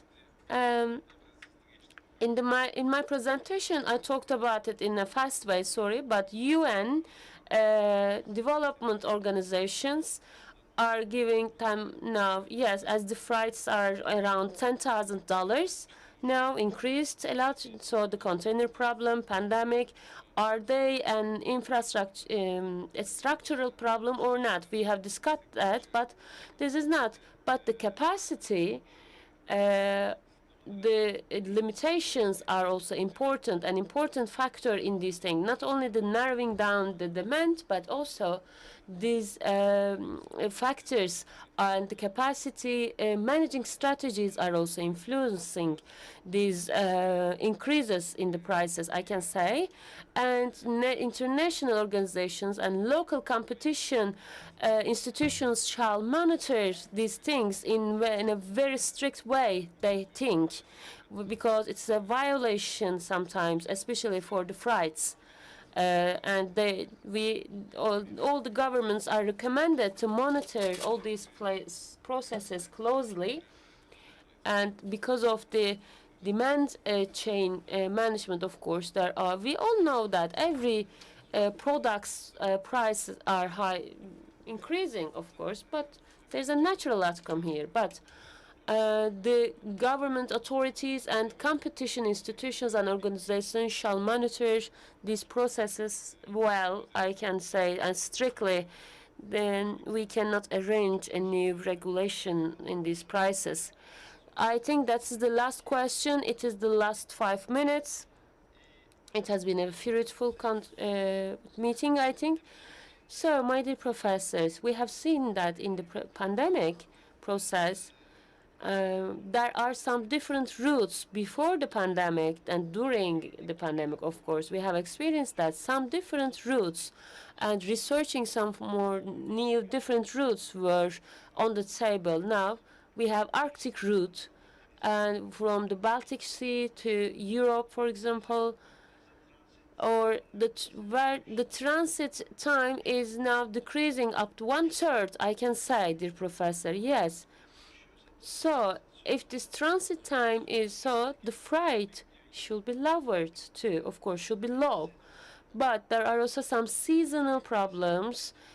Just only in one specific season it can be navigated, we can say.